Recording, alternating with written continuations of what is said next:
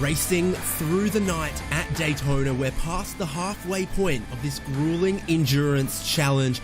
The iRacing Daytona 24 Hours for 2023, presented by VCO and across all of their platforms.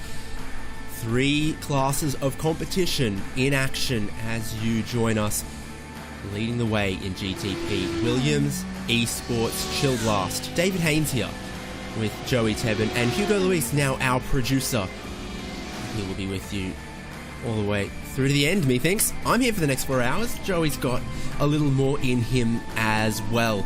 As we're into this second half, the final 12 hours of the race, let's run down how they run after the first half completed. And this is your overall leader in GTP, the new for 2023 category of high performance prototypes. Following Williams Esports Chilled Last, 12 seconds back, BMW M Team BS competition, leading the podium positions at the moment with still a lot of racing to go. Urano Esports Data Group in 4th, and just in pit lane at the moment, Fraser Williamson in the SRC Movano Corsa GTP, so Obsidian Racing gets back by and around him. Race Clutch White, Urano Esports, Heineken Media, Pure Sims Esports, TC Corsa Esports, German Sim Racing, and Maniti Racing Red are what I would call your running and not delayed GTPs at the moment. A couple more that are either well behind or parked up, and I think everyone else, Simza, Hydro Race, Geodesic, Race Clutch Red, BS Turner, Wave Italy, and SRC Movano Corsa number 3 are all parked up in that class. As you can see, they are either many laps down or out. Joey, LMP2, what's happening there? No surprise, Atte Kalpinen still out in the lead in LMP2 for Williams Esports Mala, but Kalsa team, we spoke to their 2 drivers, Jose Soria and Ivan Machado, a little bit earlier, but their 3rd driver, Marcos Nunez, is currently behind the wheel in 2nd.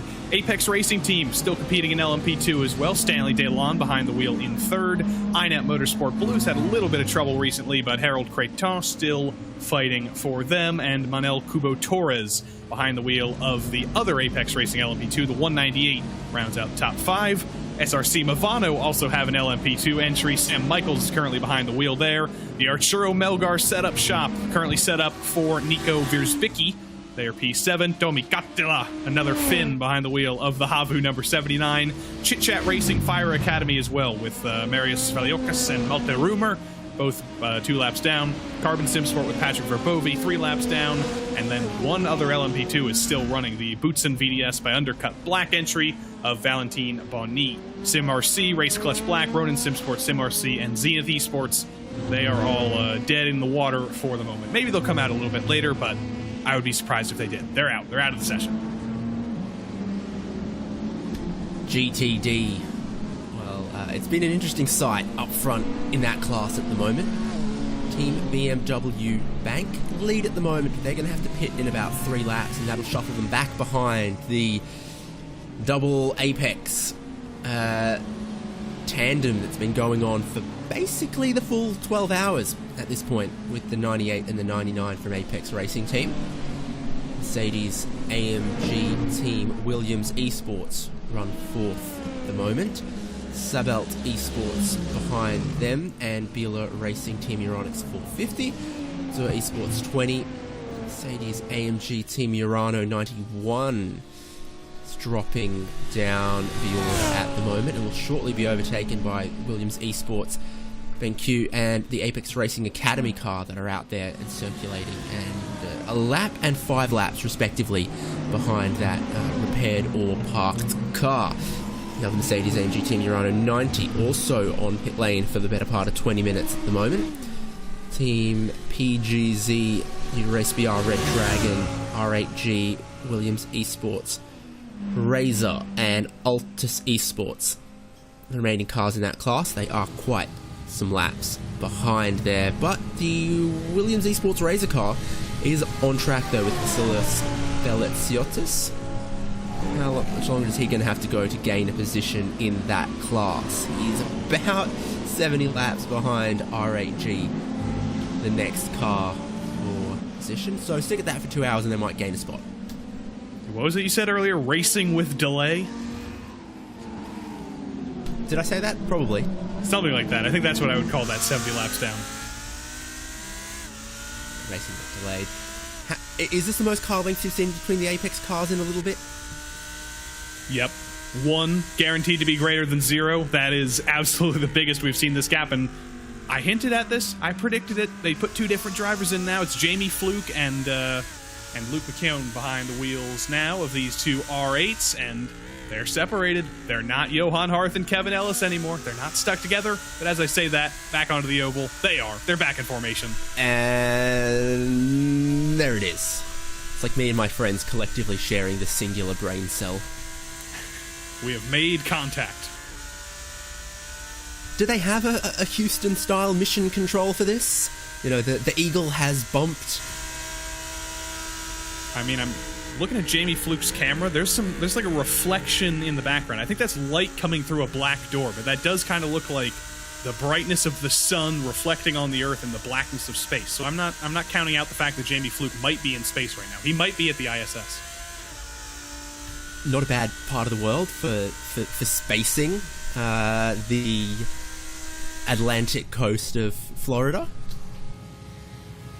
I watched 2 rockets get launched when I was here. I think my schedule went do the tour of Daytona, watch rockets get launched, race at Sebring.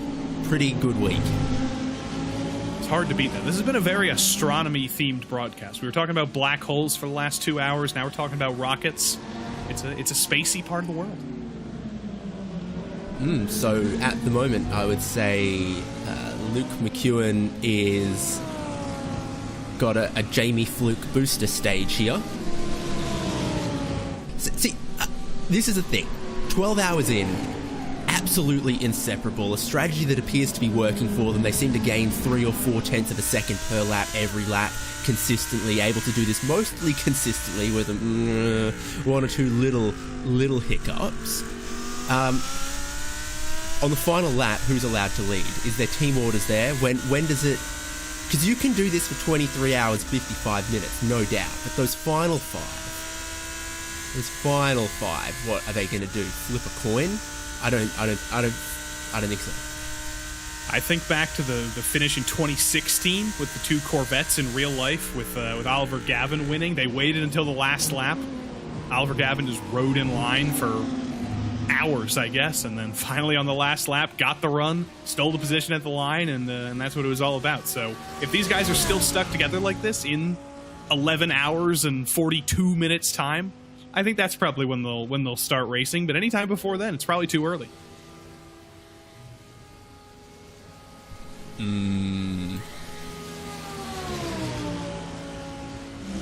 It's interesting. One car definitely looks dirtier than the other, but outside of Apex Racing Team's double stranglehold on GTD, it's a little bit of a Williams Marla BS stranglehold on GTP and LMP2. I do believe we just saw the GTP leader putting another lap on the LMP2 leader on the high banks. Might have been on the tri-oval.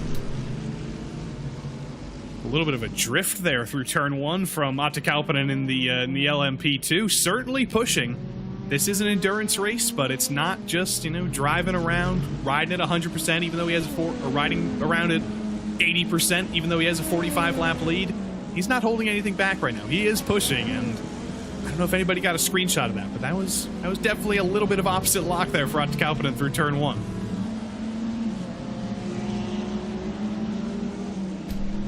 Yeah, best lap of the race over 134.6, last lap of a 136, but there are a lot of other cars in the class in the 135s. Traffic means that you're never going to put in your optimal lap every single lap of your stint.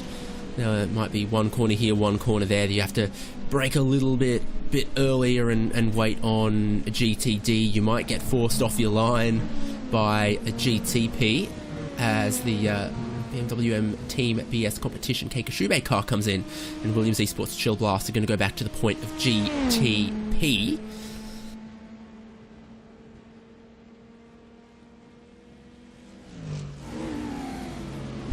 There they are, well positioned towards the exit of the pit lane. We did see much earlier in the race that being positioned down the opposite end of the lane caught some people out. One of the Urano GTD cars, not only have they got to get down to the pit lane speed limit, they've even got to be below it if they're going to stop in their box right at pit entry.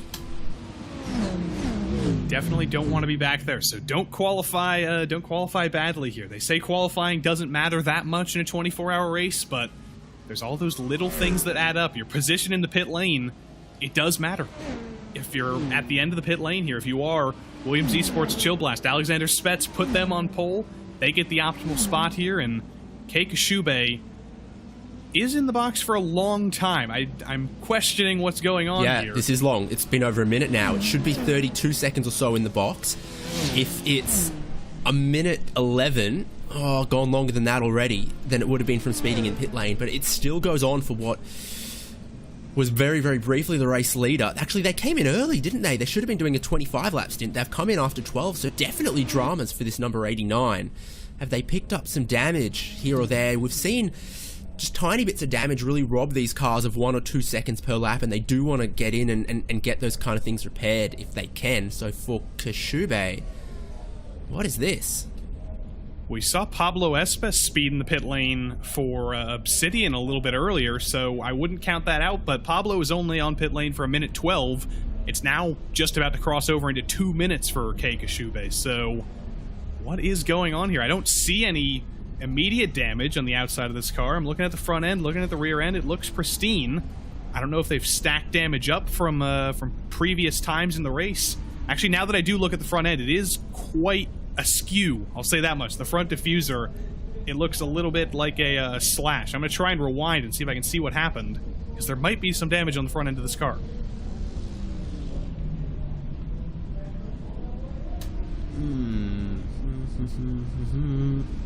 You might be looking at lap 470, where they were 2 and some seconds off the pace. Do you know what I hope we get on iRacing is the ability to change the colour of this lighting around the grille, because the real cars can do it now. They debuted with only white lighting around the grille, and now you can have it in any LED colour you want. So that'll be fun if going forward teams can customise it to match their livery or tell them apart. Did you see that repair on the nose? Yeah, it straightened it out, and there is definitely damage there. I rewinded a couple laps, and I have just found where it happened. It was coming onto the oval. Keiko Shube got into the back of Nico Wierzbicki, an LMP2 driver who moved in the braking zone and gave Keiko Shube front-end damage. That was on lap 447. That was a couple of laps ago, and that's what gave that damage to the BS competition entry. That's put him back by 2-3 minutes. Sure has quite a costly repair. What should be a 30-second pit stop was a 3-minute pit stop for this car that was in contention for the win, in contention for the podium. Right up there. It drops them back down at 8th as they leave pit lane, and of course, off the lead lap now, 2.5 minutes, almost 2 laps off the leader for this car. We were talking about, is there a mission control that says, you know, all systems go, you are clear for takeoff with the booster stage in the Apex Racing team? Well, I believe we can look at Apex mission control. That is 6 monitors, so hopefully enough to troubleshoot any problems. No, it's 12. More than 6. There's one that's not on, so 11. 11 and a half. Are there any phones we can make that? Oh, there's 2 in the background I see as well. There's a dinky little double in the background. There's 2 more that are turned off. I like the McDonald's fry box over there. There's some Haribos. There's a Coke on the other desk. They're having a good time at Mission Control. Yeah, what do they got? Some Mickey D's, some Mackies, some Maccas. Better than Hungry Jacks. Oh, there's a real Australian in you that's trying. Of course. seems like the incident with Kei Kashube has been erased from existence, because it did happen. I assure the viewing public at home that the incident did happen, but for some reason, reality is not cooperating with us, and we can't seem to load up the replay. But it was just a little bit of contact under braking. Let me look back again. Certainly, it meant that BMW GTP was in need of, you know, a kidney transplant.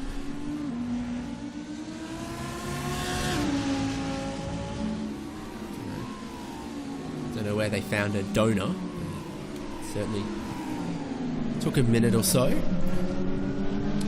For the LMP2, I mean, typically if you nudge something with the nose that needed replacing the nose, it would just replace the nose, which would take about 30 seconds. Here's where they got the damage. So we're at turn 6.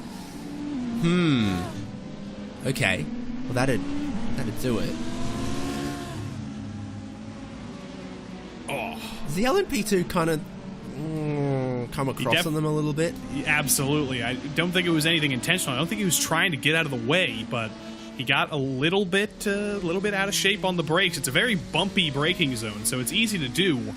But Kei Kashube thinks about going to the outside here, backs out of it, and then the LMP2, that was Wierzbicki, gets on the brakes, gets a little bit out of shape, and unfortunately ends up directly in the path of Kei Kashube. I think Kashube is probably regretting that now and saying, why didn't I just go to the outside? Should have just taken the risk. Didn't pay off at all. Hard to spot if Kashube outbraked himself a little bit, or if the LMP2 misjudged the relative grip levels and sort of changed lanes in front of a semi-truck and then slammed on the brakes. Looks like they've done a good job fixing it, though. The front diffuser is straight. Looks like they've put a new one on there, and they've passed another LMP2. That was the Kalsa team LMP2, P2 in class right now, with little trouble. So they're back and running, but they are one full lap down and 53 seconds behind the closest other competitor, who's also a lap down, the Urano Heineken 190. Yeah, it puts them in a real no man's land for the minute, doesn't it? Because they are 7 laps ahead of the car behind and almost a minute behind the car in front of them. So, a lot of work still to do, and it's obviously a pretty quick car, but that's the traffic, that's multi-class racing, and that's why absolutely anything can happen. Well, that's a very neat little group of Mercedes there. We've got a comment in the Part 3 YouTube chat from Keir O'Neill. He says, or he asks rather, as a request, if we can coin the phrase "love bug racing" between the two GTD entries from Apex. Love bug racing. I mean, if Keir O'Neill wants it, I'm happy to oblige. Is this love bug racing? It looks like it. Sure looks like love bug racing. Love bug racing. Keir's going to get a royalty every time we say that.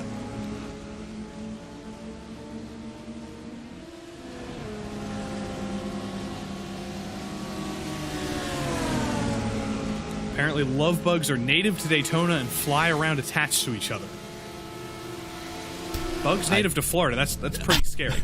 I was about to suggest there's probably quite a lot that are native to that.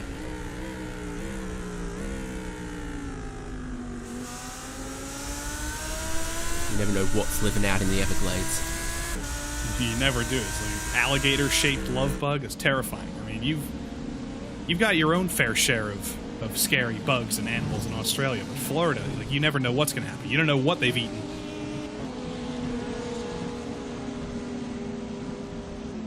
My favorite animal that I saw in the Everglades was cows. They're grazing cows out there. Wow. Grazing cows in the Everglades. I mean, that's a good place for them. There's a lot of grass. They love their grass. So cows love to swim. You ask about the cows wearing my sweater. It's something about the weather that makes them lie down. Something like that.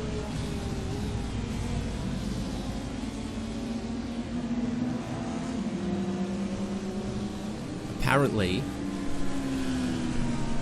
the cows are relatively safe from gators trying to snap them. which would have, well, I think is everyone's first concern. I feel like they would be more safe if they weren't in the Everglades, though.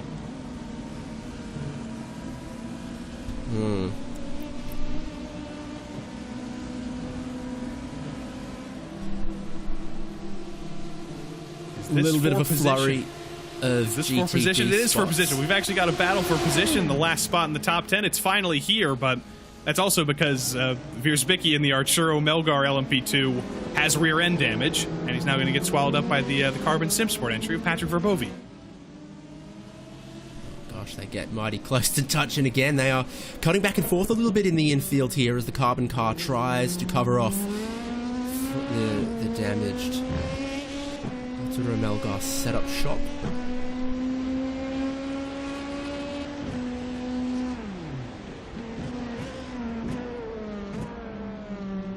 I believe both of these drivers are Polish. Verbovi and Wierzbicki, those are both Polish-sounding last names. We were talking a lot about Finland earlier, so good Polish representation here. Definitely an ungodly hour in Poland right now. I'm actually going to check. What time would it be in Poland right now? Every hour is a godly hour in Poland. That is true. Every hour is a godly hour in Poland. Right now in Warsaw, it is 2:12 a.m. It's a pretty bad hour to be awake and racing an LMP2 car.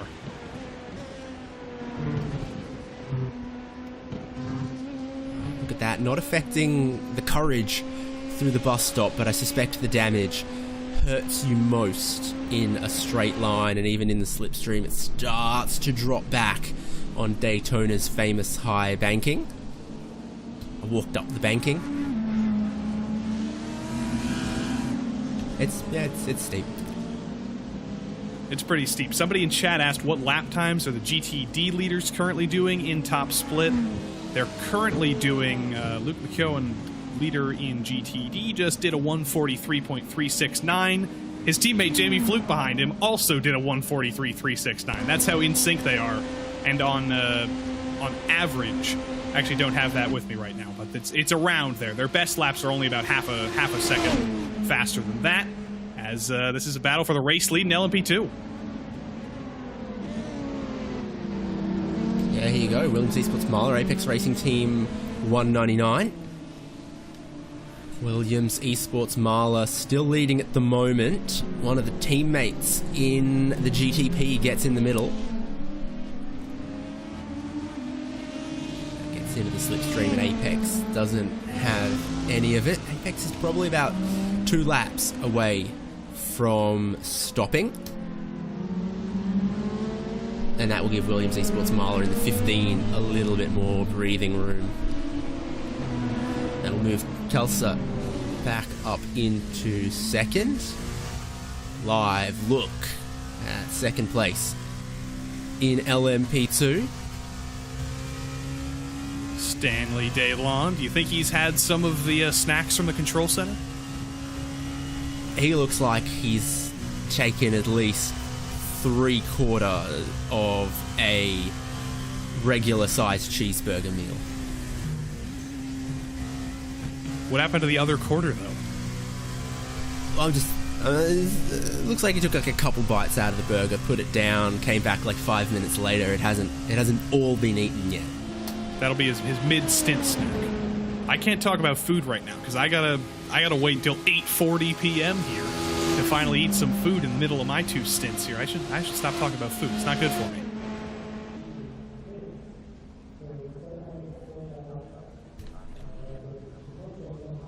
Oh dear. Dramas Problem for the Apex. GTD leaders. Yeah, you can see Jamie Fluke still leading the way, but Luke McEwen dropping back. What has happened? Oh, it's the internet. 98. The internet bit him. Packet loss. He's been kicked out of the session. His internet has finally come back to bite. I mentioned that with a few drivers. They were having internet issues, but it was drivers who were out of the car, and now it's finally struck for a driver who was actually in the car. Luke McKeown's been kicked out by the gods of the internet. And he is on location with Apex, is he not?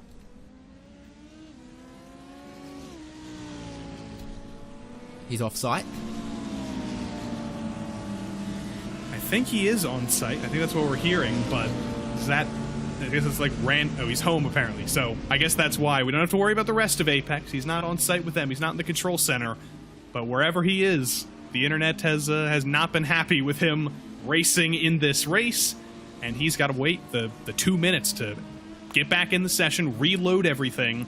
By the time he gets back in, he's going to be 2-3 laps down. Depends exactly how severe the failure on Luke McEwen's end has been. I lost power for 2 minutes last night, my time. It went out, it didn't immediately come back on, and I was like, this better not be like a longer outage. But I suspect it's probably more likely that one of the other Apex guys is going to jump in that car when they can. Exactly. Apparently there's no reserve driver waiting right now, so they've got to scrounge something together quick. Oh no. I've got to work something out. Kevin Ellis Jr. is going to take the number 98. He's in the car and leaving pit lane, but is now a lap and a bit down to their leading teammates. So it's cost Apex Racing Team 98 about a lap. Am I seeing that gap right? I think so. I'm trying to find Kevin Ellis. He is in the car. He is on track now. So yes, they have only lost 1 lap. So luckily, Kevin Ellis was waiting. They got him in, and they will only lose 1 lap. That's helpful, because that could have been way, way worse. They're still not going to be happy being a lap down, though. The Apex duo at the front of the field was the epitome of working together as teammates. They were dominating, and it's all falling apart. We talked about how you don't have mechanical failures in iRacing often, but the internet, you've got to use it to your advantage, and sometimes it giveth and it taketh away. Houston, they have a problem.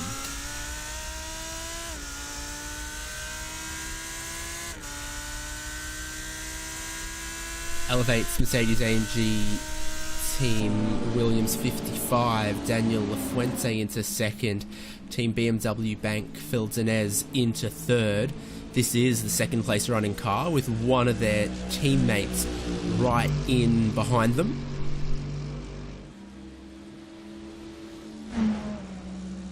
We haven't said much about this Williams Esports Razor car, frankly, because they're 353 laps down, but they're back on track. They're getting a little bit of work done, helping out their teammates, and right on cue, both Williams Esports Mercedes in the 353 lap down one in that bright green paint scheme already into the box. They're going to get some even more damage repaired, and the number 55 will be back on their lonesome, but they got a little bit of help. They got to save a little bit of fuel with their teammate.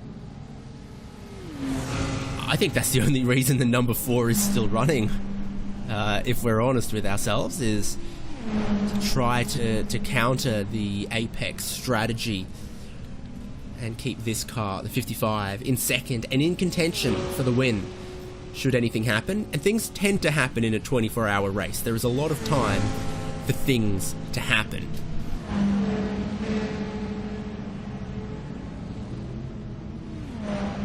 They're still sat in the box, though. This is worrying me. Yeah, the new pit stop rules is the tyres always get done first, and then you're waiting on the fuel as they happen together.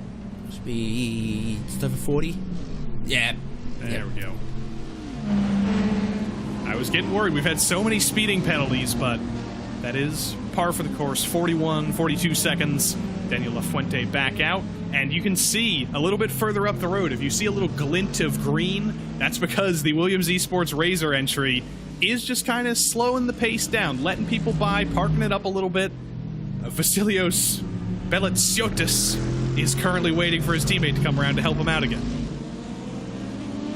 That name came as a little bit of a surprise to me. Is there nothing worse than starting to read something aloud and getting to the tail end of it and realizing you should have read the whole thing before you started saying it? Mm-hmm. I was doing so good with the Finnish names, but the Greek names, I gotta study up more on them.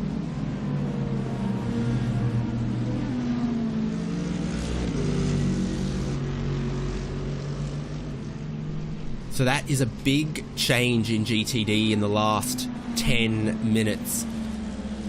The Apex Racing Team 98 Dropping from the server is Luke McEwen, racing from home, not from the Apex facility. Suffers a connection problem. Absolutely no dramas for everyone who's been at the facility of late.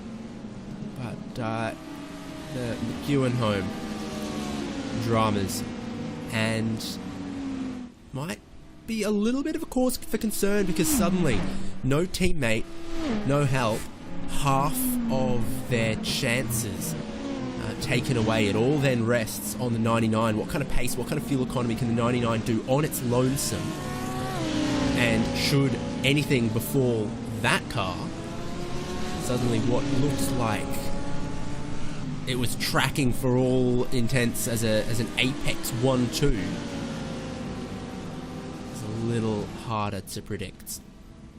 You can never predict those internet outages. They come at the worst possible time. I don't think we could have predicted that the Apex duo would have been broken up by a fluke that wasn't Jamie. Ayo.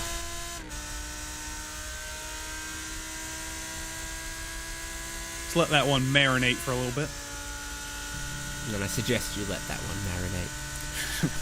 Kevin Ellis Jr. doesn't look well thrilled with it. He was probably hoping to be tucking into the other quarter of Stanley Delon's burger, probably. Yeah. Hey, maybe he got like a soft serve with a flake in it. Oh.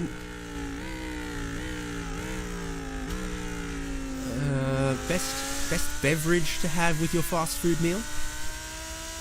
Well, for me, it's always a Diet Coke, but it's always you get those freestyle machines where you get every flavor. You always got to go for a little bit of everything. You mix and match. You get those freestyle machines. We don't. They haven't made it there yet? That's the only reason I ever apply for a US visa. Is for that Diet Cherry Vanilla Dr. Pepper. Yes. And they have weird stuff that you don't see anywhere else. But they've made it to the UK. They have the freestyle machines in the UK, and they have something called Mezzo Mix, which is just... Oh, yes. It's just Diet Coke and Fanta together. Which is... Like, why don't we have that in the US? That would be so smart to have here. I think I drank a litre bottle of that per day for the whole month that I was in Germany in 2009. Apparently, Race Spot's own Paul Smith is a big fan of Mezzo Mix. Is he going to be on the show later? I might have to... No, he's not coming on the show later. But Paul Smith, if you want to talk about Mezzo Mix, come on. I'm looking up and down the timing sheet, and second in GTP, Club Diatch. Verano Esports 6th, Club Diatch driver. Lot of our German, Austrian, Swiss Luxembourgers out there at the moment, and they love some Mezzo Mix. They love to put their Mezzo Mix flavors in their candies. It's always cola flavored, it's always orange flavored, it's always orange and cola flavored. It's an interesting part of the world food-wise, but I need to go there because there's so many things that are just barely different from American food in Western Europe or mid-Europe rather. They're just barely different, but they're different in an interesting way. It's like the sausages, they're just barely different. The soda's just barely different. The candy's just barely different. It's a whole new world. I'm going to butcher this, but one of the other things that they had popularly that I haven't really seen in Australia was Frühstück Schokolade schließen. I think is how one might call that thing. What'd you just call me? Anything you want if you buy me dinner. I heard chocolat. That's the one word I did understand. Sam Michaels, probably not the Formula One engineer, taking the SRC Movano Corsa number 33 out of the pit lane, still at the pit lane speed limit as those cold tyres slide around the hairpin and then to the green cones. You can accelerate. Got those cones that mark part of the pit exit on the left there. You remember when there was just giant splitter-eating curbs there? Thank you for reminding me. The only time I've ever competed in the 24 Hours of Daytona on iRacing, that was what killed... Well, actually, what killed me first was a brake issue. That put me in the wall. Then we got that repaired. Then I went back out. and then the suspension was still a little bit wonky, and I killed the suspension eating curbs on pit exit, and that killed us for real. That killed the engine. Pit exit used to be a far more dangerous place on the road course of the Daytona International Speedway than it is today. You used to have incredibly violent, I don't want to call them speed bumps. It was like hitting a curb, like on the road. It was just a vertical wall at exactly the right height to bang into your shins. And there used to be no pit lane speed limit, so you would take it as fast as you absolutely could on your cold tyres with no room for error between the grass and the wall and the very, very destructive curbs. Have you ever seen those speed bumps that have got spikes in them where you can only drive over them in one direction? Yep. And that's kind of what those are like in the wrong direction, I think. Maybe that's what we need for if you're speeding in the pit lane, no more penalty. Put them on pit lane so you can't reverse. The spikes go up if you're too fast, they'll detect your speed. This is why we're not in charge.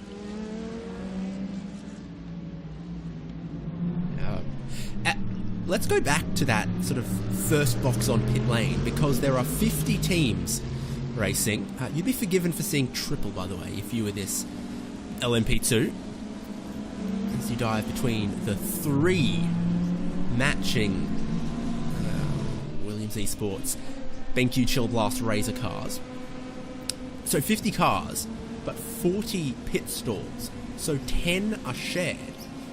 But those 10 that are shared are pit stalls 1 through to 10. So actually, if you think that pit stall 40 is the worst pit stall, you don't get it by qualifying last. You get it by qualifying for 6th in GTD. Qualify 6th in GTD, worst pit stall. Qualify 7th in GTD, best pit stall. You can't explain that. You can't explain that. I just did explain that. That's true. There's all those little quirks of Daytona.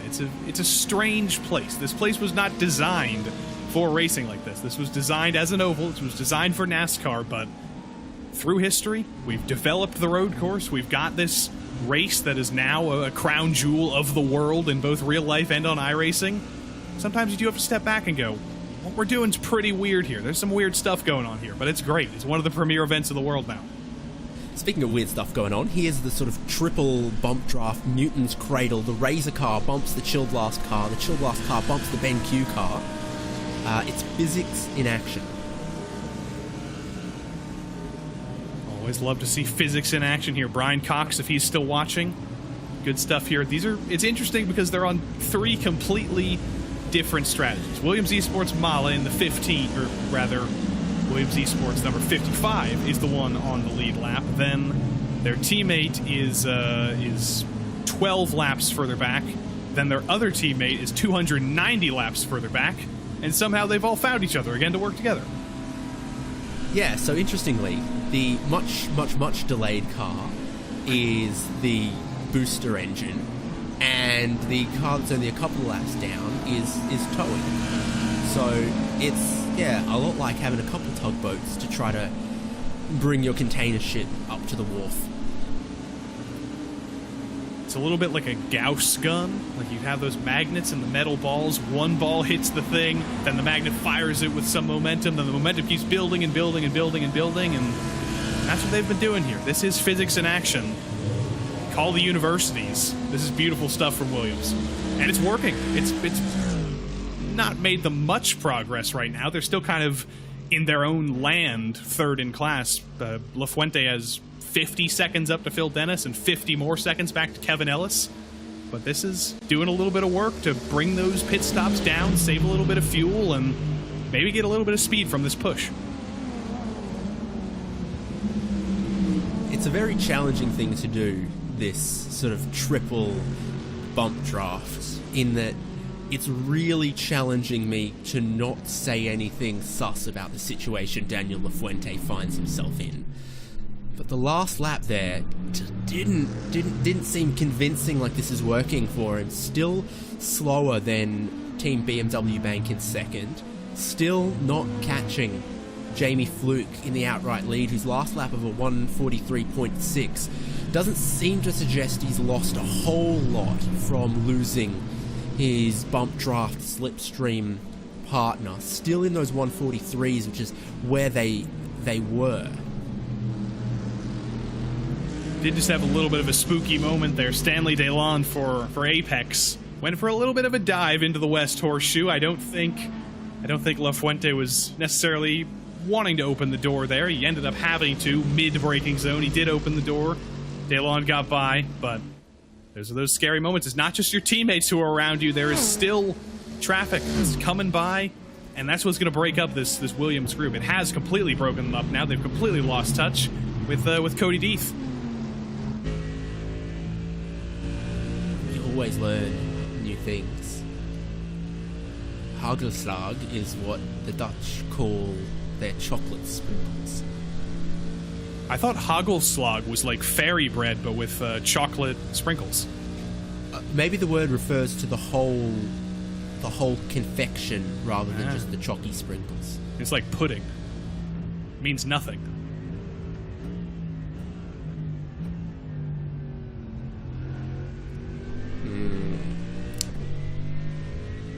Baliciottis really just being a team player at this point in the 24 hours as well. Like we said, so many laps down that it's going to take them 2 hours before they catch the next car for position that is parked up and retired.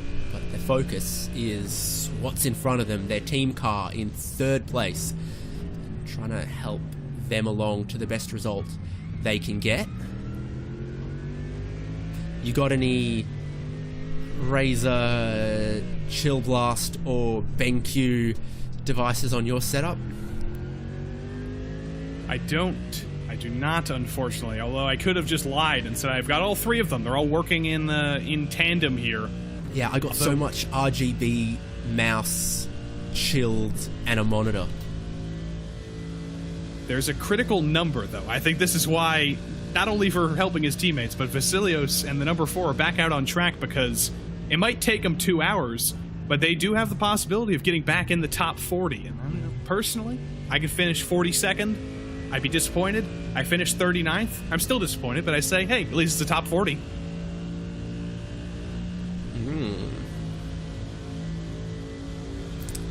I'll be level with you. I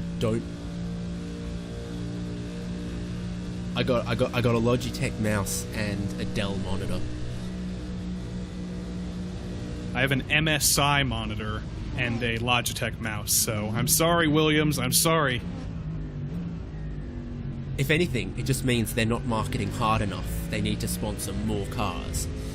That's the GTP leader on pit lane, Williams Esports Chill Blast. And Farrow in it.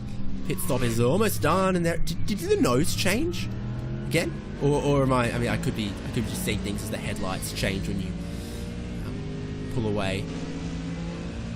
I don't think I saw a nose change. It might be the headlights, but it wouldn't be the first time. We saw Kei Kashube a little bit earlier have a nose change with some damage that he got from an LMP2 kerfluffle. Yeah, I don't see anything changing. I think it was just the lights, so no harm, no foul for Williams Esports Chill Blast there and Matt Farrow, but wouldn't be the first time. Third and fourth, Jonas Vollmeyer is going to make way to John Bennett as Vollmeyer is just on his outlap. Those tyres might not be in yet, so he drops back into fourth. Red and black, of course, very in colours for prototype racing.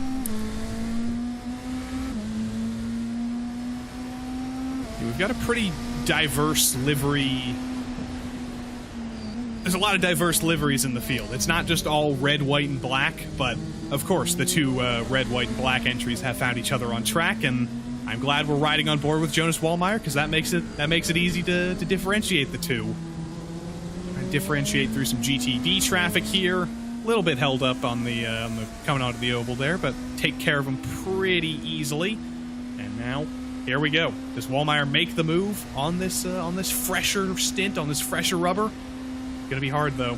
Not a great run, not going to be close enough, and you especially don't want to go side by side through the bus stop with 11 hours to go.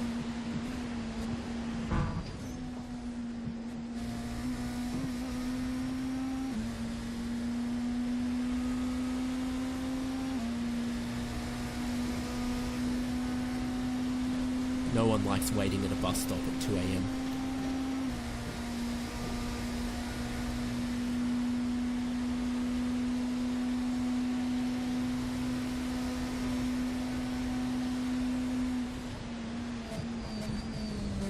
About 6 more minutes to go in the hour, so I'm in the dying minutes of my shift here before I come back for 4 more hours in the middle of the night. But I'm gonna drop this on you and DJ. There's still a couple of hours for you guys. There's still iRacing on Twitch. There's still RaceSpot on YouTube. There's still VCO on YouTube. There's still plenty of opportunities for more questions. Will they be about racing? Will they be about black holes? Will they be about Mezzo Mix?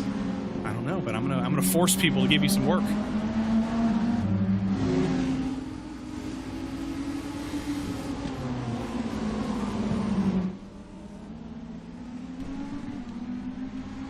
Well, they've only gone and done it. More BenQ sponsored cars with Race Clutch White. John Bennett looking to maybe pull away from Jonas Vollmeyer if he can. Not sure that will happen. Of course, very high average speeds around Daytona. Pretty strong slipstream for these cars, actually, because they don't deploy hybrid all the way down the straight. They do for sort of 80% of it. They're not like the old LMP1 cars that would just drop 500 horsepower of electric motor for a couple seconds out of every corner and then sort of tractor along. But when they do run out of a hybrid deployment down the straight, then the slipstream will kick in at that point.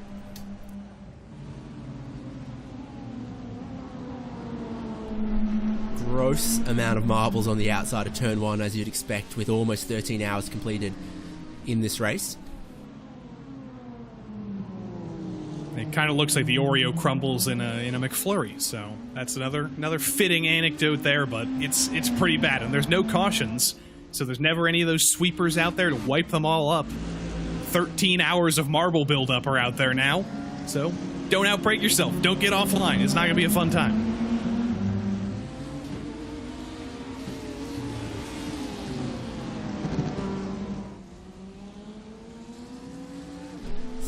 Spanish for marble is bolita. Bolita? I guess that makes sense. Ball, Ita, little ball. Yeah, right. It's like, oh, yeah, no, that's, yep, checks out.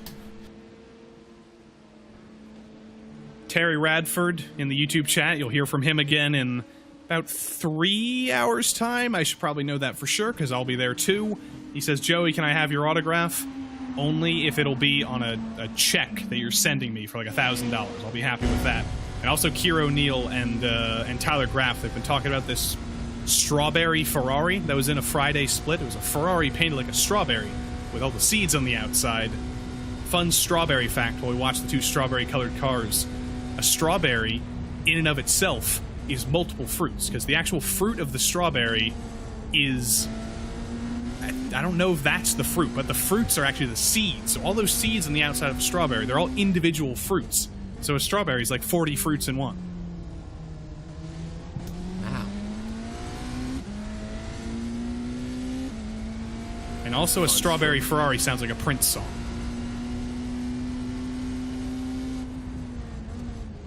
Mmm. Does. Kind you buy at a secondhand store. These references might be going over my head a little bit. Oh no. What about the new wheel for... Well, it's in most of the models of GTP, I believe, and the LMP2 has gone forward as well. Cosworth got a new wheel, new shift lights, more buttons, way more stuff on the display, it seems. Lots of data, lots of good stuff that you're absolutely going to want to use. Not all the buttons are always going to be useful, but you've got your tire type, you've got your lap times you can look down to. The wipers button will soon be useful. Of course, hashtag soon. It's a lot of stuff to deal with, and it's always good to have a team behind you. That's one of the pluses of being a driver at the highest level of esports. You don't just have yourself and maybe a couple of friends and maybe one of them is acting at your crew chief. You have people whose job it is to work on this stuff, to check stuff that needs to be checked, to uncheck stuff that needs to be unchecked, to do all your analysis and all your data. So you don't have to just do that yourself behind the wheel. I guess one of the other changes of note when you compare to LMP2 or DPI that preceded this current generation of LMDH GTP cars is going to seven gears, and what grinds mine is when race cars BMW have useless gears in their ratios. So 6th gear gets so little use in the GT3 car, but all 7 seem to get use in this one. Looks like 7th gear isn't long enough, though, because Wallmeyer he's losing 3rd, unfortunately. I don't think he really wants to make the move necessarily. If he is about equal on speed, he might want to save a little bit of fuel, but gap's not coming down. It's not working for him. Well, with 11 hours left in the iRacing Daytona 24 special event this year, Joey Tebbin leaves us and DJ Clark will join us. Joey, any, final parting words out of you here? Maybe, please pay the ransom. Well, please do pay the ransom. I've been waiting here for years, but I've got some dinner in the fridge. I'm going to heat that up. I'm going to not use my voice for the next 3 hours. Then I'll be back in about 4 hours to take you through some of the night with Terry Radford and with Peter McKay. Joey, you're an honorary Australian, not just because of the name. Thank you, sir. Go and revoke that. Joey leaving us, DJ joining us, and good evening, DJ. Good evening to you, David. It's good to be back here at the 24 Hours of Daytona for iRacing. Obviously, a couple of kerfluffles taking place in the time that I was off air, but some pretty fascinating racing that we are seeing out on track. You love to see it, and the pit stop strategy, as I heard Joey talking about a little bit earlier, we're not really sure where some of this stands. It's going to be a little bit later on in the race when we start to find out exactly how these strategies are going to work out for all of these drivers. So certainly some good racing here, and obviously as we continue to watch Race Clutch White and Urano Esports Data Group just kind of chase their way around, I've got to think Urano here probably relatively content to stay behind, do a little bit of fuel saving, try to extend that stint that they're on just a little bit longer. Yeah, this is pretty good for Urano, isn't it? Come out of the pit lane, right into the slipstream of someone else, and then in 3 or so laps time, Race Clutch White will have to pit, and then you can just go hell for leather, having saved a bit of fuel and maybe a bit of tyres in the first half of the stint.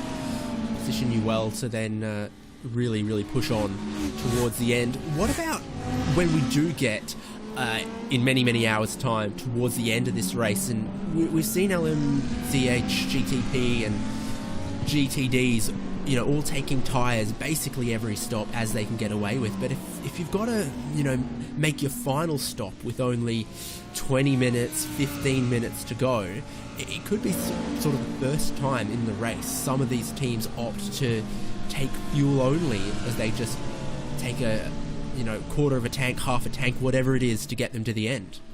Yeah, and that's very much the thing here. We have to remember that because you can take tires simultaneously with putting in fuel, it doesn't mean necessarily that it will be faster if you're taking less than that full tank. So I think once we get into the end of the race and we see those splashes and dashes that we start to see, that will be a situation where you're not going to be taking tires. And I think drivers are going to have to be thinking about that, how they want to do that, if they want to do it, and maybe even if they've got a little bit of a gap I wouldn't be surprised if we see an experimentation or two trying to push a little bit. And if they haven't done an experiment with running on, let's say, a stint old tires, I think you may have some drivers hopping into a private test session to get a feel of what that's going to be, because we haven't seen drivers double stinting these tires over the course of this run yet. It has been all single stints, and so that's going to be a big unknown that we come into the end of the race. Entire wear, entire management in those final 2 stints going to be very, very crucial.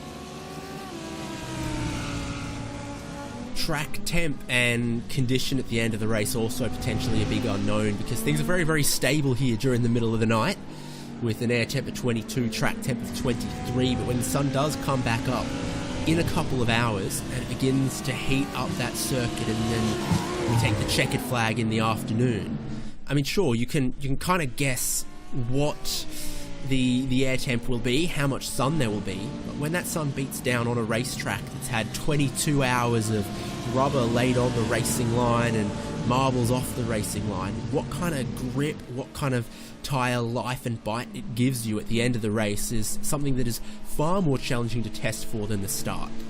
Yeah, that's a very great point, David. And let's not also forget the other sort of wrinkle thrown into that equation that iRacing has recently updated. And I say recently, it's been 4 or 5 weeks at this point. But they have updated the way that the rubber gets stuck into the track on that preferred racing line. And so there are some unknowns. This is the first true endurance race that we've seen run on iRacing Official to really use that new model for rubber sticking into the track, and so we don't know if there could be a little bit of track disparity. If you're running online and the rubber's in there, we could see maybe a degree or 2 of temperature difference in between the racing line and running slightly offline. Those are going to be some big unknowns that these drivers are going to have to factor into, and as you said, it's not like you're really able to test for that. You're not going to be able to go out and run a 50-car test session for 24 hours to figure out what exactly that rubber buildup in the track will be. So you have to be able to adapt, you have to be able to change on the fly, and that's really going to be a big, big thing for these drivers. On track right now in this battle for 6th in the GT category, GTD, the racing team Euronics 450 with Sven Haase is just ahead of the Duo Esports Jonas Vanna, and it should be relatively similar where the strengths and weaknesses are between these two cars, the Lamborghini and the Audi. Great to see there is some variety to GT this year. Some years it seems like everybody wants to be in the same car, but we have had great battles between Mercedes, Audi, BMW and Lamborghini this year.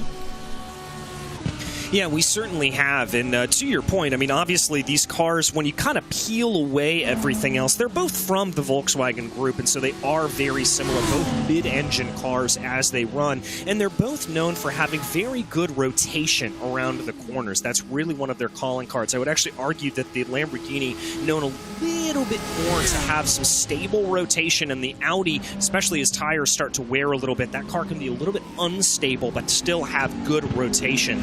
And so seeing them be able to battle like this is a good thing. Now, the one thing that we haven't really seen, and we had some folks, as Joey mentioned earlier, talking in the YouTube chat about where are the Ferraris. We did have one Ferrari in the field. That was Team PGZ. They're unfortunately out of the race, but that's really the only mark here at this point that's not really represented. Other than that, we do have good disparity with all of them, and it's really a credit to iRacing and the balance of performance that they've been able to put in here, that all of these cars are able to be competitive at a circuit like Daytona. We also had the Altus Esports Porsche that didn't last that long in this race, unfortunately. They are 502 laps down. That doesn't quite make sense when I'm seeing the leader of having completed 502 laps, and I know Altus completed a couple laps before retiring that car. They kind of did a stint, but they were quite an early retirement.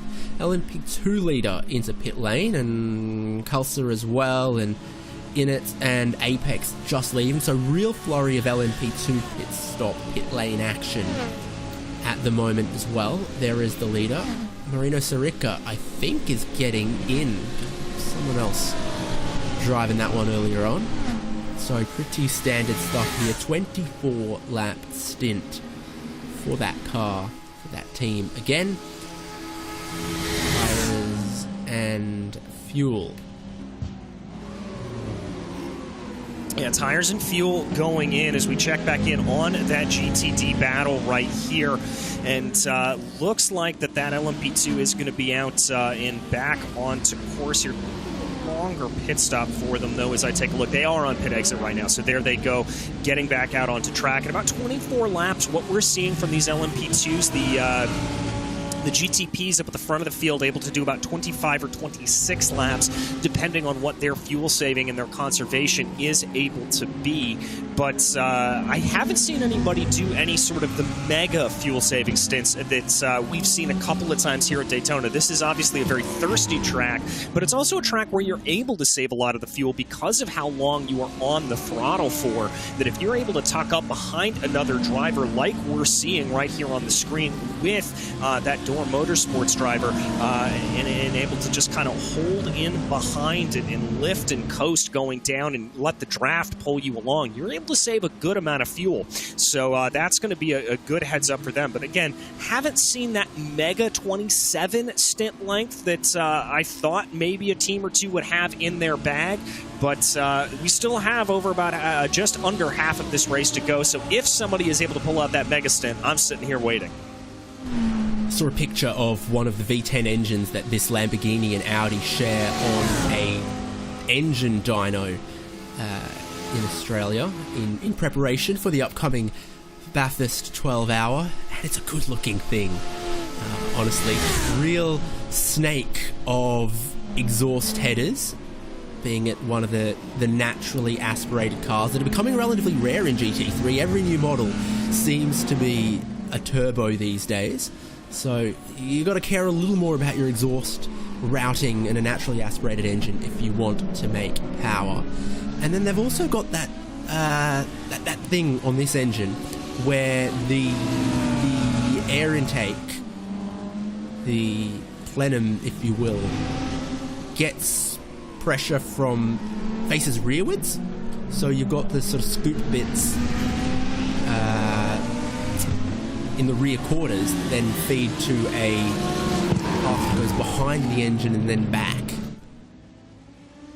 Yeah, it's a very specially designed car and really some good engineering going into both of them. And I have to say, the Audi continues to be just one of my favorite looking cars that is out there. It's still based on the bodywork of the R8, which now is a fairly old car, but it still just has that aggressive yet sort of sleek and stylish look to it, and it's very distinctive. You know when you see that Audi streak on by you, much in the same way when you see the Lambo come on by, that it just looks like a Lamborghini, so some very good bodywork going into both of those, and certainly helpful there for all of them. Yeah, as we now see the Audi starting to pull in a little bit, maybe tired of doing some fuel saving. I think we may see a move here potentially coming, David. Yeah, what if any is the difference on strategy here? Not much. 19 laps into the stint now for Biela, 21 for Dor, so they're only 2 laps apart. Real and proper battle for position here, even though the last stop for Biela Racing Team Euronics 450 was a long one at 6 minutes. Yeah, long stop there for them, a 6-minute stop. That would indicate to me that they had some pretty hefty damage. Normally, if we see a pit lane penalty, something like that, that is going to be a situation where you're going to see 30 seconds or so added on to everything as you try to be able to get your way ahead. And we have seen a couple of drivers fall afoul of that as they go. But this battle continuing to heat up a little bit. I'm a little bit surprised there that we didn't see a move from Vonner there to make that overtake going down into turn 1. He certainly had the speed to be able to make the difference. Looking here at our YouTube comments, couple of folks there saying the GTDs, confused between the GTDs and the GTEs. The GTDs are GT3s. That is the categorization that IMSA has given to the GT3 category. Grand Touring Daytona is what they call them. So if you hear us say GTD, you hear us say GT3, those are interchangeable. IMSA loves doing that. I'm surprised they haven't even made up their own name for LMP2 and LMP3. Yeah, I am a little bit as well. Obviously, you know, they have put in the GTP, which, just to make it as confusing as possible, P and D sound very quick together if you try to say them in quick succession. But, yeah, the LMDH now recategorized as the GTP category in an homage back to the early days, which you can actually run a little bit of here on iRacing if you jump on over to Camel GT series, where they have the GTOs and the GTPs, the old Nissans that you're able to run. So you're able to run the new GTPs and the old GTPs on iRacing. Yep, that's it. That's the noise. Yeah, from both of them. Oh, from both of them. Yeah, I mean, on one hand, it makes sense. They need a name for the class that will encompass the two technical rule sets that are allowed and will compete against each other in it, of LMDH and LMH. So, of course, IMSA have gone and called it something different to what the ACO called theirs for World Endurance Championship, that has exactly the same cars allowed and competing together, which is Hypercar. So, the fact that it's not called LMDH makes sense. It has to be called something else because it is LMDH and potentially in the future, maybe not this season, but hopefully in the future, LMH together. You need a name for that category, for that top category that encompasses the different types of cars that are allowed to race in it. Yeah, you certainly do. And, you know, as someone who is a big fan of the history of motor racing, I do love to see that homage coming back in that they're able to throw back to. It is kind of a nice way to do it. As, again, seeing the bump draft here from that Door Esports Audi, continuing to just kind of give a little bit of a push there to the number 450 machine for Bila Racing Team Euronics 450. Not racing Eurythmics, as was said earlier in the YouTube comments. Annie Lennox not behind the wheel of that car here at the moment, so a different confusion there. But still, this continues to be a very close little battle, and I like what Door is doing at this point here, David. They're keeping up the pressure. They're just seeing at this point if they can maybe force a little bit of an error out of Steven Haase up ahead of them. And if they're able to just force the merest of bobbles, that's going to be enough for them to go on by. But why waste capital? Why waste speed trying to get your way on by them if you could force that error? Yeah, I mean, and they can still work together here, just like the Apex cars have been, just like the Williams and BS cars have. They can say, yeah, well, both of us want to catch Apex Racing Team 98 and the other cars further ahead of us. So it sort of works out for both of us. No sense slowing each other up too much. Yeah, why not work together a little bit, especially considering the fact that, you know, Apex Racing 99 still holds the lead of this field by over 30 seconds, but without having their teammate with them, with the 98, courtesy of that internet connection issue that we saw them have earlier, what is that going to do to them? Are they going to be able to keep up that pace outright over the course of the session? And so there's plenty of question marks that still exist, and I think you've got to be thinking about the long game here. We've seen that anything can happen here in this 24 hours of Daytona, and so certainly there, I think, for either of these drivers, they have got to just keep their eyes ahead and keep pushing for both Sven and Jonas to be able to keep their way ahead and see what they can do.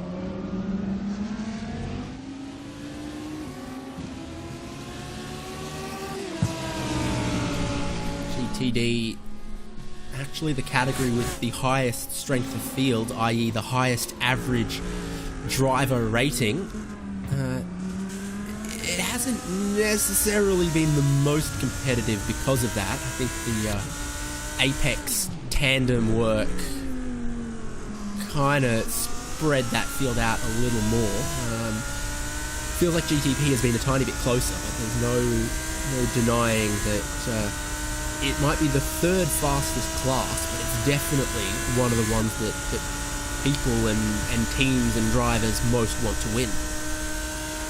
Yeah, and that's really because, you know, the GT3s, the GTDs here have become such a staple on iRacing. They have really and truly become one of the most popular series out of anything here on the iRacing service, and so it's the one that most drivers have the most time in the cars on. They're used to the way these cars feel, and if you are a driver that's just popping back in, to check out after running your own race, you're going to be most familiar with the way that the GT3s are.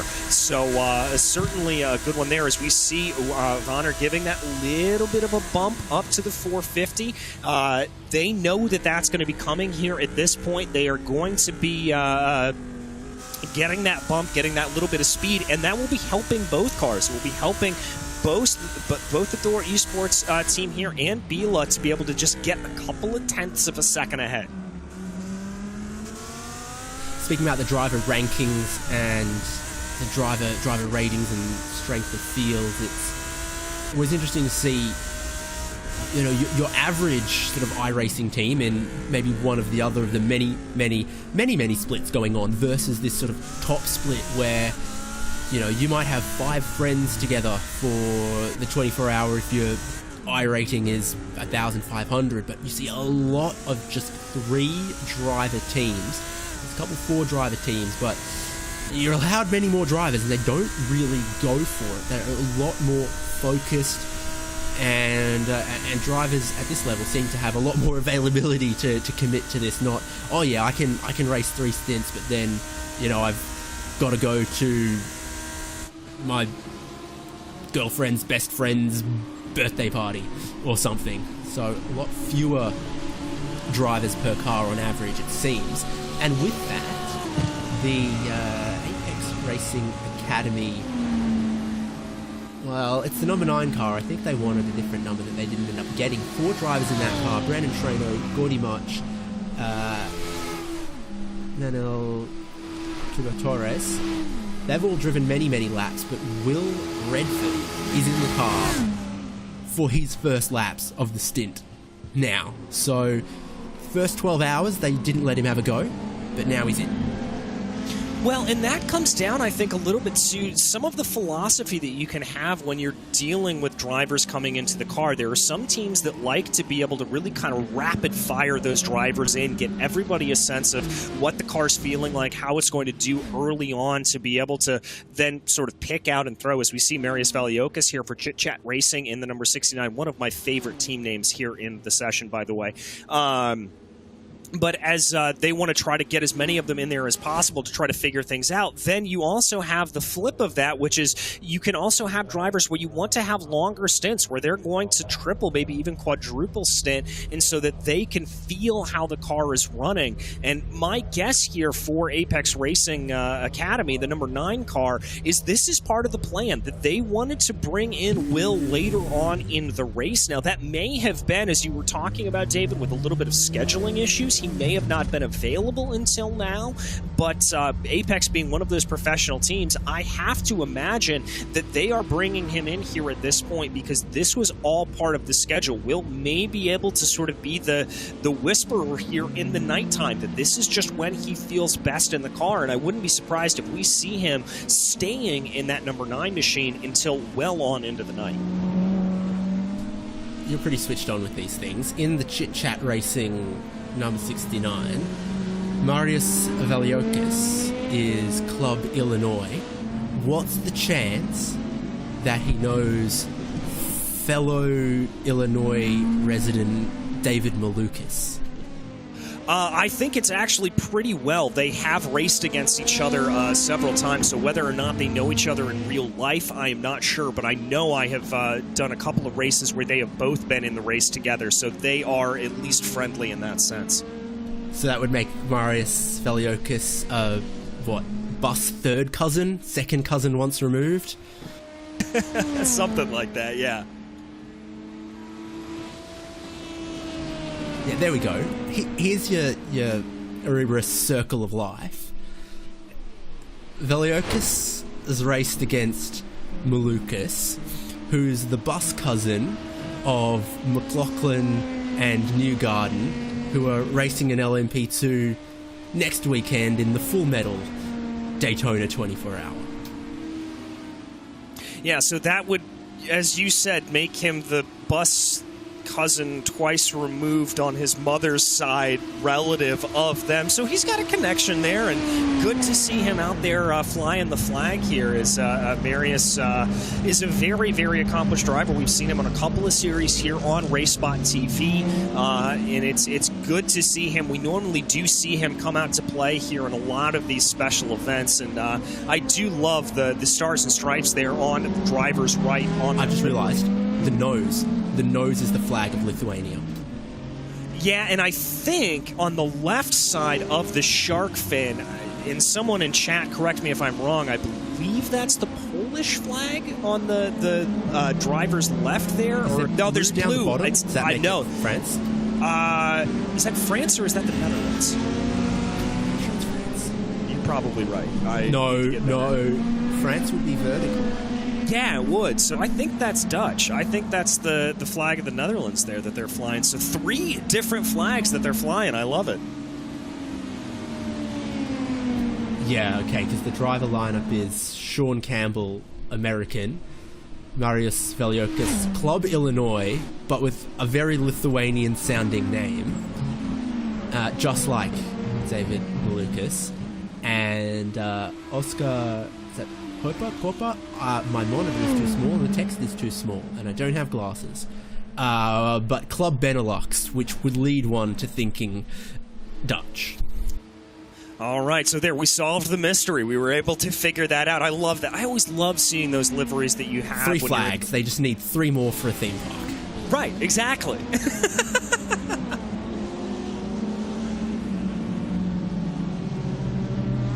We're not going to talk about the fact that the American flag side of the engine cover is probably facing the wrong way if you're following flag code. Technically it is. It's the stripes are supposed to be, or the stars are supposed to be... The mast side is meant to be forward in the direction of travel of the vehicle or vessel. Right, it is, but it's a good look, and I think it would look a little bit strange if you officially followed the flag code and had that flipped around. So I understand the decision not to do that there, but still a good look for them regardless. Actually, the wing end plates have got the official flag of graphic design. Oh, they do, don't they? Oh, that is just a great livery there from that machine. Massive, massive credit to them. This is not only one of my favorite names there, but I love all the little details that we're finding here for Chit Chat Racing. This is great. Every bit tells a story.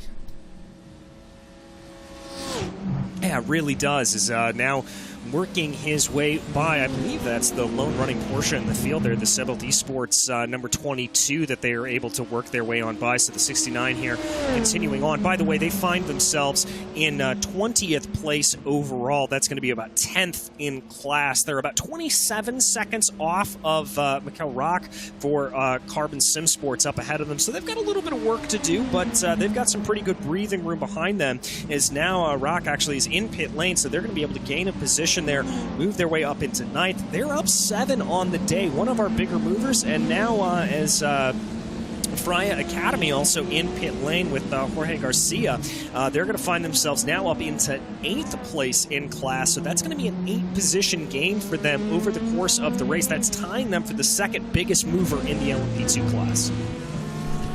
Straight line speeds for those GTP class cars about 330 k's an hour, about 320 for these LMP2s. So how they lap you has a big effect on your lap time, because if they dive bomb you, if they take the corner away from you, you lose time. If they pass you cleanly on the banking and you tuck into their slipstream, you can ride that almost half the way around the lap. So you really want one of them to put a clean move on you, maybe before turn 6 there, or maybe just on the banking here, and hopefully they tow you half of the way around the lap.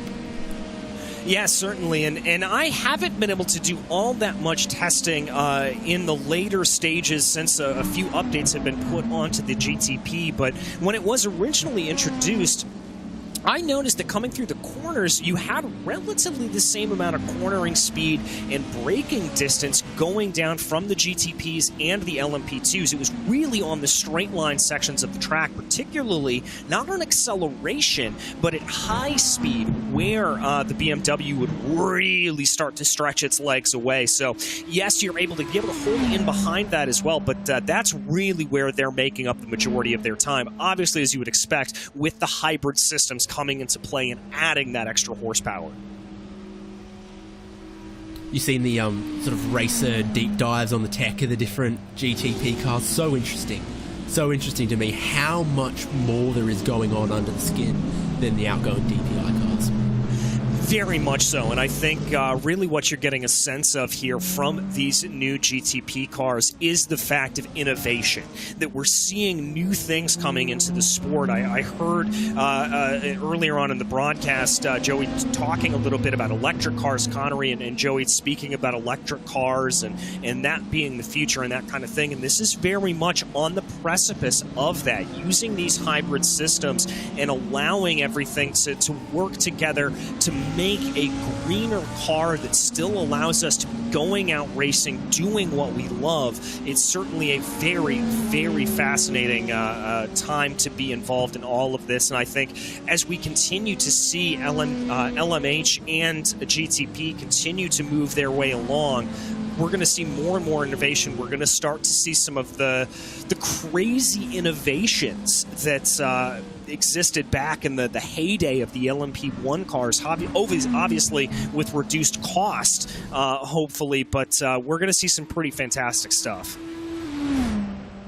I just love that there's customer cars proper again, like Porsche customers trying to compete for the outright win at Le Mans for the first time since like the 80s.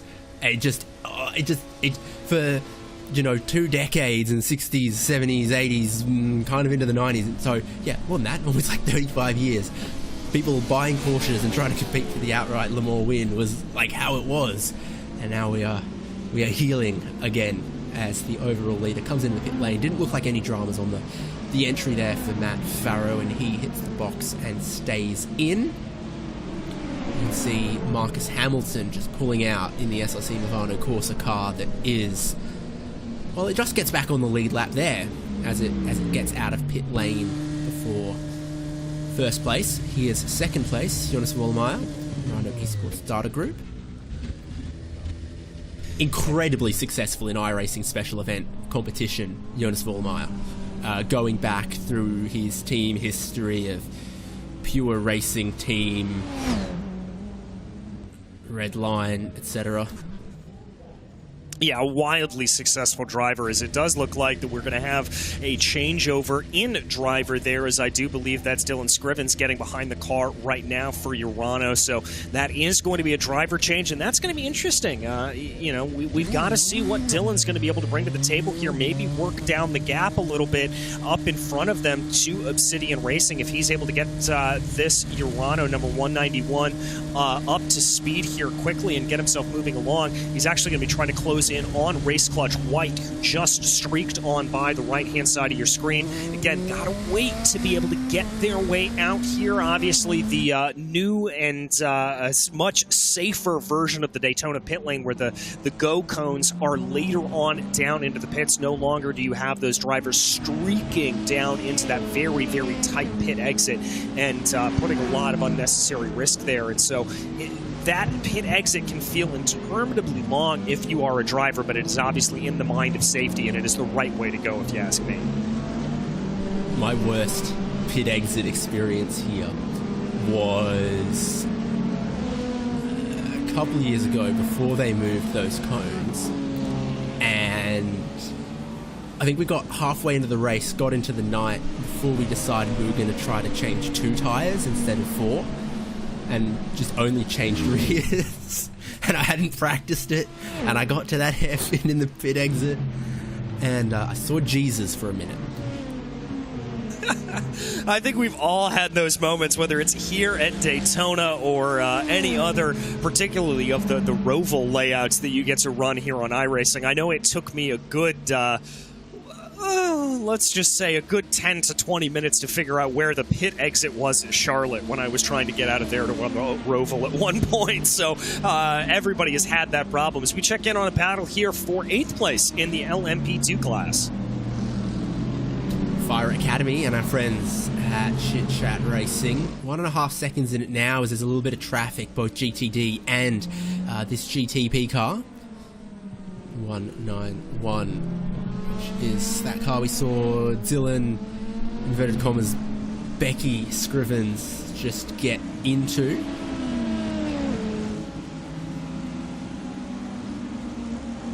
Yeah, and it certainly looks like here that with all of this starting to streak away right now, the battle, I think, for this class, that Chit Chat Racing machine with Marius Valiokis, we're seeing good pace out of them after that pit stop. They're certainly trying to push their way ahead, and we said that they may be able to close down on some of these drivers up in front of them, but with Fire Academy, looks like they've been able to get the move. Remember, they were behind Chit Chat Racing when it came to the pit stops, and now Fire able to get themselves out back and ahead. So clearly, Garcia having some speed underneath that number 14.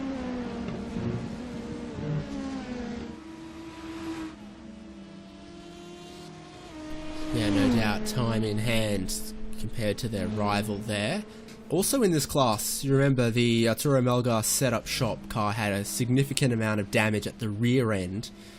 They have stopped. They have been in pit lane for 8.5 minutes now. So there must have been a lot of work to do back there, because you can often replace rear wings, front clips relatively efficiently on these style of cars. They are a big Lego kit. Yeah, they are a modular design, so you're able to pop things on and pop things off, and that's innovation, frankly, that we've seen trickle down into the GT3 ranks as well. The Porsche 911 GT3R particularly adept at that. It's being a modular design car, so if you've got some damage on the front end, you're able to just pop off that front end, put it a new bit of aero work on it as... This Sebelt Esports right now trying to make a little bit of a move. That is for getting around lap traffic there. That is the Team Euronics machine that they were able to get on by, so that is not for position. I thought for a second it may be, but speaking of that Porsche, yeah, the GT3R certainly another one of those cars that has that modular design. It makes it far, far easier if you do get some of that dreaded damage that you can pop it on and pop it off in real life. I know in some of the races that I've been able to call, we've seen what looked like pretty catastrophic damage that drivers are able to just come on into pit lane, put a new clip on the front, and able to get themselves back out there, no harm, no foul. It's like a new front wing in Formula One or brickyard car racing.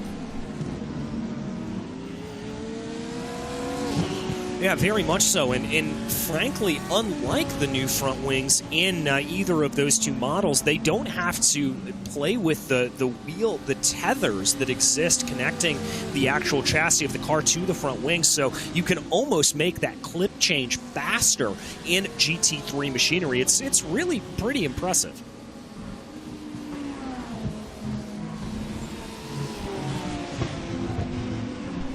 Best running of the Porsche 911 GT3Rs at the moment. A new model this year. People are going to see racing around the world, but I'm not going to see racing at the Bathurst 12-hour. Makes me sad. Are they not bringing it, or are you not able to go, my friend? Oh, I'm able to go, but okay, good. They are not bringing it because that championship is running to SRO's BOP, which doesn't get finalised until March for some reason. So, new cars not allowed. Yeah, I know the SRO America schedule had a couple of problems as a result of that as well, and so yeah, because they're at St. Pete, aren't they? GT America is, which doesn't actually run GT3 standard machinery. They run the SRO3 class, which is older machinery.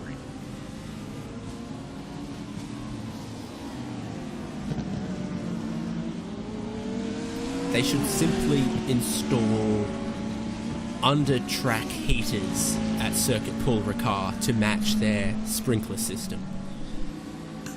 I think you and Bernie Ecclestone need to talk, because that sounds like a pretty darn good idea there, and that sounds like something that Bernie would have cooked up, but certainly a good idea, and I'd love it to be able to see those cars racing around there full time, to be able to get the BOP all taken into account.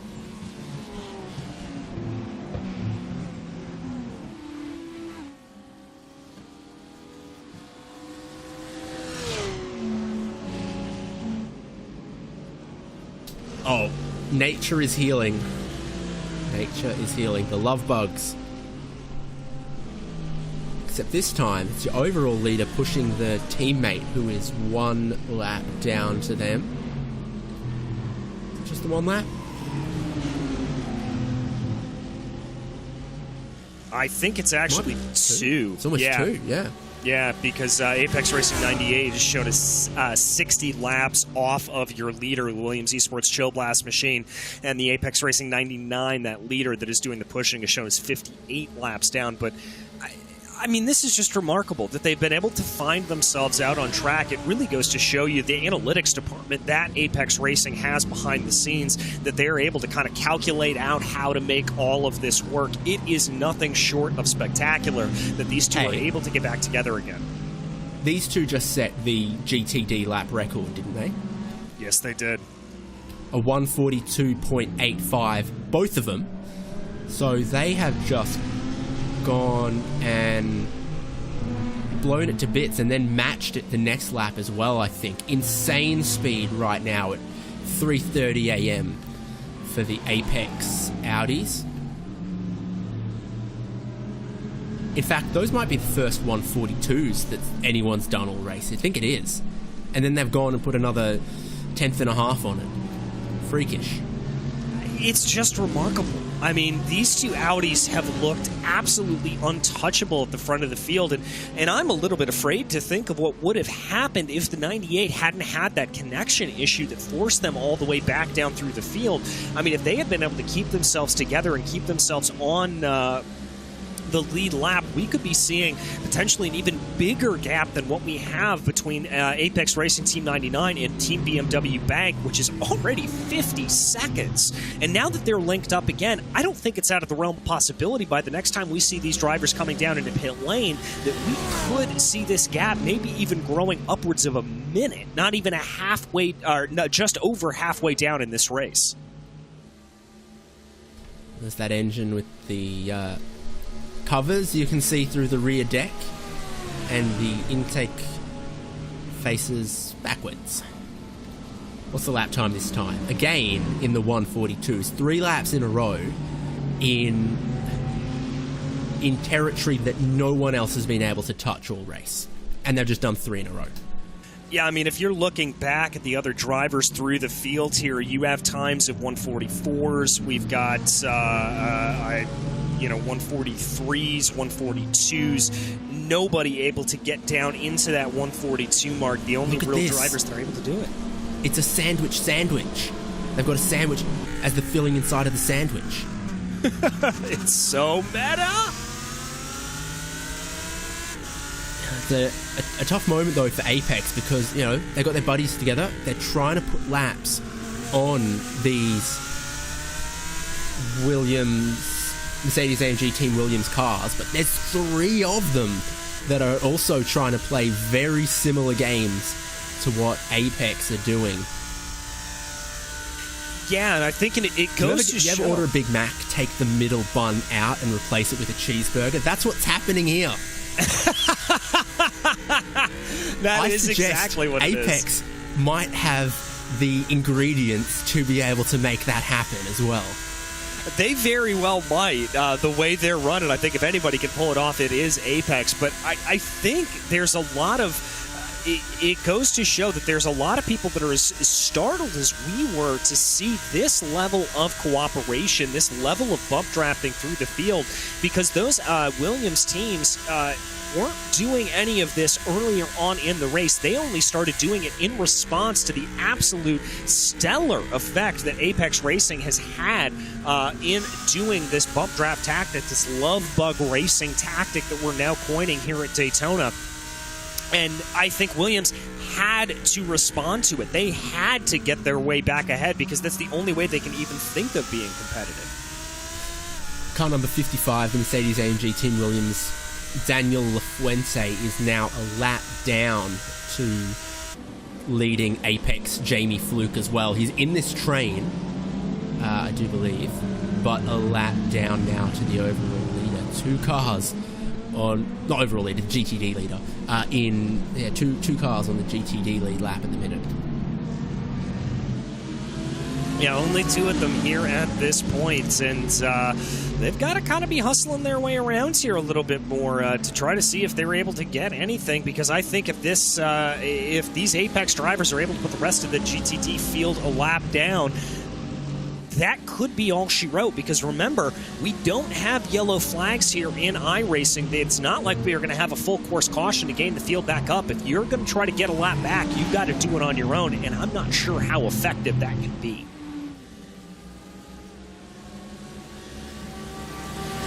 You've got a great voice to say, caution is out on the speedway, though. It doesn't sound right when I say it. It's not.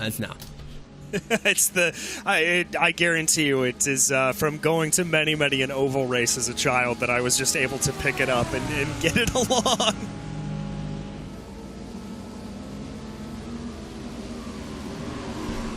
Look at the Apex Corporation able to drop the trio of Mercedes-AMG Team Williams Mercedes there. Three of them in cooperation, not able to keep up with what the Apex Audis can do. Well, it goes to show you the level of, I think, preparation that Apex Racing Team was able to put into this race. They clearly knew this was the strategy that they wanted to be running since the beginning of the race, and because they were able to do it, because they were able to put that preparation down, they know what their plan is, and you're seeing the rest of this field scramble to try to get their way back forward. And Williams has now responded. They're running in a train as well. They're trying to copy some of the tactics, but I feel a little bit sorry here for some of these drivers, like, for example, Team BMW Bank or Door Esports or Chit Chat Racing, any of these other drivers, Chit Chat obviously being up the LMP2s, but any of these other drivers that don't have a sister car out to run with, because it looks like they're just getting left behind.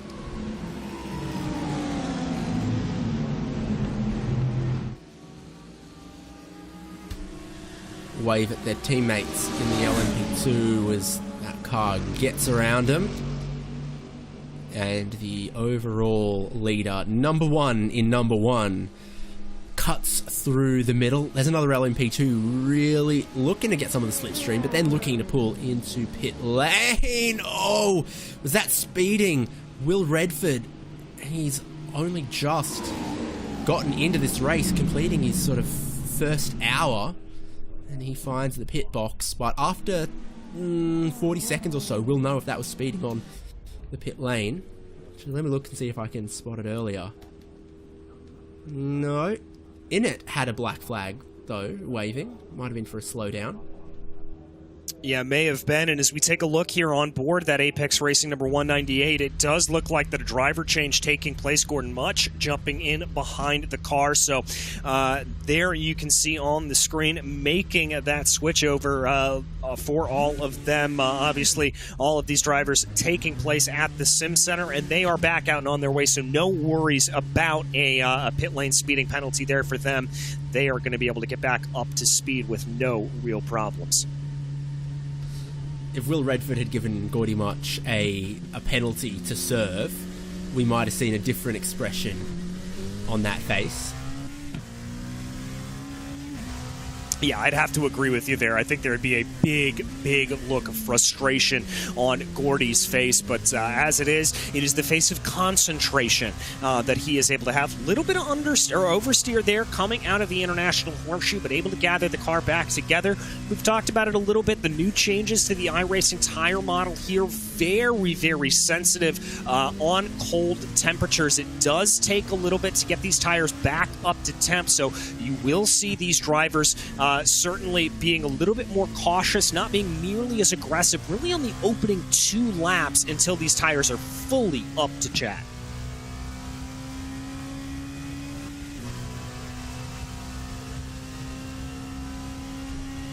I love you, Gordy. Do you reckon ordering McDonald's was his idea? I mean, maybe? We'll have to have a chat with some of the Apex Racing team and find out a little bit later to see whose it was. But whoever it was a brilliant decision. Now, RaceSpotTV has no official fast food partners, but you must have a favorite. I certainly do. If I'm going to have to go out and get myself some fast food, I'm going to be a true Californian here and say In-N-Out is the best. You got to go with In-N-Out. To me, there's one most famous In-N-Out location. Which one?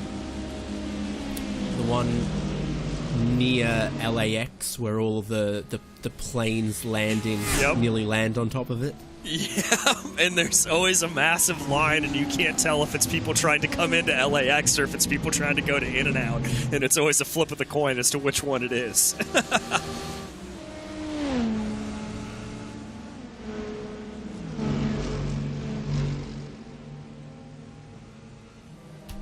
There's not one underneath the flight path of Daytona Airport here that I'm aware of.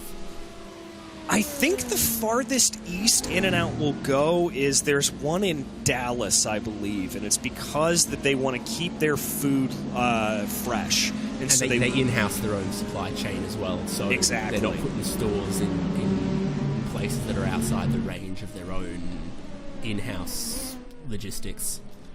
Yeah, and I think they've publicly said that the farthest east they will go is that Dallas location, that is the only one that they can make work in terms of those logistics. So, unfortunately, we won't get one here in Daytona, but you certainly can get one if you come out to sunny Southern California.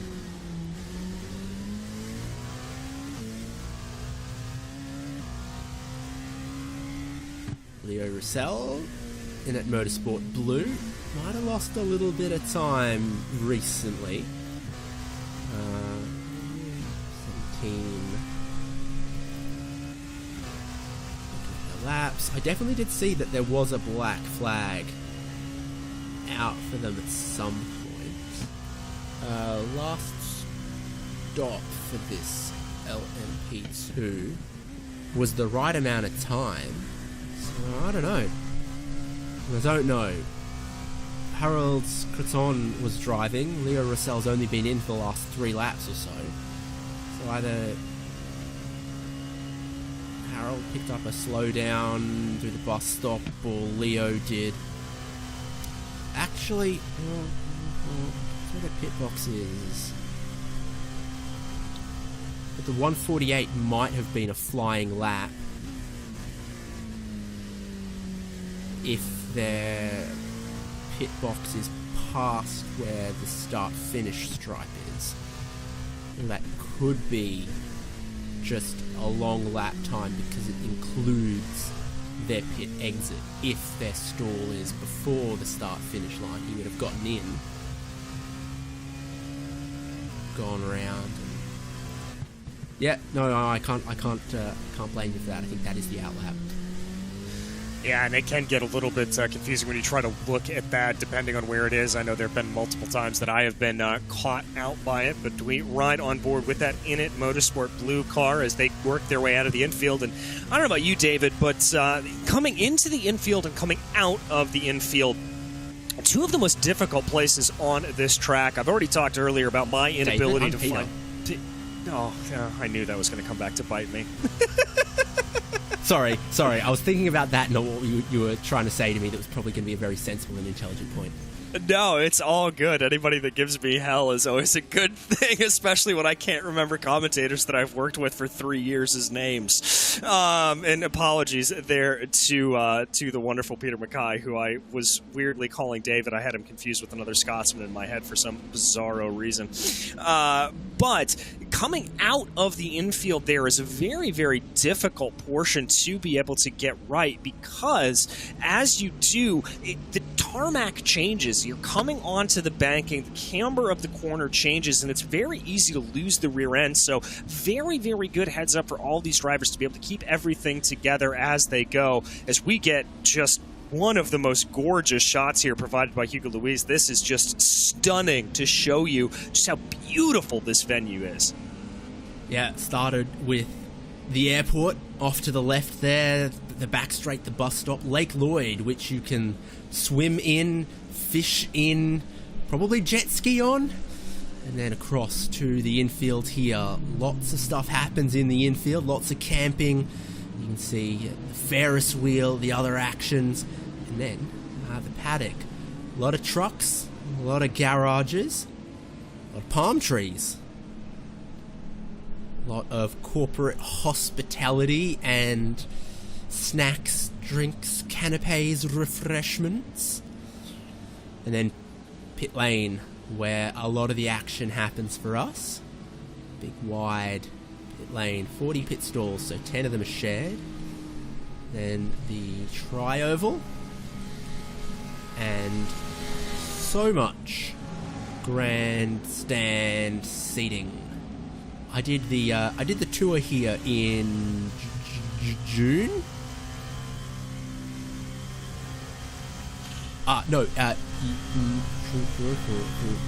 Yeah, right at the end of June. How'd you find it? I haven't done a tour here since I was probably about 7 years old, so I'm curious what it's like today. So there was me, the Australian, and my teammate, the Colombian, and I think absolutely everyone else was a Midwest family on their yearly Florida vacation. So our tour guide says, "Welcome to Daytona International Speedway, home of the world famous Daytona." And I was the only person who said 24, not 500.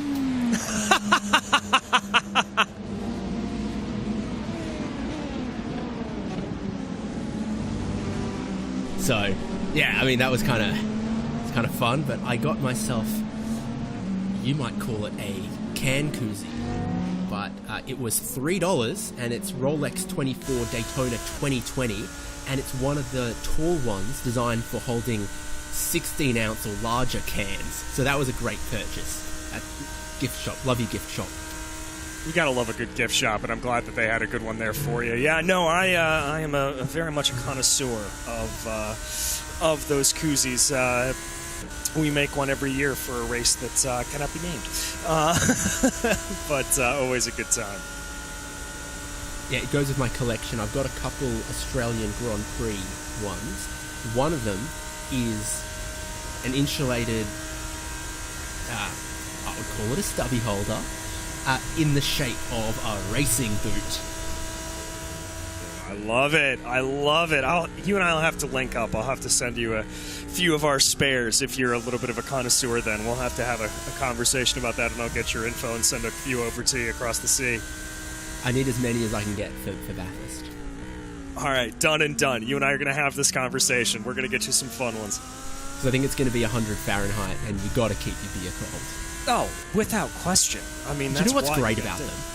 Is then when it's cold, when it's actually cold, it means you can stand around holding your drink without it freezing your hand off. Because if you're ever, if you're somewhere you can, put your drink down on the table, no worries. But if you're at a sports and you're standing around and there's nowhere you can put it down and you're just holding your cold drink, if it's actually cold, your hand can get too cold.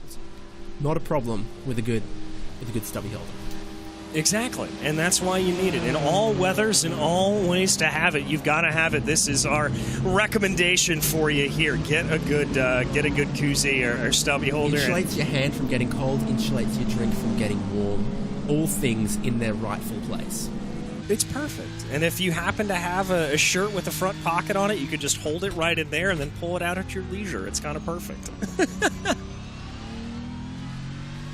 Got a deluxe camping chair with an insulated compartment in the arm that can hold 6 beers.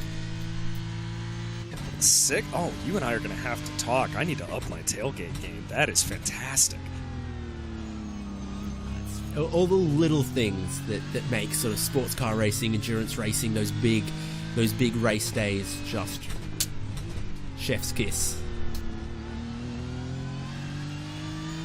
Very, very much so. It's one of the great things to be able to have and to bring out there. And ooh, love that camera angle on board. Ryan Barneveld there for the Team BMW Bank driver, currently in the lead of the GTD category as they have switched back around here. You can see the floodlights kind of flicking in and out there. And I have to say, though, when you're driving, you don't really get that sense of darkness that comes in between the floodlights. They have this place absolutely lit up perfectly, so that you really and truly do not recognize any of those problems or any of those darkness spots. It's really an impressive job that they've done.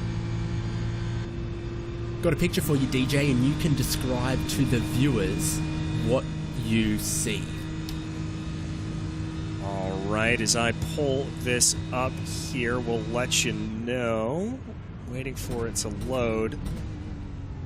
I believe that is some sort of teddy bear suit behind the wheel of, I think that's an Audi R8. No, the other one I just sent, but that was cool. Which one did I pull up then? Hold on.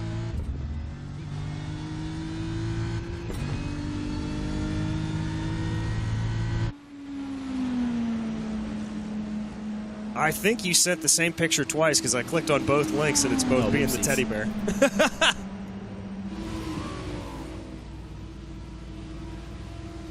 Well, the teddy bear's good. Everyone loves Jungle School.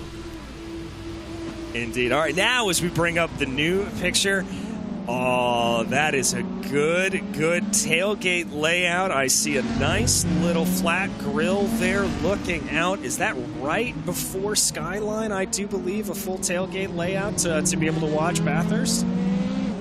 Yep, the full kitchen setup under the gazebo beside the track, top of the mountain, Mount Panorama Bathurst.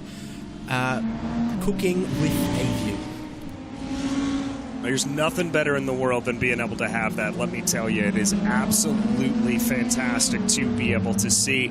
No matter what racetrack you're at, find somebody with a grill, find somebody with the best camping setup, make friends with them, talk to them. They're the ones that know how to get things done. I think this makes me Bus Bro's fourth cousin once removed.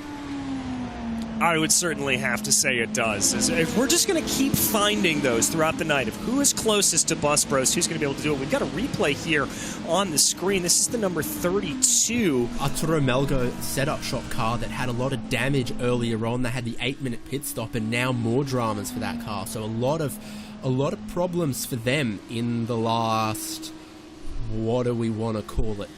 Actually, yeah, so they had the damage, they saw the stint out, they pitted, then 11 minutes into the next stint, that's when they parked up, and it's been 35 minutes since that. So maybe they had a long pit stop, tried to repair it, and it's still wonky, and they've kind of called that. I think that could be what we're looking at there for all of that. Obviously a very unfortunate situation for them, but yeah, that car, it looks like they brought it back out of pit lane, and then it just wasn't handling the way they want it to, and I've seen that happen many a time before, that you bring the car out on track, you try to see how it's going to feel, you try to see how it's going to act, and it's just not going to be acting the way you want it to. So, we had the Apex Racing Team twin Audis line astern initially. We had the disconnection where one of them lost a lap, but then the one that had already lost one lap lost a second. And this is why I think they might have just wait in the pit exit for their buddies to come around again to try to link up once more? Yeah, I think that's it. I think that was a strategic call for them, that they knew that this race is pretty much over for them and they are waiting for their teammates to come back out. That's really the only explanation that I can give as to why you would wait like that, unless you've got a potential hardware issue on the other side of the sim. But once again, all of those Apex Racing Team members are driving together at the same site, so I don't think that that's an issue. Yeah, and here as they come back around, there is your leading number 99. They get back out and on their way. That is a team call. That is a team call.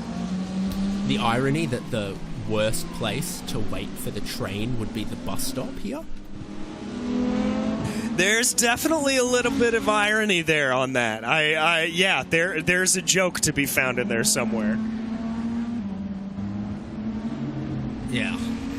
So clearly, that's them giving up a lot of hope of a result on the second car to really try to focus on their class leading number 99. And of course that happened, and then they did link up and they set the absolute craziest lap times we've seen all race. In fact, they even went and beat it again with a 1:42.65 lately. For reference, the next best GTD lap time that isn't an Apex car, I think, is the Team BMW Bank number 7 Ryan Barneveld with a 1:43.1. So they got half a second on the rest of the field doing this, and Barneveld is in the pit lane right now. Johan Haaf goes around and back into the lead of the race, so functionally leading by basically a pit stop at the moment. Yeah, pretty much. As it does look like there that Barneveld's waiting for him. He's waiting for his service right now, as the 98 and the 99 have been able to link back up together, and now the 99 looks like they are the pusher here at this point once again. So they're going to be the ones behind, giving that shove to their teammate ahead, and that's certainly why they've been able to keep such a good run here for them. I think for both of these drivers, this is exactly what they want to do. I'm not entirely surprised that they, I don't want to say threw team number 98 under the bus there, but I think recognizing that with that internet connection issue, that they're not in this to win it. They're not in this for a top 3, and sacrificing a little bit of time to ensure that the number 99 is going to be able to get their way ahead. It's a little bit of a ruthless call here, but at the same time, I think it's a very, very heads-up call. You notice that they used to be positions 1 and 2, and now that they've sort of sacrificed one car, it's the number 1 position car that's in the second spot. So they clearly believe that that second position, pushing some but also lifting off big into all the braking zones, is the preferred place to be, rather than being the car up front being pushed. Yeah, very much so. I think being that car behind, you're able to not only be the one that is really in charge of the strategy going forward, you're the one that is dictating how everything's going to go, but crucially, being up behind like that, you're going to be able to save some fuel. You're going to be able to extend that stint out a little bit longer, and that's certainly going to be of help. That is a replay there of that is the Williams Male team getting into some trouble coming down into the International Horseshoe. That is your LMP2 leader. Yeah, sure is. Halfway through into the stint, second horseshoe, dramas, contact, time lost. They still lead from Kalsa and Apex Racing Team 199, but just cop a little bit of a hip check off Obsidian, do they? It's always tough to see from those low angles. You've got to get into the iRacing blimp. Damage on the front left of the car on the front clip. As long as the suspension is okay, it shouldn't cost them too much. They're out there circulating. Last lap 135.8, not costing them too badly. No, not costing them too badly here at this point, but that is going to be a little bit... All right, here we've got that overhead view. Sorry. Let's take a look. Oh, there was some air in between Not off the that. Obsidian, the other car. Yeah.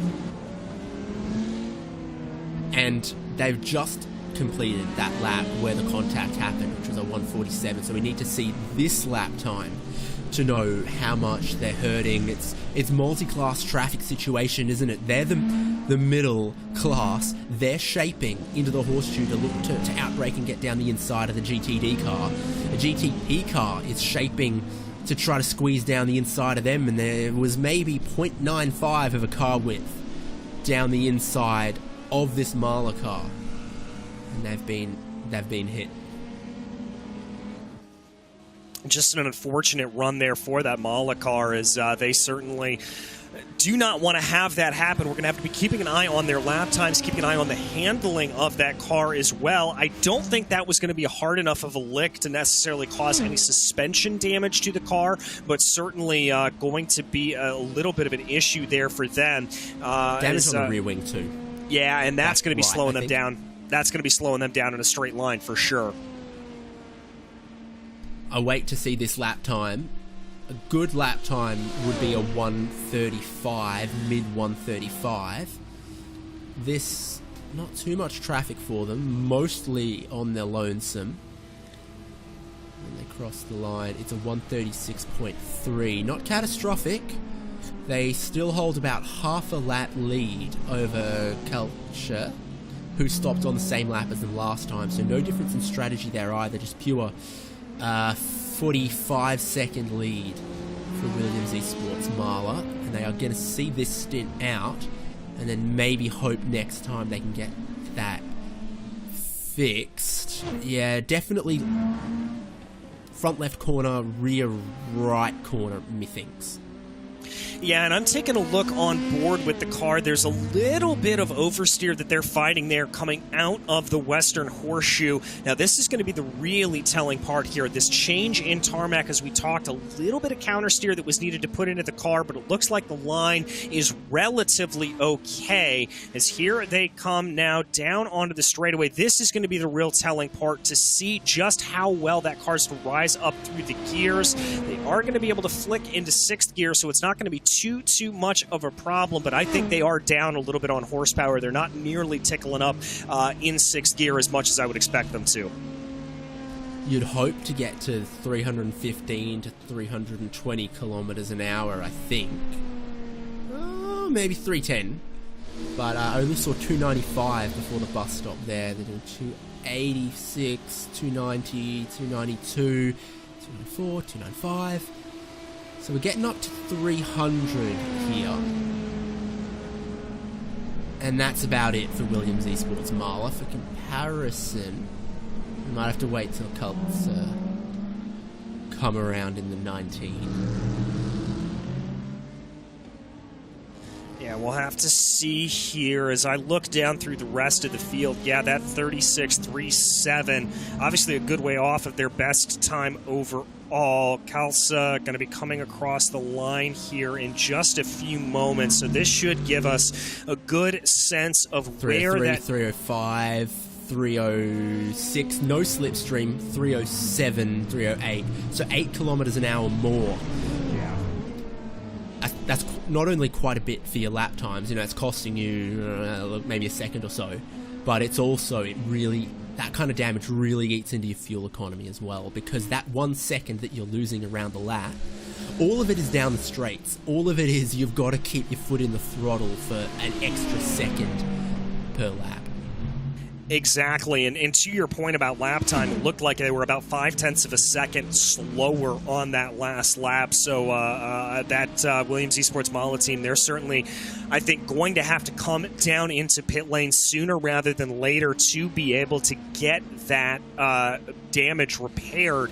And I think for them, it may put them on a little bit of an alternate strategy, and it's going to put them back a little bit because they're going to have to spend a little bit longer in pit lane getting those clips put back onto the car.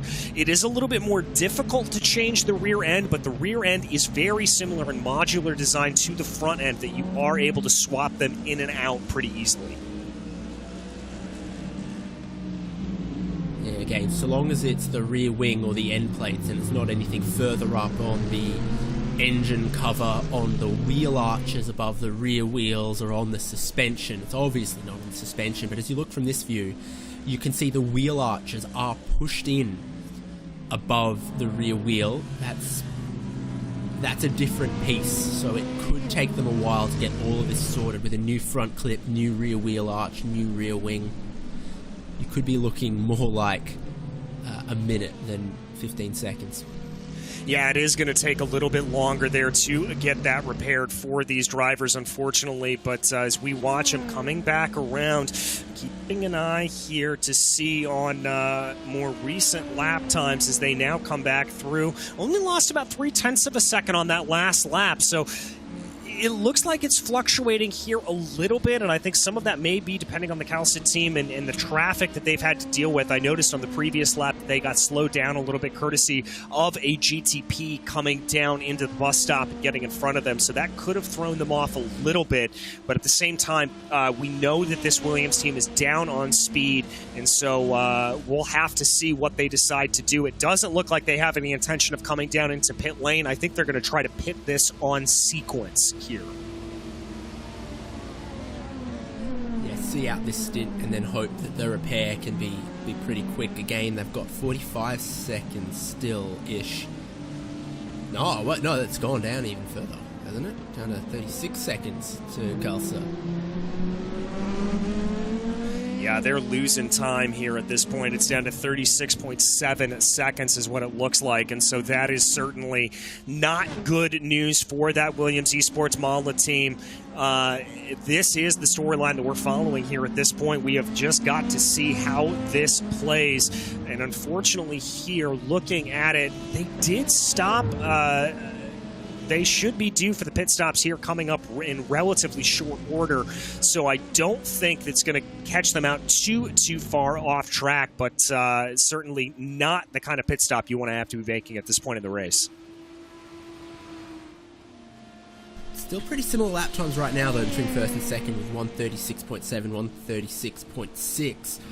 There are some quicker cars, more in the 135s, like Apex Racing Team in third, who I think have just gotten their lap back on Calcit. And who else is doing 35s? The other Apex Racing Academy car, number 9, which should be 198, I think, but they couldn't have that, or they said it wrong.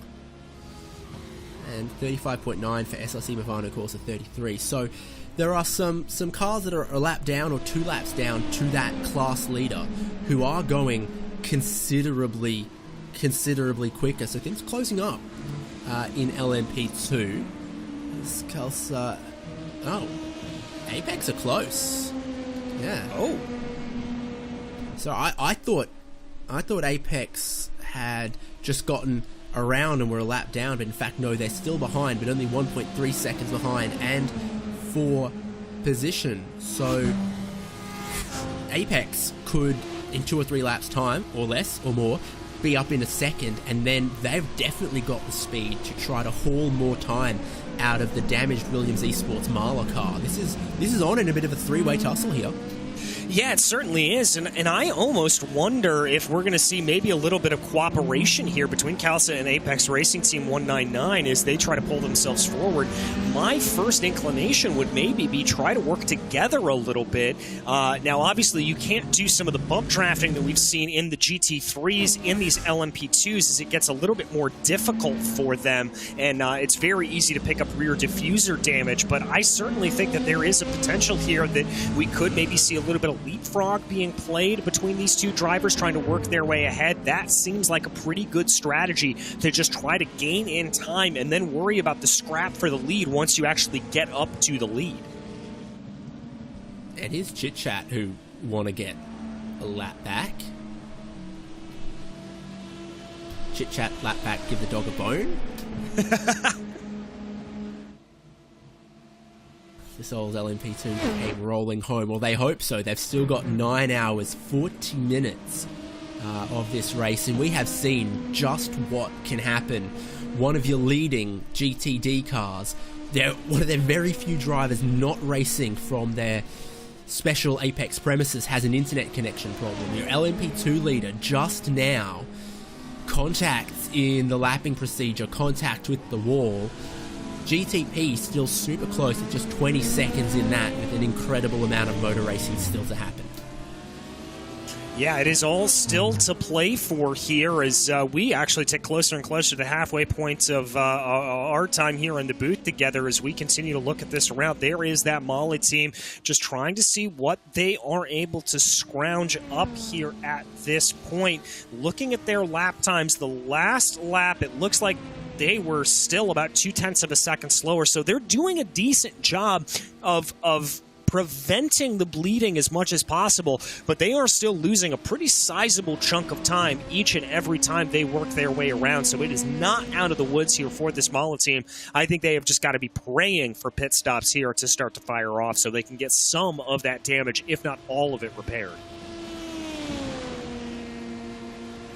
I mean, the maths is very simple, even for me, hashtag commentator maths, on are the repairs worth it or not. If they're costing you half a second per lap on the, moderate side, well, there's still 350 or so laps to go if you're an LMP2 car, so anything less than 175 seconds and you should probably take it all. So even if it's 2 minutes, 3 minutes of repairs, common sense says it could be a necessity. Now, if it's costing them a second per lap, and Marino Sarica is driving his damn little heart out right now, and the car should be doing 35 threes, then even up to 5 minutes of repairs is probably a should do. You expect it to be less than that. My gut tells me a minute. Yeah, I think that's probably about right in terms of when we would expect to see it come in. My only real concern for them at this point is, remember, if they go a lap down, we've seen how difficult it is to be able to get a lap back here at this circuit, because remember, no yellow flags are thrown out on the track, and so that means it is all down to the drivers. But I got to tell you something here, David. We've got a little bit of a gaggle starting to form right now back for that P2 position. Calce under pressure here from Apex Racing Team. Yeah, Apex have gotten around Chit Chat, and so Chit Chat aren't going to get their lap back in any hurry. But here comes Apex, third on the Calsa car in second. Looking at the bus stop, and down the inside, up into second place they go. In the background, one of the GTP cars. Looks like, well, a lot of the GTP cars look alike. But that is Race Clutch? Or is it Urano? They're going to get Urano. Oh, dear. Well, they should look different if they want me to recognize them. I couldn't agree with you more. As we take a look at them here as they three go wide on the high banks at Daytona. That should have been you. Do a replay. He can do it. Well, we'll have to pull it up here in a second, but that was a little bit hair-raising, really all the way through. And I've got to say here for Apex Racing Team, that 199, they're not waiting around. I would have expected that pass to have waited until they dove down into turn 1. That's the safer overtaking opportunity, not going down into the bus stop. That is a very narrow one-way path there for all of those drivers. And for them to make that move into Le Mans, it shows commitment. They know there's blood in the water. They know Williams Esport Mala is wounded up ahead of them, and they want to make the attack. We measured it. There doesn't seem to be any straight line speed missing from that number 19 car. So it's not like that helps Apex get around in a real hurry. But like, I think this benefits both. Apex want to get ahead, want to start chasing, want to keep pressing their sort of half a second, 3/4 of a second per lap speed advantage on the leader. And for Kalsa, they weren't making any inroads. Now they tuck in behind. They get this slipstream. They've got good straight line speed, so this should keep them with Apex. They should be able to stay with Apex unless their tyres are really, really bad through the infield. Yeah, I think that's right. We've got a little bit more of 2 wide. Noah's Ark coming 2x2 down towards the front straightaway here. And there you can see that pull from Kalsa. Are they going to try to maybe pull their way up ahead? No, they're going to just pop back into line there. I think that was probably a way for them to sight their braking marker a little bit better. But you can see the power of the draft there, keeping this under 0.2 of a second. It's about 35 seconds up to that Mala team as they continue to try to pull them in. And I think Apex maybe ruining a little bit where that pass was taking place for, is that was Obsidian Racing and Pearson's Esports that got on by them. They would have liked to have had that happen on the high banks and gotten a little bit of a draft from it, but clearly didn't happen. They're just going to have to make this fight on their own. Kelso running very low drag by the looks of things, a low downforce, low drag setup, because their straight line speeds are great, but their lap times aren't quite what Apex are able to do. And I've got 5 mini sectors to look at here, and yeah, it's this run here towards the bus stop that they make all the time and have their best sector relative to everyone else. I think the final sector includes the bus stop and the run to the line, and they're about average there. So I think they probably lose 0.2 in the bus stop and gain the 0.2 from here to the line. Yeah, I think that's about right. They certainly are able to gain up quite a bit here as they work their way now down behind it. Flash of the headlights. I'm not sure who that's to from Apex Racing, but there you can see that gain back in, and there you can see the lift and coast there. As we do have some more pit stops now firing off in the GTP category. Race Clutch White and Pearson's Esports both coming down into the lane. In these nighttime conditions, the driver behind can see the headlight flash, and I think it means don't you dare. We're quickest in this order. So I think it was a suggestion to, you've got a good run in my slipstream, but don't think about it. Yeah, I think that's probably right. A little bit of communication there between the two, always something to be able to do. And it didn't look like Kalsa had any intention of trying to push their way ahead. They were very, very happy to stay behind. Looks like they are going to have recalcitrant? I think I would have to say exactly that. Because I would. I'd have no hesitation. Well, you beat me to the punch on it. You beat me to the punch on it, but 100%, I think that's exactly what it was.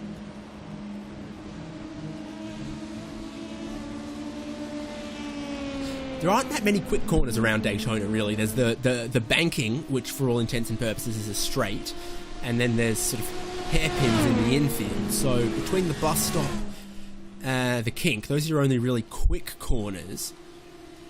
Goodbye, Kelsa, to pit lane, where the lack of downforce, you feel it hurts you. The Apex car looks like it was on rails through that Le Mans bus stop this time.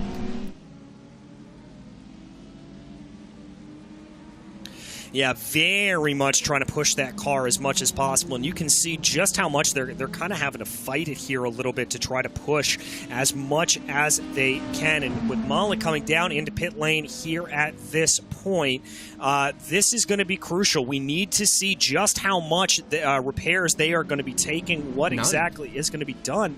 They're already out back. I think that's a mistake.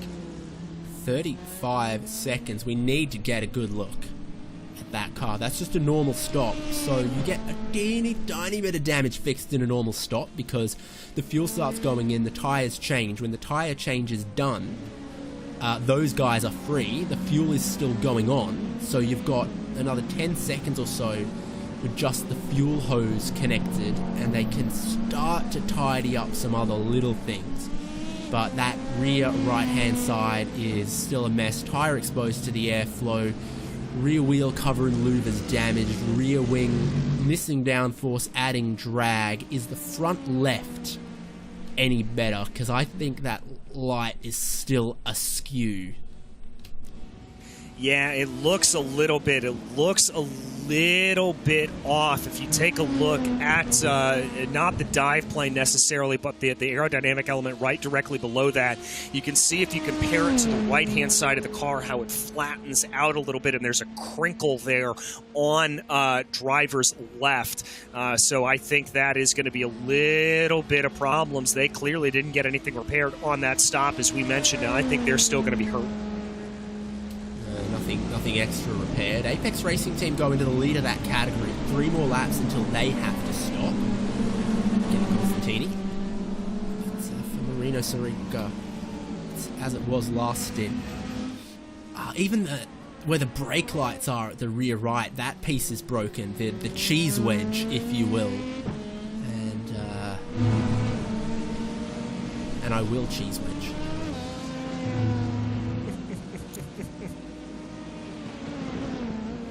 No, I'm not sure I understand the call here from them. I mean, I would have thought to gotten just a little bit of repairs done for them. Not complete repairs. I understand that. You don't want to lose a minute, 2 minutes, anything like that. But to just get a little bit of something, that would have been, I think, preferable to what they've got now, which is not going to help them. But we've got another battle to keep our eyes on here at the moment, as this is the battle up for P4 in GTP. Yeah, it's hammer time for Marcus Hamilton on the SRC Movano Corsa GTP car. We're looking from his view, hunting Aurelian Salmon in the Race Clutch white car. First flying lap of the stint since the pit stop for Race Clutch white, so probably just getting those tyres into their best right now. The car behind is in the slipstream, in the tow. Obsidian Racing have pitted up the road as well, and they're still being serviced. So when they rejoin, it's going to be pretty close to this battle as well. It'll become a battle for third place, so a lot to play for here amongst GT4. Hamilton on Talmon about to be near Ade Koba Lopez. Pit stop's done for Obsidian, so they're working towards the pit exit now. Probably be 10 to 15 seconds ahead of this group. Or maybe 20, I don't know. I'm a horrible judge of these things, though. I said a minute for the pit stop for Williams Esports Mahler LMP2. No, I'm the same way. I'm a terrible judge of them as well. As does look like Obsidian's going to be able to come out as everything stabilizes here. I'm seeing the gap come down probably about 10 seconds, 11 seconds is what it's going to shake out to be. SRC Movano Corsa having to work their way around some GTD traffic there as they run, and they try to see what they are able to do as they continue their close in behind here of Race Clutch White. That gap has expanded upwards of about 1.3 seconds here at this point, so they've got a little bit of wiggle room to be able to have. But I think Race Clutch knows that this 369 is coming on and coming on strong.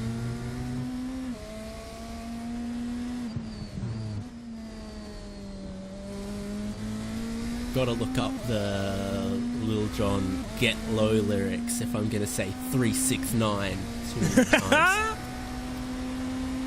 But just struggling to stay in that tow of the Race Clutch car. You would have really, really liked it, I'm sure, to be within that second, but the traffic hasn't quite worked that way for them. Race Clutch, Aurelian Talman obviously trying to break it.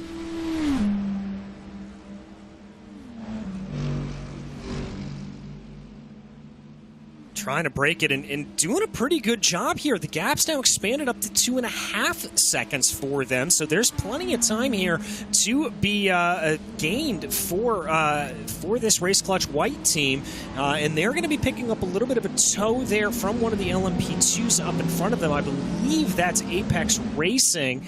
Ooh, and Apex not wanting to get out of the way for him there. I'm surprised we didn't see a flash of the headlights there from the number 11, if I'm honest. Race leading LMP2 there, is it? They got 2 in class. Number 9 is. No, sorry, number 199 is. This is actually the 5th in class Gordy Much car that they got past.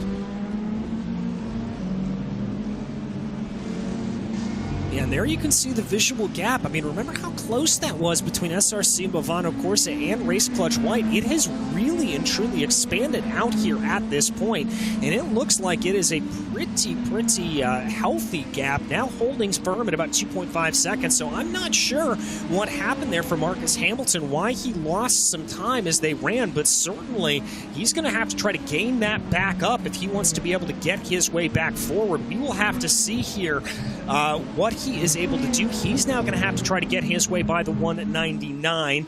Probably slowed down there a little bit in the bus stop. Looks like he lost about 3/4 tenths of a second as they ran, and that gap is now up to 3 seconds. So just like that, what was a gap that looked like it was going to be a pretty fantastic battle, starting to bring its way on down.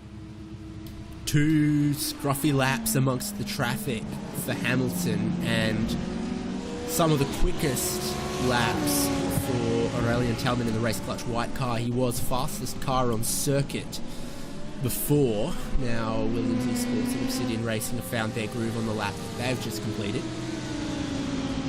Yeah, no, it was just very quick from Race Clutch White amongst all of that. Did look it up. No one's ever accused Lil Jon and the East Side Boys, it must be said. Don't forget, and the East Side Boys, of being lyrical geniuses. Is get low, get low, get low, get low, get low, get low, to the window, to the window, to the wall, to the wall. So, there you have it. GTD, these two again. Remember, we watched quite a while and the Bueller Racing Team 450 car was leading and maybe getting pushed a little bit. Shoe on the other foot, but it doesn't look like Lamborghini to Audi fits quite as well. Did you see the nose duck as the shovel of the Huracan kind of wanted to get underneath the Audi? That's no good for either. No, it's certainly not. And once again, I think it comes back a little bit to the point that we were making about the 2 Apex Racing Team GTDs up at the front of the field, that they are just in a position here at this point where I think they may have chosen the Audi mainly because of those bump drafting characteristics. That's a relatively solid, stable, non-pointy, to use a technical term, front wing, front nose on the car, and that they were able to make that bump draft work. The Lamborghini trying to get a bump draft, that just seems like it's a recipe for disaster.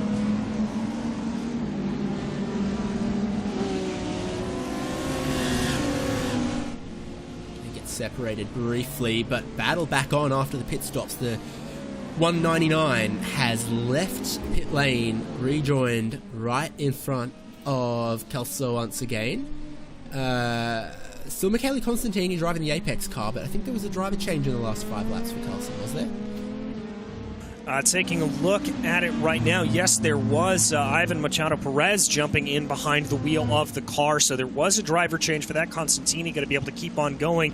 But this is certainly a nice little battle here that we watch, and crucially, now that those pit stops have circulated their way around, they have been able to take about 5 seconds out of the lead up to Williams Esports Mala up ahead of them. So swapping around here a little bit, but certainly the battle that we want to keep our eye on in that gap, as well as this one between Door and Bueller Racing Team Euronics, as it continues to go along. They work up onto the high side to let the number 33 on by them down into the low side.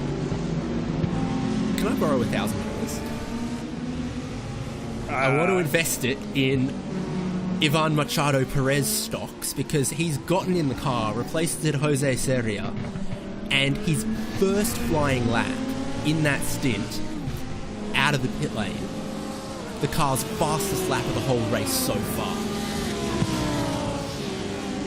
This is gonna get interesting here from Calsa Racing Team and from really the whole field here. Let it never be said that the wee hours of the night at Daytona are not absolutely fantastic to watch. 134.7. We have not seen many 134s in this race. Michele Constantini has just set his car's fastest lap of the race so far. 100th of a second away from the fastest lap of the racing category as well. So they are finding immense speed on the circuit right now. Your car's in second and third, while first place hasn't repaired their damage, is still hurting. So Williams Esports Marla, the number 15, leading LMP2, still damaged, still slow. The car's in second and third. The best pace anyone has done all race in that class. Absolutely remarkable Could stuff. Could it be a bigger contrast? No, not at all. It certainly could not be. And the wick getting turned up on all of these drivers here at this point. And again, that Lamborghini giving a bump draft and giving us a little bit of concern. It has to be said. None of that Lambo pushing another car, it just scares me. Especially, it doesn't seem like Sven Haase has the greatest internet.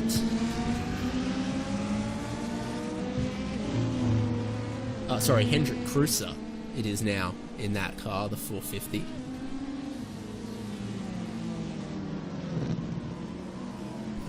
Hendrik Kreuzer, 450. Yeah, he's got 96 quality, not 99 or 100 quality. Everyone else on track has 99 or 100 quality. Hendrik Kreuzer has between 96 and 98. Yeah, that's not what you want to see if you are a driver coming up behind him. Let me tell you that right now. I don't want to get bumped when that 2% is missing. Yeah, neither do I. That is just scary. We often talk about how the internet connection can come back to bite you, can come back to play against you there. And it's something you've got to be aware of, not only if you're a driver in the car with a little bit of bad internet for yourself, but you've also got to worry about it if you are a team member that is watching over one of your drivers. You need to let them be aware if there's a driver that doesn't have 100%, as there was a big blink from that Lamborghini kicking up sparks as he did. That's exactly what we're talking about. You don't want to be doing a bump draft with that kind of thing happening. I've dropped 0 packets to TeamSpeak in the last 3 hours, so I'm proud of myself. Well, there you go. Congratulations on that, my friend. I think you've got me beat. I'm sure certificate will come in the mail soon. Oh, for sure. For sure. Presidents of GTP car forces Dura Esports Audi GTD into a late apex at the first of the horseshoes. LMP2 though, it's had its sort of a little bit of its overall class luster and shine taken away from it by the arrival of the BMW M Hybrid V8 Lumdihar, but it is certainly one of the more exciting at the moment. We're talking about this three-way battle shaping up for the lead, and a little bit further back, Jorge Garcia and Jesse Talcala are battling over 7th and 8th.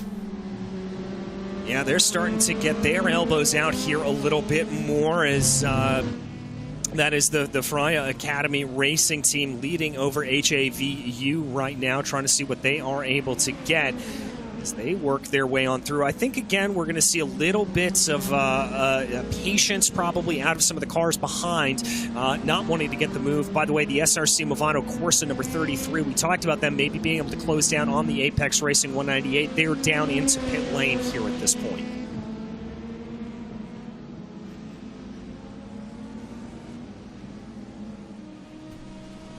Beautiful colours for Fyra.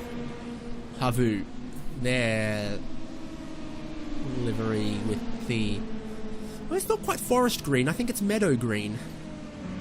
Yeah, it's a little bit lighter than forest green, I would have to say. Almost bordering on a little bit of teal being thrown into that as well, I think. I was never good at exactly identifying colors outside of racing cars, but even these are racing cars, but outside of British Racing Green, I should say. That's about the only green that I can say with definity what color it is. I've got the palette. Your options are tea green, light green, mint green, green lizard, lawn green, sheen green, lime green, slimy green, forest green, India green, hunter green, Castleton green, cadmium green, British Racing, Phthalo, and dark green. And side by side, I think that's... It's not lawn green, it's not forest green.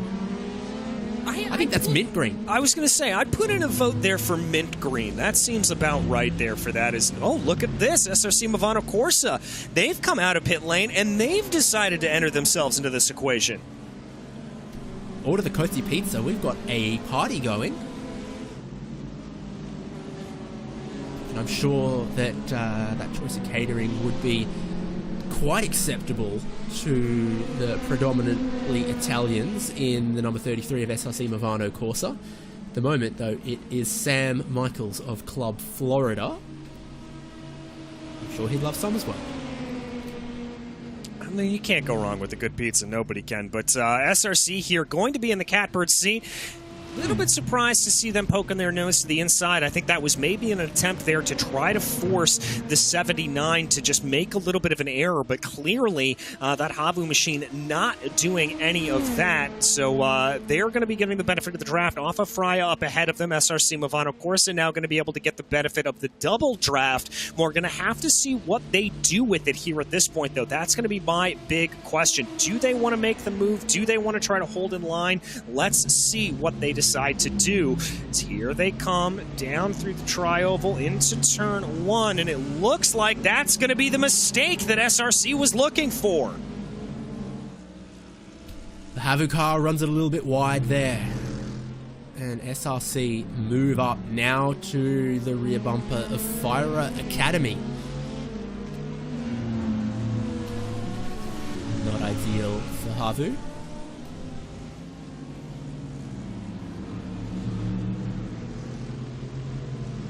Not at all, but I front right of SRC, nearly another scuff or two, trying to work their way through some of this GTD traffic. One of the Williams Esports Mercedes AMG BenQ car, it looks like.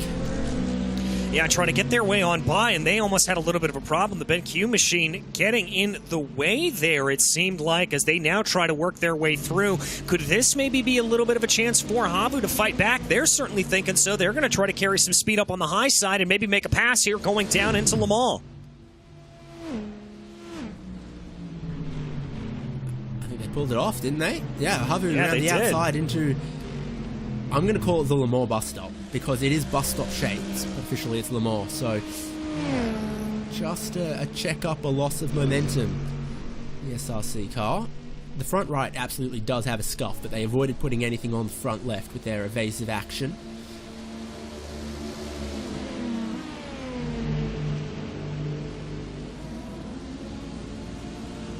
And now it's going to be back to SRC Movano. They're able to work by a little bit of GTD traffic, get their way on through. As here we see Freya, the leader in that battle, down into pit lane here at this point. So they're going to be taking their service up onto the jacks and getting everything taken care of.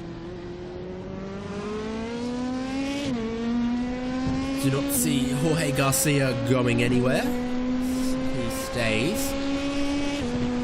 Last lap, 137. Very scruffy from both of these with the checkup we had in this horseshoe, etc.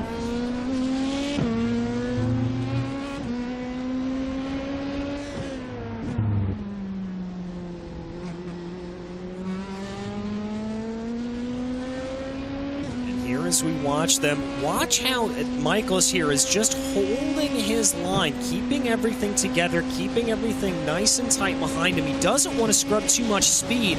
Like you're seeing there up ahead, that Havu car kind of moving up and down off of that apron line. That's not what you want to do. You want to keep it as close to the low line as possible. Ooh, big kick up of dirt there from Havu. That's a little bit of a mistake. I don't know if that's going to cost them enough here at this point, but it is going to be enough that they're going to have a little bit of a run potentially for SRC Movano Corsa. Not enough to make it work. I will be interested to see if either of them decide to come down into pit lane. Oh, yeah, there goes Havu. One lap earlier than on their previous stints as well for Yessi Delgala. That is the number 98. The 99 also in the pit lane, the leading GTD, but there's big damage. Big damage on the 66, which is a little bit further down for the Simsa Esports car. They are 40 laps back, but they are going to be even more now. The suspension is cactus, crabs its way onto the grass. What has happened? Well, one way or the other, I think that's going to be their race done. Is that BMW doing its best Peugeot impersonation of running without a rear wing there at that point. But some very hefty damage. Let's take a look here. Looks like, trying to get around those LMP2s and just got it wrong. Got out onto the grass. That looked like a solo incident there. I didn't see any contact. Yeah, they just got out of the grass on the left-hand side of the track, it looked like.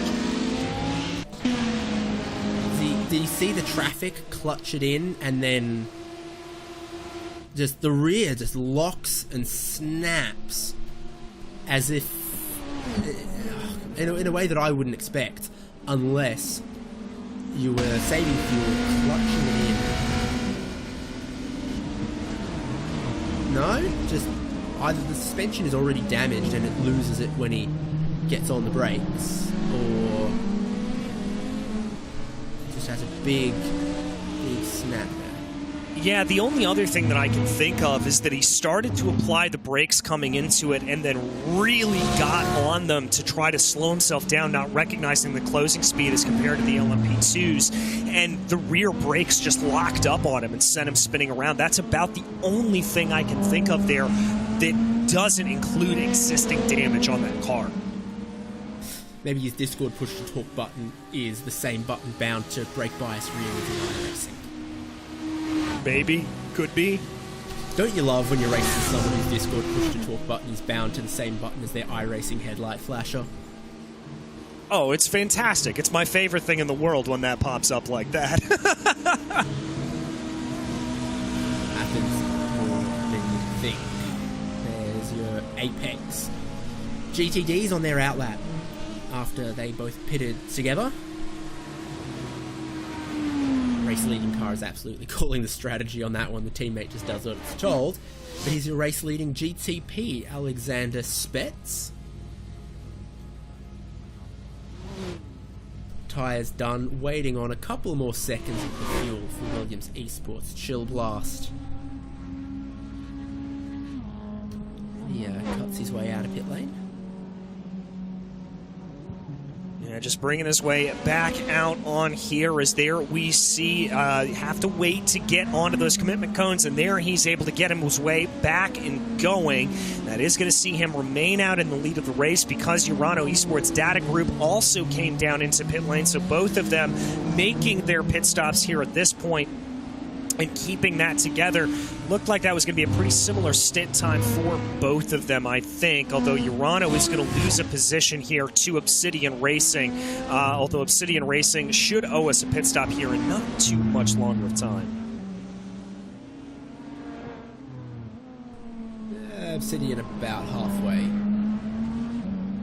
in their stint. The lead extends a little more out to 22 seconds for Alexander Spets and Williams Esports Chill Blast. Sort of in the 16, 17, 20 second range not long ago. And they're just doing about the pace you think you'd need to manage that.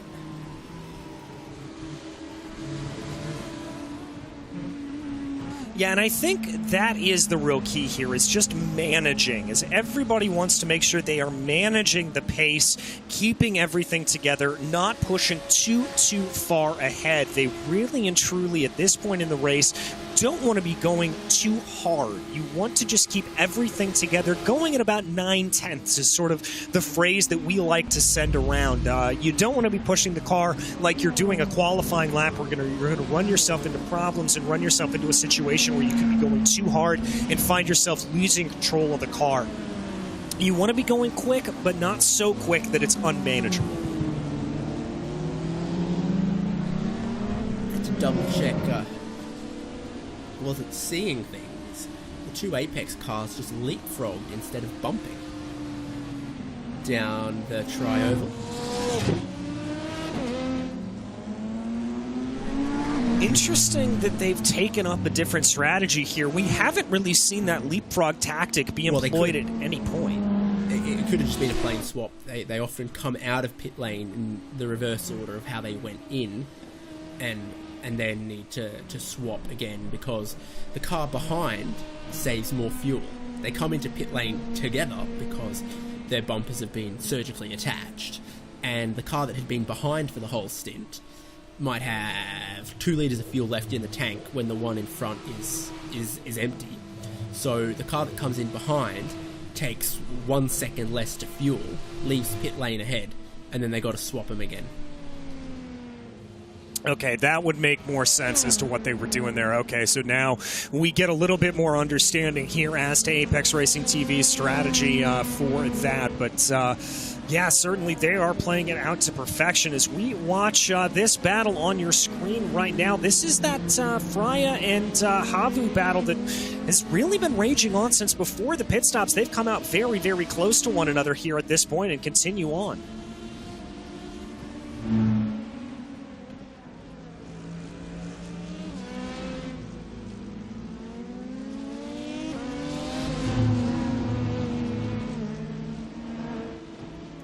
As they continue to work their way through, Freya just trying to see if they're able to get a little bit more of an advantage. It's holding at about 0.6 of a second here at this point, so that's not massive. And crucially here for that Havu number 79, that's going to be within the effective draft range, so they're going to be able to hold on to that and be able to keep themselves relatively close and content. I'd have to think here, if you're Havu, you want to be a little bit closer to maybe get a little bit more of the benefit of the draft, maybe do a little bit more fuel saving, but we will have to see what they decide to do. Fire looks to be a slightly lower drag car. Nothing that isn't overcome, of course, with the great power of the slipstream on Daytona's fast high banks and straightaways. But overall, I think the Fire is a little more of a straight line car. So probably better to be the one leading.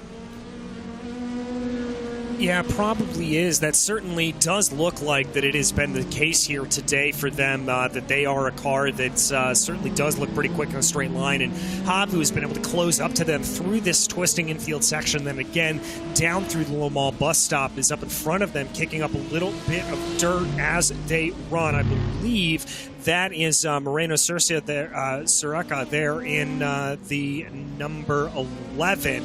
That is actually your leader in the LMP2 class, who has put them another lap down.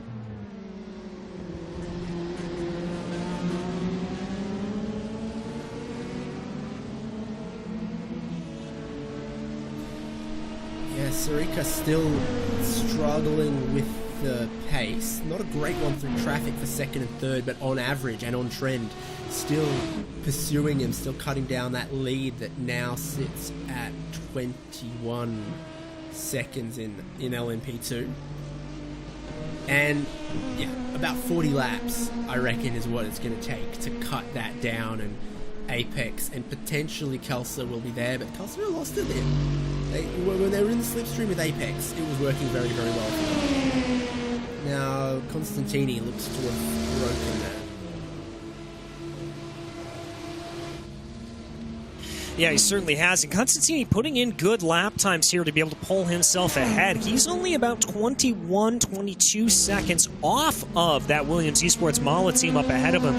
So clearly able to pull that in. Remember, when they came out of the pit stops last time around, it was at about 30 seconds. So here at this point, that gap starting to come down more and more, really courtesy of the damage on that number 15 that we talked about earlier on in the race and that we saw take place.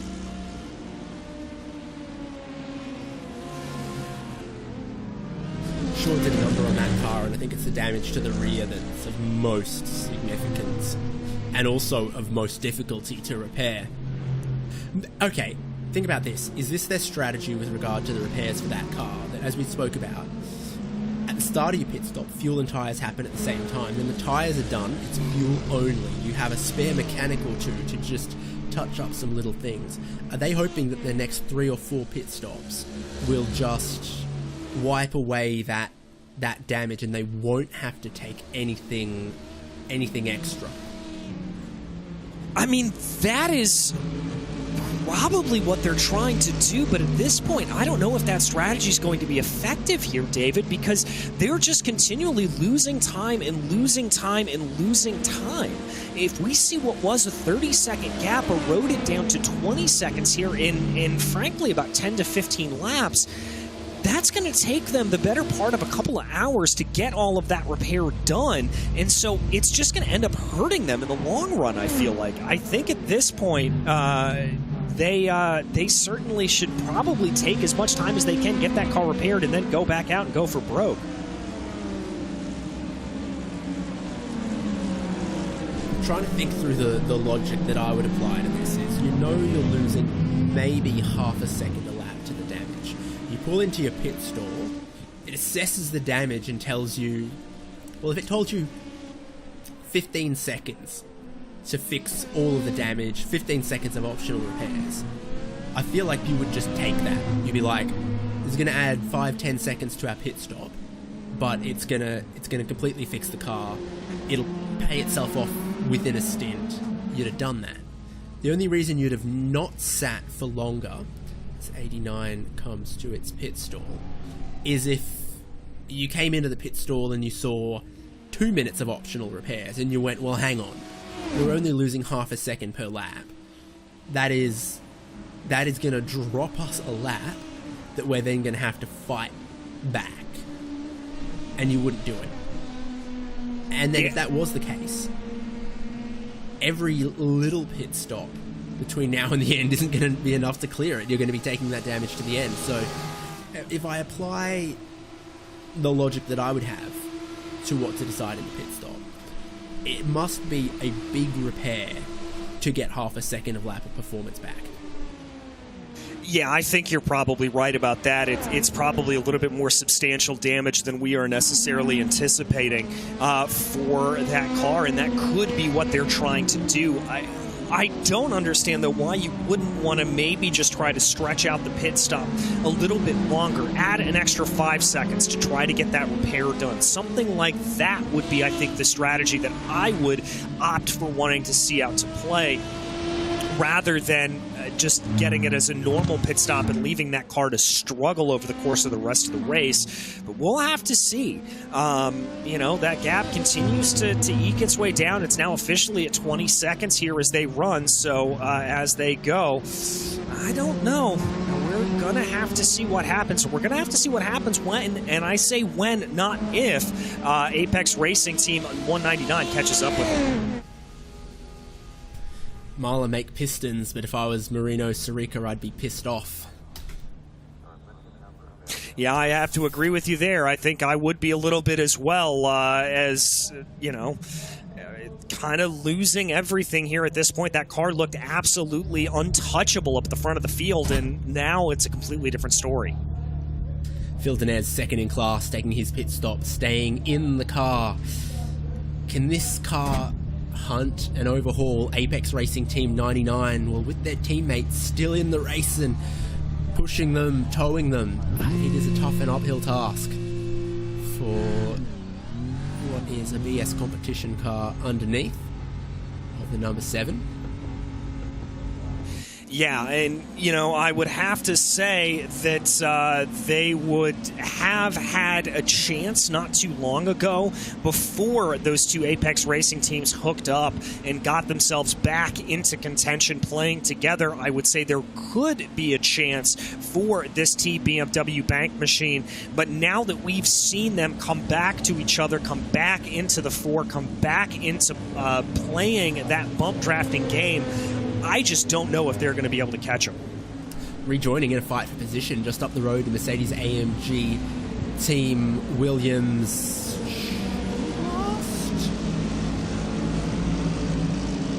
Daniel Pastor, so second and third on the track together here as Denez rejoins with the cold tyres.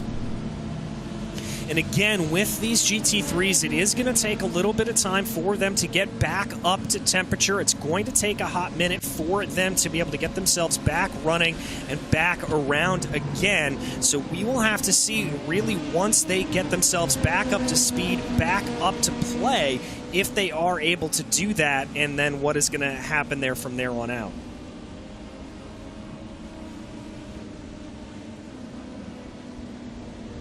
Pastor's got his buddies amongst the Williams drive. There's almost a little bit of three wide as the classes have to sort themselves out on the way into the bus stop. Le Mans. GTP gets ahead of LMP2, gets ahead of GTD. Just up in front of Kelsa, who are third in class, and they're all Spanish livery in lineup, is that second place GTD car being towed by its teammate, the Razor car, I do believe. Yeah, they're getting a little bit of a pull there. Williams Esports starting to work together. Remember, copying that strategy that we saw from Apex Racing Team.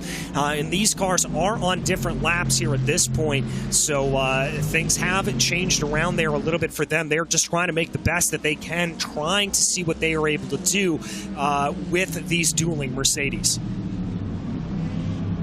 Definitely a situation where, as the 55, you're glad to have your teammate here to maybe cut through a little bit of the traffic, definitely tow you around as well. Yeah, very much so. You're going to be able to get the benefit not only of the draft, but you're also going to be able to get a nice little benefit of doing some fuel saving, lifting and coasting, as we've talked about many a time over the course of the broadcast. That is such a huge component to racing here at Daytona.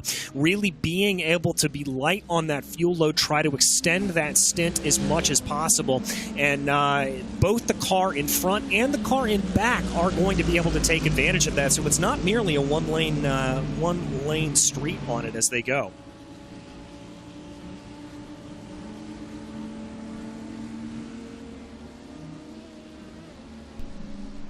The BMW also with the other Williams car behind them. Now, I don't think the BenQ car is going to push the rival third place car up to their second place teammate. In fact, I think they're going to look to try to go side by side with them when and where possible. That's why you bring multiple cars. Apex playing the team game. Williams playing the team game. Team BMW Bank BS not able to play the team game in GTD. Gosh, it's a team sport within the car where you've got 3-4 drivers that need to work together. But it's a team game between cars as well. Hang on, are we watching DTM? We very well might only be. If they crash. Yeah, there you go. There you go indeed. Only if the driver of the Williams Esports BenQ, Cody D, accidentally forgets where his brake pedal is. Yeah, well, let's hope that doesn't happen here, because nobody wants to see a little bit of teammate-on-teammate drama here at this point, but there could be a little bit of that if things do fire off here. A couple of pit stops up in front. It looks like Race Clutch White and Pure Sims Esports are coming out of pit lane. Also some news there from the Simsa Esports team. We saw that big incident earlier on. David, you reported they're back out. Yeah, we saw them lose their rear wing. The rear fell off, which is not meant to happen. But they found a new one, and they are back out. They're very, very determined. They are behind all of the LMP2 class cars, and by 11 laps, but they are still ahead of the GTD leader, so they find themselves in that sort of weird no man's land in the overall standings. Yeah, they're going to, hopefully, if that car is able to be fully repaired, work their way back up forward here at this point. They are 11 laps down is what it's looked like as counted here on my timing and scoring screen. That's 11 laps down from the nearest car in front of them, I believe. So they've got a lot to try to make up here at this point, but they may still be able to do it, and I like the plucky attitude from them to just keep themselves back out on the track, not staying away and continuing to push forward. 36 laps to the next car in class, but no, I think all of them are running inside of the top 10. stops out of LMP2s. So Kelsa team still in the hunt for the race win in that category, no doubt. They've had their pit stop. Ivan Machado Perez stays in. Advice from the team, probably just vamos. Doing a little bit of Carlos Sainz Jr. advice there for him. Vamos, vamos, vamos, as he will try to go. A couple of the GTPs streaking on by your screen there as we focus back on that battle that we were following. Calce just not looking like they are really able to come into contention. We thought they were going to be able to hold their way up ahead, but we'll have to see how it shakes out with pit stops here. But just looked like they lost a little bit of that momentum that they had earlier on in the race.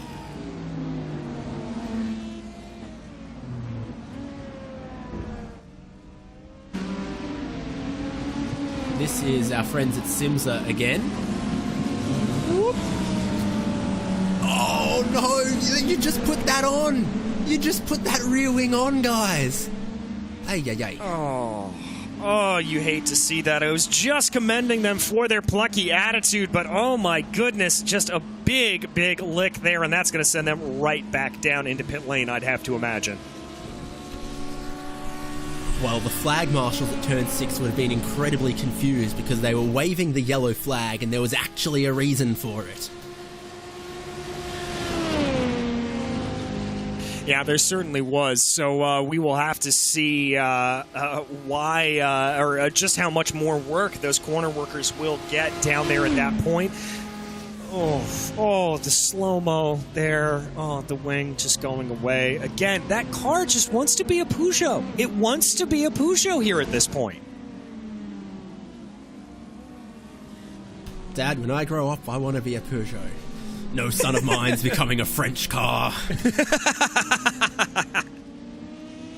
Follow your dreams. Follow your dreams, kid. But unfortunately for that Simsa car, they are following the pit crew. Obsidian from 3rd to their pit crew, and a driver change. No more Adecoba Lopez. Hello, Pablo Espes.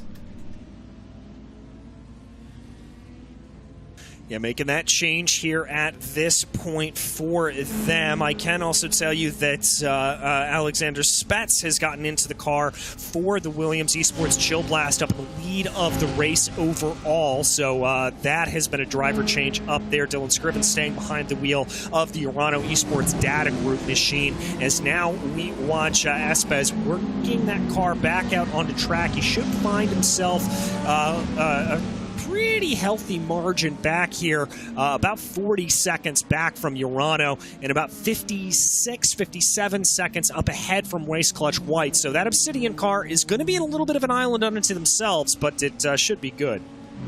I think it's on here because they are 13 seconds ahead of Race Clutch White, who have an immense amount of traffic in front of them, so make that 15 once this all shakes out, I think. But Aurelian Telmont got into that Race Clutch White car just a couple laps stints ago. We pointed it out, he was absolutely flying. He's been steadily in 131s in that car. He passed and pulled away from SRC Movano Corsa GTP. This is not going to be his best lap with all of these GTDs in front of him, battling for position as well, 2nd and 3rd, if you remember, so they're not going to jump out of his way. There is the overall leader there as well, who's just worked through that traffic and now needs to put one on pure sims. But I think 2nd, 3rd, 4th, 5th is pretty spicy in this GTP class at the moment, with 15 seconds to cover 3 cars from 3 different teams. And yeah, Club Iberia driver Pablo Espes, Team France Aurelian Telmont for Race Clutch White, and Scotland's own Fraser Williamson in SRC Movano Corsa GTP. Good little smattering there of all drivers from all around the world. You always love to see it there. The sunrise here should be coming, as we've gotten a question there on Twitch. The sunrise should be coming within a couple of hours, I do believe. We are at about 5 o'clock a.m. virtual standard time. And so there you can see that on your screen. I do believe the sunrise should be at about 6... Is it 6:37? I just googled it, and it should be 7:18. If the time of day is. Right, 29. Maybe closer to 7, but you do see quite a bit of light. Sort of a little bit of glow at the horizon before sunrise proper, given sun rises over the Atlantic here. So there's no mountain ranges, blah, blah, blah in the way. You do get some glow in the sky a little bit. All right, so there is your answer to that. At about 7 o'clock, you should start to see that sun starting to work its way over the horizon. As we take a look at a replay here, oh, hard into the barriers. That's the number 67 machine. That's the TC Corsa Esports W car. And the front fell off. That's not meant to happen. I'll let you know that that's typical. That car might have to be towed out of the environment.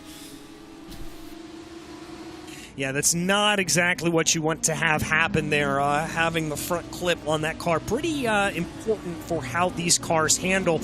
Take a look back here. Fire Academy and Havu continuing to just do their little dance with one another as they work their way out of the infield. Yeah, absolutely. Apex Racing Team 199 pits from the lead of this class as well. Will look to slot back into second behind Williams Esports Marla carrying damage ahead of Kelsa Team. So great battle in LMP2. Absolutely spec machines.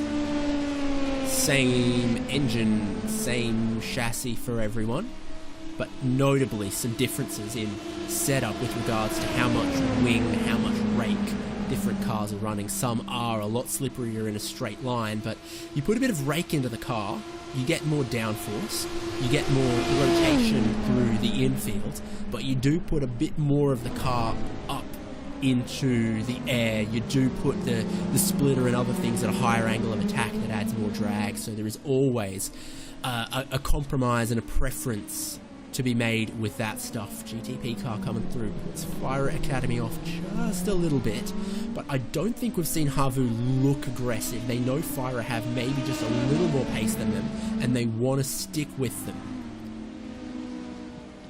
Yeah, they're certainly just trying to stick with them as much as possible and getting their way ahead. And I think this could be a little bit of a response here for these drivers, as we've talked about before, just wanting to probably save some fuel, maybe try to get this pass done through the pit stop cycle rather than necessarily having to do it out on track. It'll obviously be a lot easier for them to be able to do in the pit stop cycle rather than having to actually physically make that move. So that could be the strategy there for them. We'll have to see.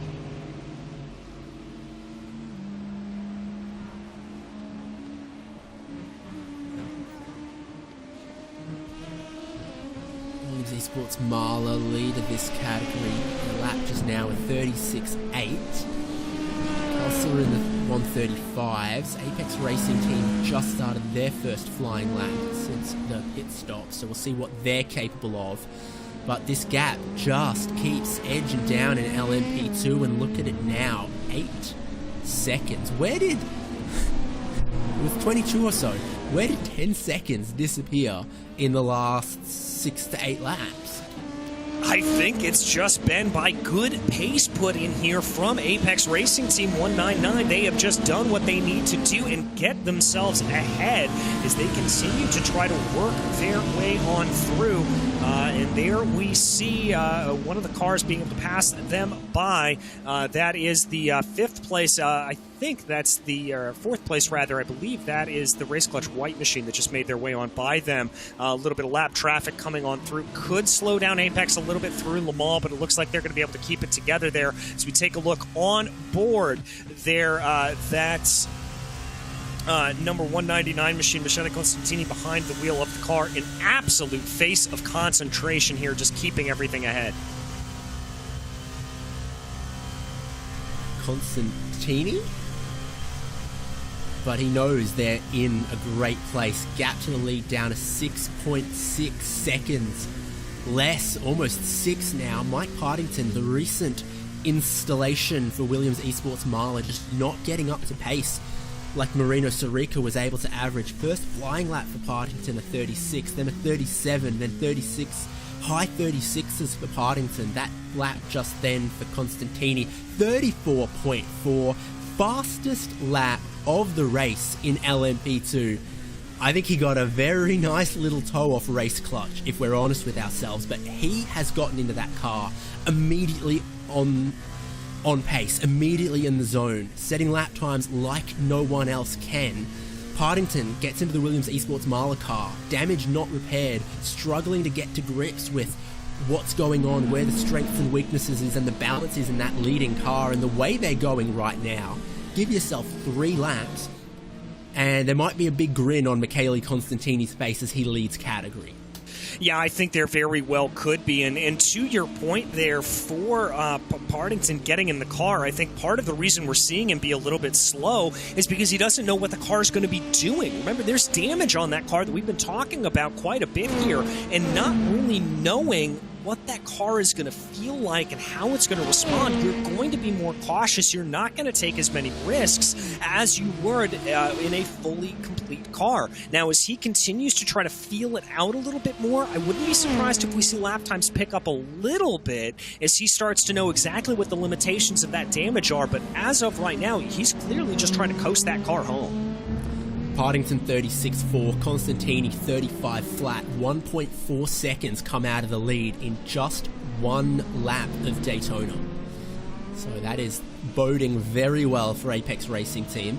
Kelsey now 18 seconds from the lead. They're also in the sort of the mid 135s, so still they are pulling a second out of the lead, 18 seconds back, and therefore would expect to catch the leader within this stint. Is not taking those repairs proving costly for Williams Esports Marla. We don't know.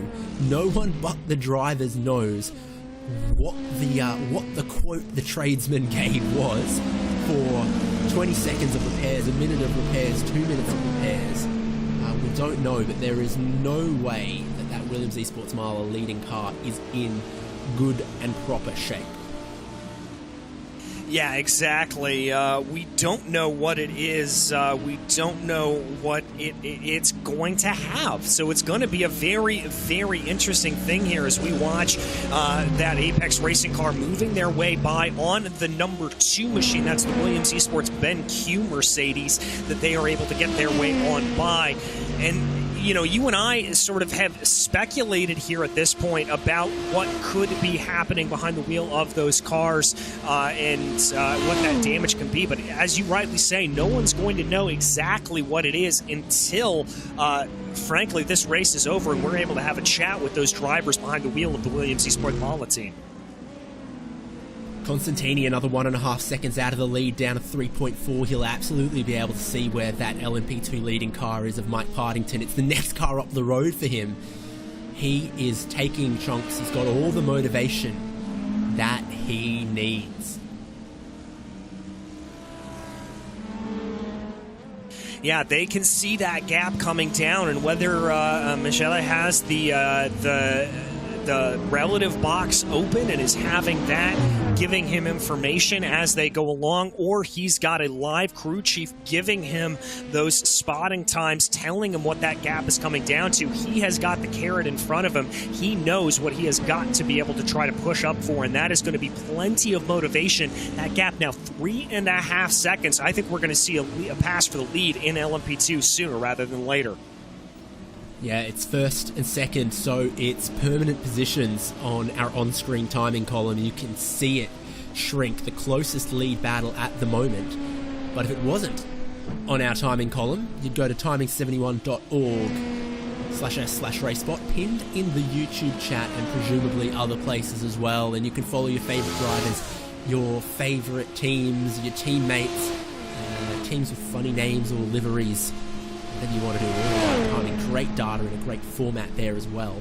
One of the great things about Timing 71 actually is the delay. So you can add, for example, the YouTube stream might be 25 seconds behind actual live in sim time. The Twitch might be 5 seconds behind, who knows. Wherever you're watching, whatever your platform, you can fine-tune that so as the cars cross the line on screen, your timing screen is in sync with the pictures. That's a great feature to have. Yeah, it really, really is. I wish there were other ways of watching live timing and scoring that would allow you to do that, because sometimes you do get into that little bit of a situation where you have the backwards facing timing, and you're looking at the timing and it's 5 seconds ahead and you don't want to know what happens or anything like that. But now my favorite is the group chat when one person's watching on F1 TV, I'm watching on Australian broadcast TV, one person's watching on ESPN or whatever it is, and there's always one guy in the group chat who somehow seems to be 10 seconds ahead of everyone else, even if everyone's watching live. Yeah, there's always that one person, and you have to sort of give the obligatory wait for it to play. Okay, there it is. You got it. Okay, good. As there is Constantini working his way up ahead. You can just start to see that Williams Esports Mala car 2 seconds up the road from him as he dives down into turn 1. 1 second comes out of the race lead at that lap. Gap down towards 2 seconds. And he didn't get a bad tow at all off of that GTP car. Straight line speeds just in advantage of the GTP. The acceleration is absolutely in advantage of the GTP, but if you get them past you out of the bus stop or out of turn 6, you can often get a good tow as an LMP2 driver. Traffic can sometimes very luckily help their lap times rather than hinder them. Yeah, it very much can, and so for these drivers, you've got to be aware of that, as there is some of that lap traffic. Looks like it's coming back to bite that Williams Esports Mala team, as Partington has to try to work his way through all of that, and that's going to slow him down even more. Say it. Even Mala? No, come on, they were on the banking. They were 3 wide. Oh, 3 wide on the banking. There you go. Boogity, boogity, boogity. I love it. And they're all in order there as well. GTD down at the yellow line. LMP2 in the middle. GTP up high with the speed, with the horsepower, with the hybrid boost. Yeah, we're really starting to get their way going here. We get a look at Costantini. He is now starting to feel a little bit of the benefit of the draft. 7/8 tenths of a second here as they dive down into turn 1. He is going to get a great pull. And that's where his strength is as well. He's got speed to burn in the straight line. The car in front, multiple pieces of aerodynamic damage missing. Well, we calculated it as maybe 8 kilometers an hour beforehand. That's kind of like a jogging pace, right? Imagine, a grocery store car park. Your car is parked 10 car lengths away from someone else. How long is it going to take you to jog between them? Nothing. That's how quickly you cut down a 10-car gap when you've got that kind of speed advantage. Is that a horrible analogy? Does that make any sense? No, it makes absolute sense, I think, for that, and to be able to see that play, as now they work their way onto the banking. The race is on here for this lead. Unfortunately, though, I think for Mike Partington, this is a little bit of a sitting duck situation. You've got no straight line speed, you've got damage. Michael Constantini's got straight line speed, all the motivation he needs to look to the inside and swoop past into the lead of LMP2. Apex Racing Team 199, lead category now with 8 hours 35 minutes to go in the iRacing Daytona 24, presented by VCO for 2023. I don't know what Constantini said exactly to his teammates just then, but it was probably, let's go. Yeah, he knows what is at play here for these drivers. He knows how he's going to be able to do it. He's not going to be able to get the run down into turn 1, unfortunately, but he's going to be able to hold that car behind and just wait for the opportune moment. I would not be surprised here, David, if we see this pass done going down into Le Mans. Yeah, let's see what Partington's got now that he's in second place. Can he compensate at all for that damage? Staying in the slipstream. Constantini will be still giving it 10 tenths right here. Put a second between himself, put a lap car between himself and that car, and he can leave them for dust. Kelsa team will be next for this as well, by the way. 14 seconds off the lead, pulled 1.5 out of Mike Partington on the last lap. Yeah, able to pull that out here. It looks like, surprisingly, though, Constantini didn't get the best of runs there coming out of the infield, as now they come onto the back straightaway here. The gap is about 0.4 of a second. I'm maybe wondering if Constantini's doing a little bit of fuel saving here now that he's in the draft. I mean, they've got 14 seconds back to Kelsey, so it's not like they have to worry about too much. But I would think if you're behind the wheel of that number, that car, that you'd have to get ahead as the move's been made, and there they go. Yeah, battle on here. No weaving to break the draft from Constantini. As much as you might be tempted, and a straight speed here for Constantini, 309, 310 for Partington, so he's able to stay level down the straight in the toe, but he's not able to close in. Same was true as I checked the radar gun into the Le Mans bus stop. Partington's end of straight speed the same as Constantini, even though he was in the slipstream. Yeah, and that really goes to show you just how much problems, or just how many problems there that Partington is having behind the wheel of that Williams Esports Mala car. That damage still coming back to bite them, however many hours since it's been since they received it.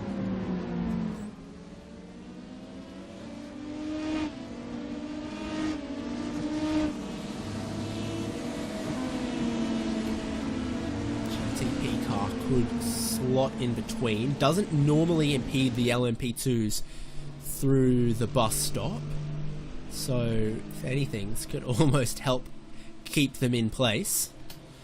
Bridge the gap a little bit.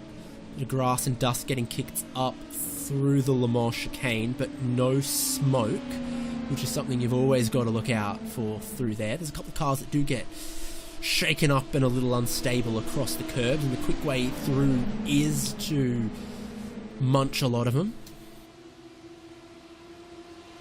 Yeah, that's certainly the big thing, is being very, very aggressive there over the curbing. And obviously, thankfully, that big sausage curb down to the inside that was the talking point of last year's 24 Hours of Daytona here on iRacing is gone. So we don't have that to contend with. Whew, that got a little bit feisty there, I think. That's the number 14, actually, that they were able to just get on by. I believe that's the Fire Academy car coming out of pit lane.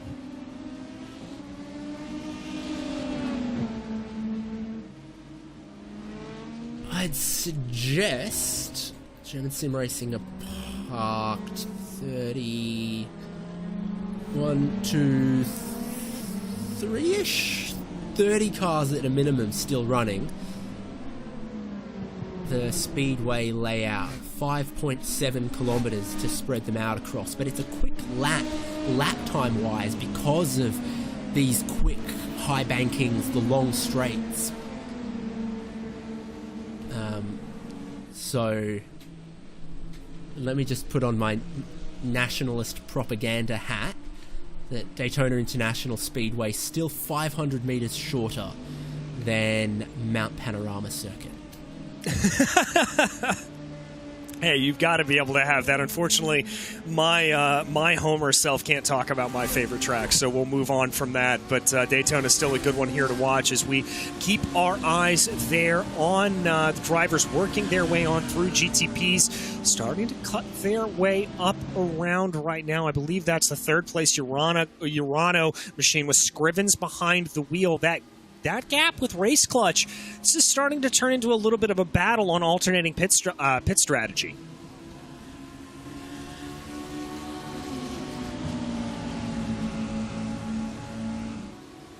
Yeah, looking at the last stints for everyone in GTP, it's 25 laps for everyone except Urano Esports, Heineken Media, Yups Elites, did 26.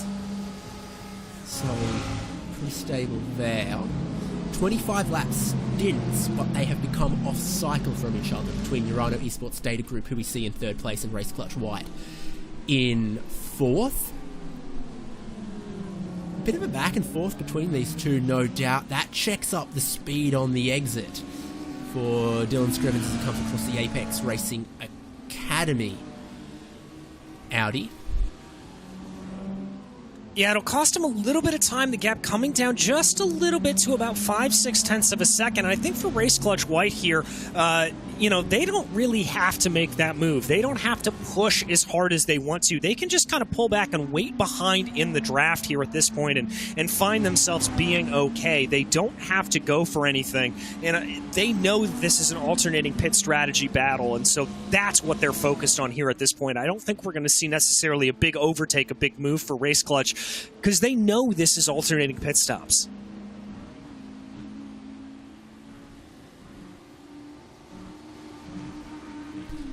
Do you see that smoke and hear that crackling? I'm trying to use a calculator. Oh dear.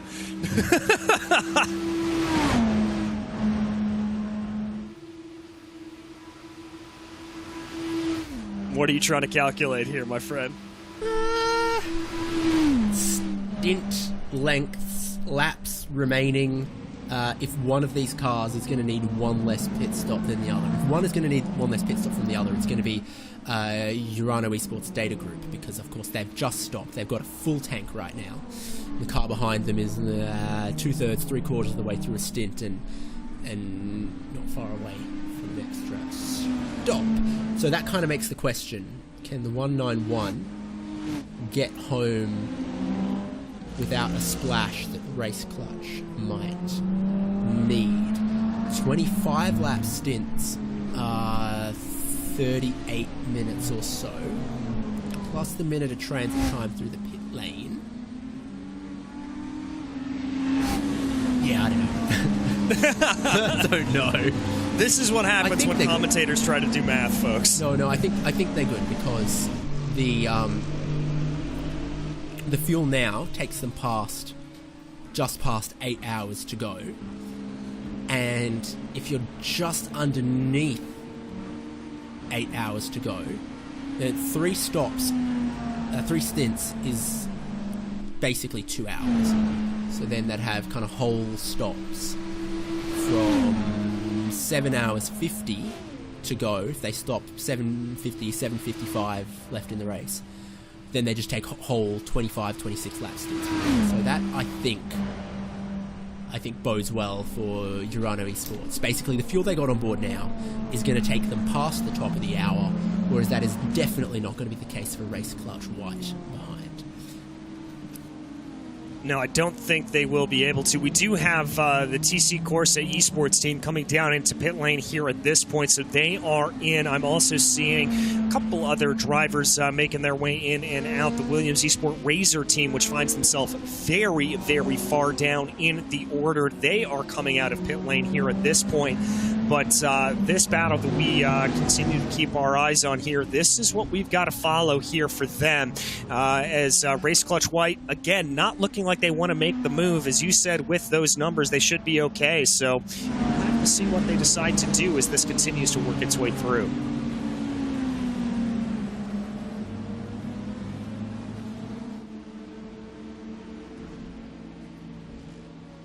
I saw a little blink out of Salmon.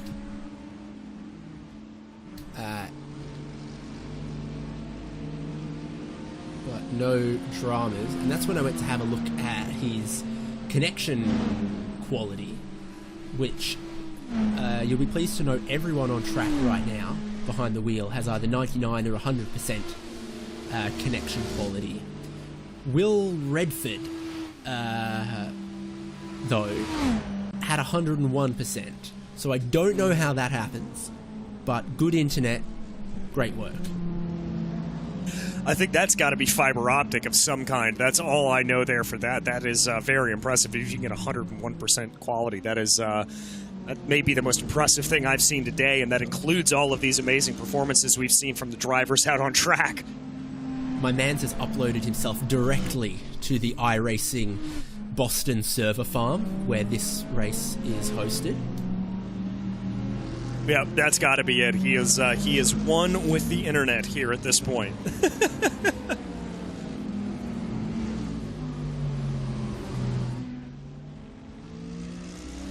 He is the server.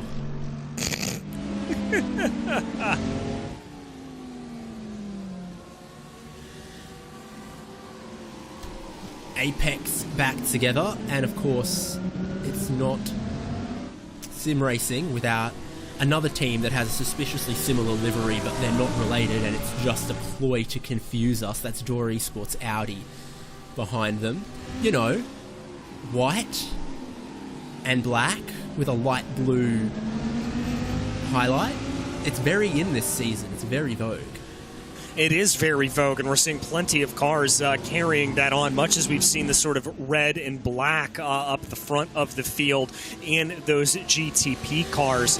But this has just been the story of the race thus far as we continue to watch Apex Racing Team 99 and 98 doing their thing, using this bump draft to absolute perfection up at the front of the field. This is, of course, my second stint that I've been in on here, and they just continue to do this and continue to dominate up at the front of the field. It is very, very impressive stuff from them. Flying along, you can see that the Apex Racing Team 99's lead in class has just surpassed 1 minute.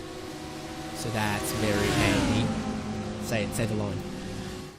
There they go, 3 wide through the high banks at Daytona. And flashing their headlights plenty as well. I don't know quite what that's about. That's not teammates, is it? No, it's not teammates. No. Oh, nearly a slide out of what I think is the Pure Sims car, potentially. It could be. Again, white, light blue, black on the front though. Anyway, they had one of those big slides through turn 1. You do have traction control in the LMP2s, so sometimes you get into a big yaw angle like that, and the traction control just goes brr. It refuses to give you any throttle, and it's really compromises your run off the corner, worse than just having the slide. Yeah, it certainly does, and you've got to be careful about that. You do not want to engage that traction control, as it will really come back to bite you. As you said, you've got to be very careful about it. Battle for position here. Sabelt are actually for position with the Apex Racing 98, which is the car first in line here.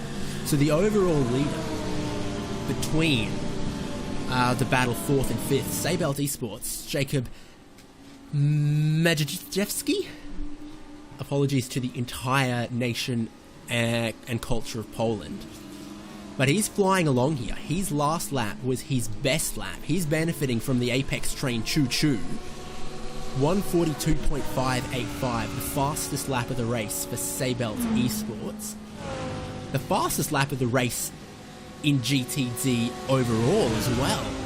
So they're in a really, really delicious position, going along with the overall leader and going along in the pit lane. There goes their delicious position, but they had a couple good laps right before it.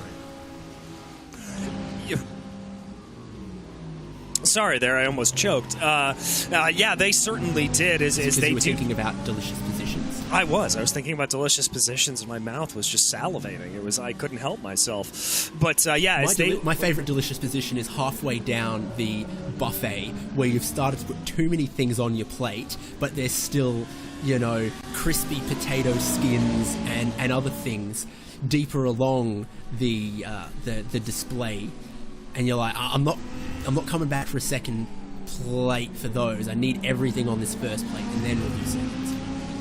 Oh, that's why you start with 2 plates. You got to learn how to balance it out just right, and so you can load up and just have absolutely no shame. That's the way to do it. This is the kind of advice you're only going to get in the middle of the night on RaceSpotTV. You're welcome. You are welcome, world. You are welcome indeed.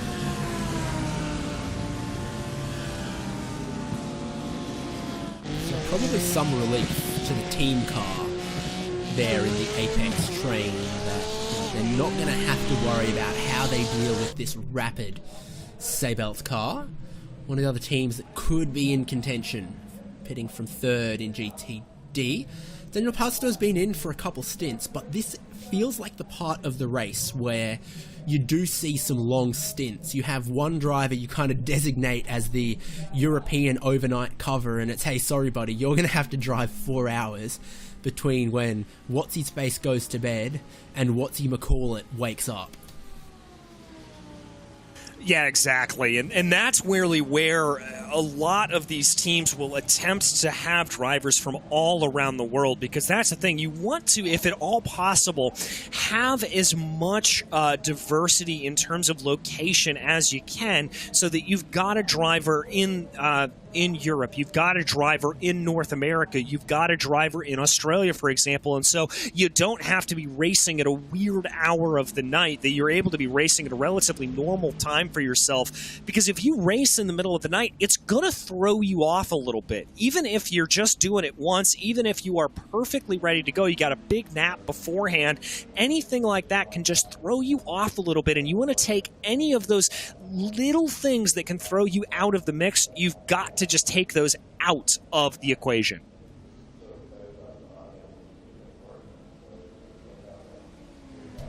Mike Partington stops from second in LMP2, and again they take no extra damage repair on that LMP2.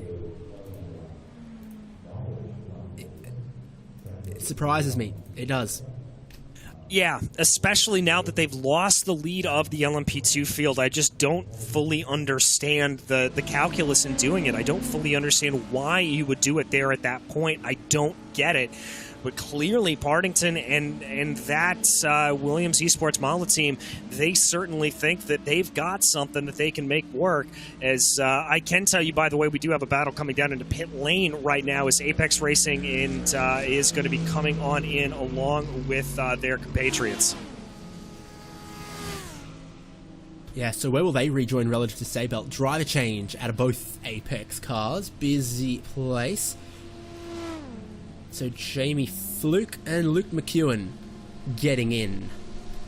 Now, McEwen, of course, was the one driving whose internet said 404 and lost that 98 car the lead lap. So they must think they've fixed whatever it was. I don't know if we had official confirmation on internet disconnects, router needed rebooting, a power failure will do it, some drunk crashing their car into a transformer.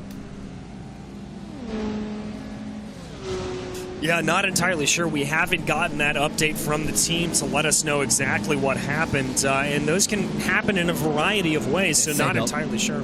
Oh, yep, Seabelt able to get on by him. Seabelt with a bit of an undercut on fourth place. For fourth place in GTD. Jacob Majewski? That sounds about right. We'll go with that. I think they had a short fuel as well. 38-second stop out of Seabelt compared to 42 seconds is normal for everyone in that GTD category. So I think that's deliberate strategy, but I feel like what you're going to find is the Apex train will catch them up again and maybe nullify that short fuel and if anything, turn it into a disadvantage. Were they worried that they would get dropped by pitting a couple laps apart, and they took the short fuel just because they wanted to be either in front or with, not 5 seconds behind? Maybe that could be the thought calculus there, but I'm not entirely sure. I mean, it's a little bit confusing here to think about it and how that would do it, but one way or the other, Seabelt making it work. They've got 3 seconds and change, but that's quite a risk to run. We've also got a battle up here for fourth in GTP. Yeah, Movano back with race clutch white. Urano are up the road from this, and third, fourth, fifth has been the close battle of late in GTP. Well, when Urano stop, we'll be back here. Race clutch white on their first flying lap since their most recent pit stop. Again, short of that top of the hour that Urano Esports Data Group and SRC Movano Corsa GTP 369 are gonna make. So that's the concern here for Race Clutch White, I think. The cars that they are battling against are better positioned strategy-wise. The top of the hour is gonna be when you and I say goodbye to coverage and hand over to Joey Tebben and Terry Radford. So that'll be a fun couple of hours there. But keep your eye on the pit lane around about that time. See if the 191 and the 369 pit before or after 8 race hours to go, because if they make it past that, I think they're saving themselves a pit stop compared to what Race Clutch White are going to have to do. And I think that means Race Clutch White would be in a net 5th position. I think that is about what it would end up being there for them, about a net 4th place. I think you're right about that, but we'll have to see. They're still going to be under pressure here. Remember, this is the battle that we see ebb and flow every single time when it comes to that pit stop window, so I think Race Clutch will be able to hold on to that 4th place, though, as you said.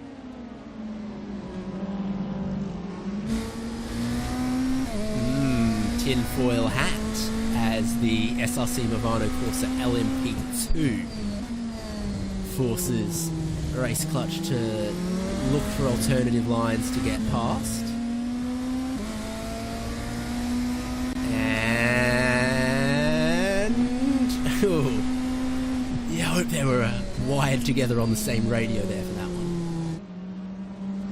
Yeah, you'd certainly hope they were, and I guarantee you that there was probably a little bit of contact there between the drivers, so at least I would have to think there would be between them, but we will have to see as now they work their way back around. They've got to get by. I believe that's one of the Williams Esports Mercedes that they are able to sneak their way on by. By the way, Obsidian Racing up in 3rd place overall. They are coming down into pit lane. Indeed they are. Pablo Espes staying. Car drops. They wait 30-ish second pit stops. A little bit of oil spin. And then up to that 55 mile an hour, 88 kilometer an hour pit lane speed limit. Still quick enough to get yourself in trouble in this hairpin on cold tyres. But we haven't seen too much of that.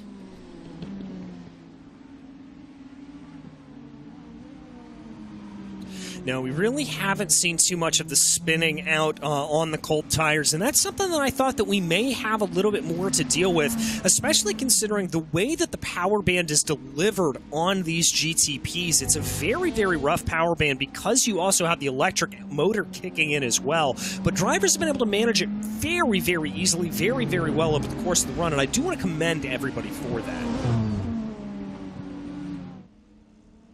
Spec Hybrid Unit 2 has kind of made it difficult for the various GTP manufacturers to precisely tune how it works in cooperation with their varying and different powertrain options. No two alike between the V8 for BMW that's turbocharged, the Porsche turbocharged V8 that's a hot V setup with the turbos inside and the intake around the outside, the rather small capacity high revving V6 of Acura, and America's finest 5.5 litres of naturally aspirated V8 in the Cadillac. You'd really expect nothing else out of the Cadillac, frankly, of just a massive guttural shout that it gives off. It's exactly what you would really expect to see for that. But yeah, some very, very good sounds coming to the grid this year. I'm very excited next weekend to turn up the loudness on my TV and just enjoy what I hear.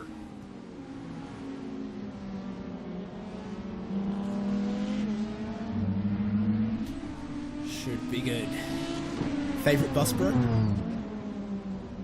Oh, you got to go with McLaughlin.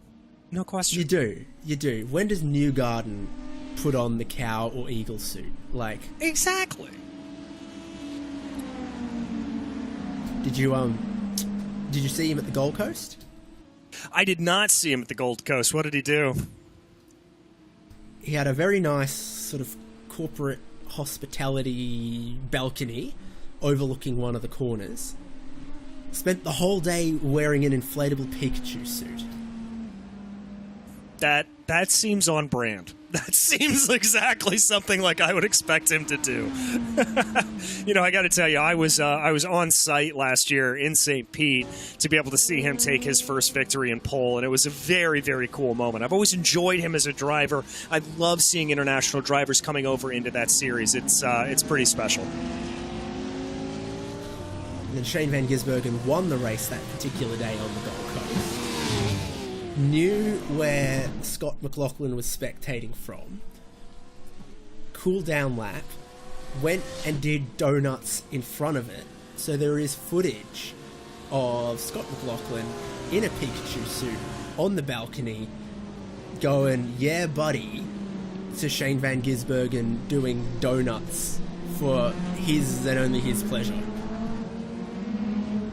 You absolutely love to see that there between the Stars two of them. Line, but brilliant.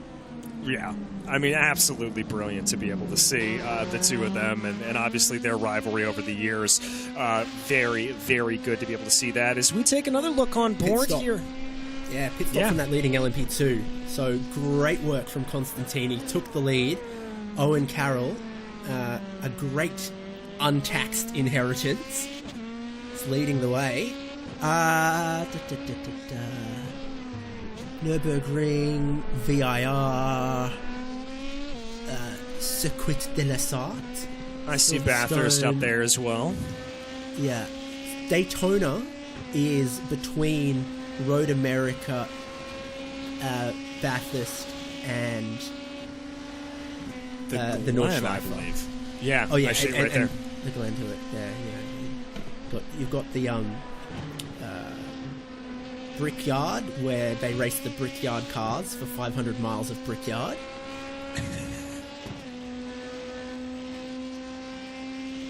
Imola, Donington, Tsukuba. I'm guessing it's only tracks that are on iRacing.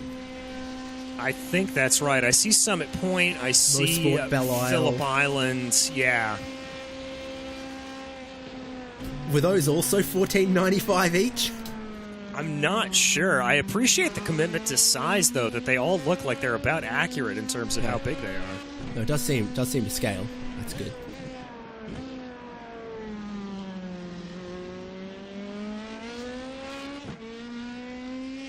I wanted a better look. I wasn't done. I love that. Great wall art. The only thing that could possibly make it better is if they were all sort of LED illuminated, but obviously that's a lot more difficult. It's probably if you're that way inclined, and many people are, it's probably a relatively simple project to find the files to sort of just 3D print black plastic of every circuit to scale. Someone will have made that as a file, no doubt.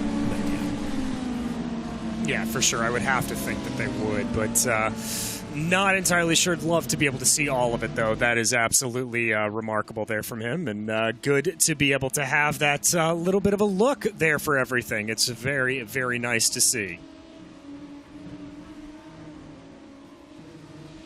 Those are obviously probably stuck to the wall with an adhesive, whereas we know that the Apex race cars are magnetic in GTD and now in LMP2 as well. There's the Academy car towing the race leader, now 13 seconds ahead of Williams Esports Marla, who have more to worry about Kelsa team catching them and putting them back into third than they do of staying in touch with Apex Racing Team 199. Still significant damage on the Williams Esports Marla car after their most recent pit stop, particularly the rear right, where the cheese wedge has had some nibbles taken out of it and it's crackers. Yeah, it certainly has, and it's finding itself here in a little bit of problems there. But we watched this Sebelt car working their way around as they've been able to keep up their advantage over those Apex Racing Team drivers right now. Getting out of hand. Now there are three of them. Oh, my. No, they're multiplying. They're like rabbits. This is not okay. Well, Sebelt are being caught, as you thought would happen with the Apex strategy of double bump draft, pushing each other along, and just they've seemed like the class of the field. Even without that, there was a brief time where the 199 was devoid of the companionship of their teammates, and they were still just matching the fastest laps of everyone else. So this is on right here in GTD. It's another very complex situation where the overall leader, 99, is in this with their teammates. A lap, 2 laps clear of Seibelts and 98, who are battling for 4th place in position. Apex Racing Academy, the number 97, are 16 laps behind that, but that doesn't seem to stop them getting an invite to the party. So it's Seibelts out front of the train. Is the 98 or the 99 next in train? The 98 is next in train. Battle for position, 4th and 5th. Then comes the overall leader. Yes, and so the question is going to be here is if Apex wants to sit around or if they want to be able to push themselves up ahead and try to be able to gain on that battle as much as possible. That's going to be my real question that I'm asking. I've got to think here that probably the strategy is just put pressure to the back of the car up in front of you and see if you can force a little bit of a mistake, but we'll have to see. I'm not entirely sure what it is, but I'm tell you what, I am going to put my hope, if I'm a fan of any of them, in their strategy, because they have called it absolutely right over the course of this race.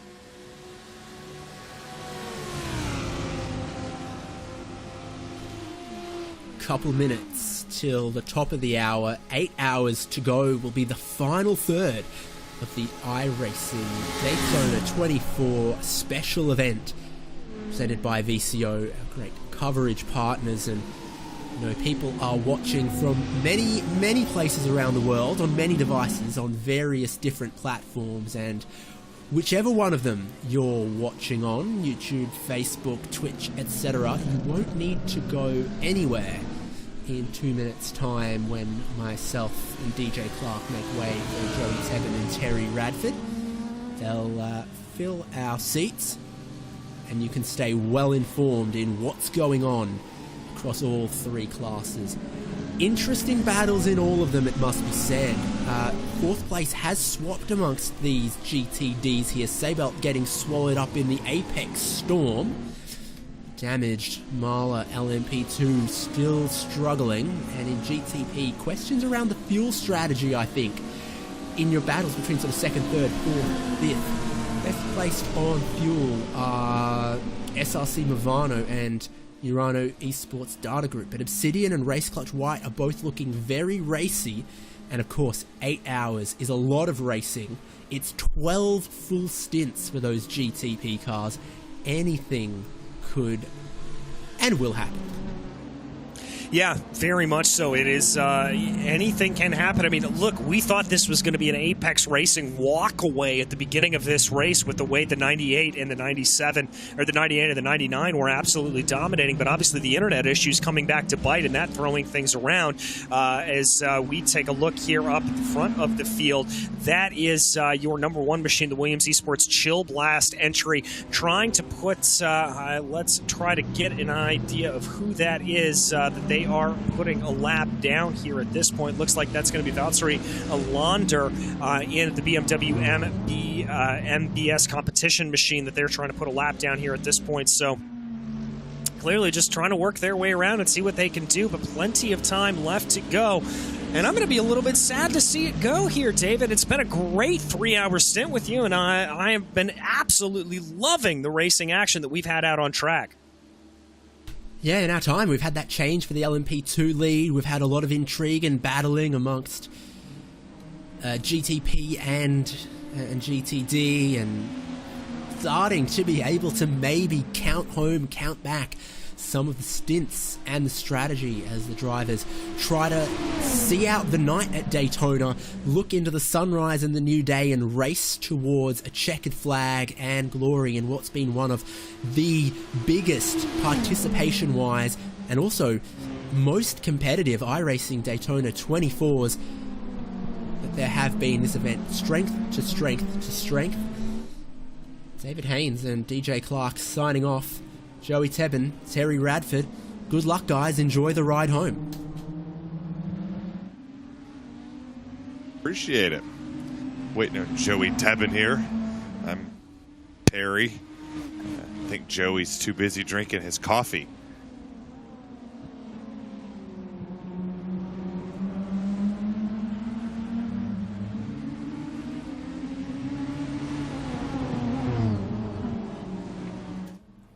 Welcome back to coverage of the 2023 24 Hours of Daytona on iRacing.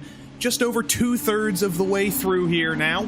8 hours to go, or just under 8 hours, rather. And I am here with Terry Radford, and producer Hugo Luis is still here until the very end of the day. We're here for some gentle overnight relief now. Around 11:40 p.m. here on the East Coast of the United States. It is deep in the night hours in Europe, and even deeper across the rest of the world. It's about morning time in Asia now, and in Eastern Europe. So it's the sunrise is about to come up. But we are ready to get going back into some action right now. We'll go through the rest of the field here. Hasn't changed much since David Haynes and DJ Clark just left you. But Alexander Spetz, your pole sitter tonight, back in the lead with Williams Esports Chill Blast. Urano Esports Data Group currently sits second with Dylan Scrivens, and Pablo Espes sits third for Obsidian Racing, knocked down after a speeding penalty a little bit earlier in the night. Aurelian Talmos sits fourth for Race Clutch White, and SRC Movano Corsa GTP, the number 369 car, piloted by Fraser Williamson, currently sits fifth in GTP. Take you down to the LMP2 class for a moment. That's currently led by Owen Carroll behind the wheel of the Apex Racing 199. Things have changed in this LMP2 class recently because Williams Esports Mala, who have been leading for the majority of the night, Mike Partington behind the wheel currently sits second after some troubles for that car. The Calsa team with Jose Soria sits third, Harold Creton for Enet Motorsport Blue, and the second of the Apex Racing Academy LMP2s, Will Redford currently sits fifth in class. There's also, on the same lap there's Havu with Jesse Telkala, Scott Michaels for SRC Movano Corsa, and Fira Academy, and Sean Campbell with Chit Chat Racing. All sit about 30 laps down overall, about 3 laps down in the LMP2 class. And last but not least, your leader in GTD, currently the Apex Racing Team number 99, Jamie Fluke behind the wheel at the moment. That was a duo that was working together for so long earlier tonight. They got split up through the power of the internet. Luke McEwen was behind the wheel when his internet said, nope, you are no longer going to be driving in this session, Luke. Got kicked out. His teammate took him behind the wheel, but in the process, they went 1 lap down. So while they have found each other again on track, the 2 Apex Racing teammates are not fighting for position anymore. Jamie Fluke on the lead lap in GTD, Luke McEwen 1 lap down. In the middle of that Apex sandwich, Phil Dennis is currently second for Team BMW Bank, and only about 4.5 seconds behind that is the Mercedes-AMG Team Williams Esports entry, Daniel Pastor behind the wheel, and we could have a battle for second in the nick of time. And last but not least in the top 5, Sabal Esports' Jakub Maciejewski behind the wheel there is actually pretty close to Luke McEwen. That is a battle for position that you see on your screen right now. While Luke has his teammate for company, he does have a battle for position right behind him, and his teammate's going to let him by. There we go. There's a switch for position. Actually, that is Luke McEwen being let by his the other way around. There's been a pass for position, Terry. It's a whole kerfluffle. It's 2 teammates on 2 different laps. Either way, there was a pass for position, and Maciejewski into the top 4. Yeah, it's been quite some time since I've been on this broadcast. I got off around 3:40 Eastern Standard Time over here.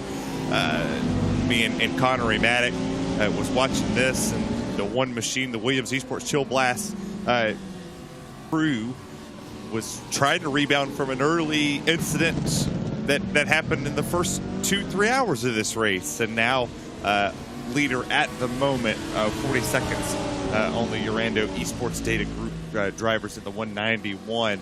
I think, Joey, I truly think that there's only one thing that team over there at Williams Esports Chill Blast was just repeating in their head, and it was Whopper, Whopper, Whopper, Whopper, Junior, Double, Triple Whopper, Flame Grill taste with perfect toppers. I want this day.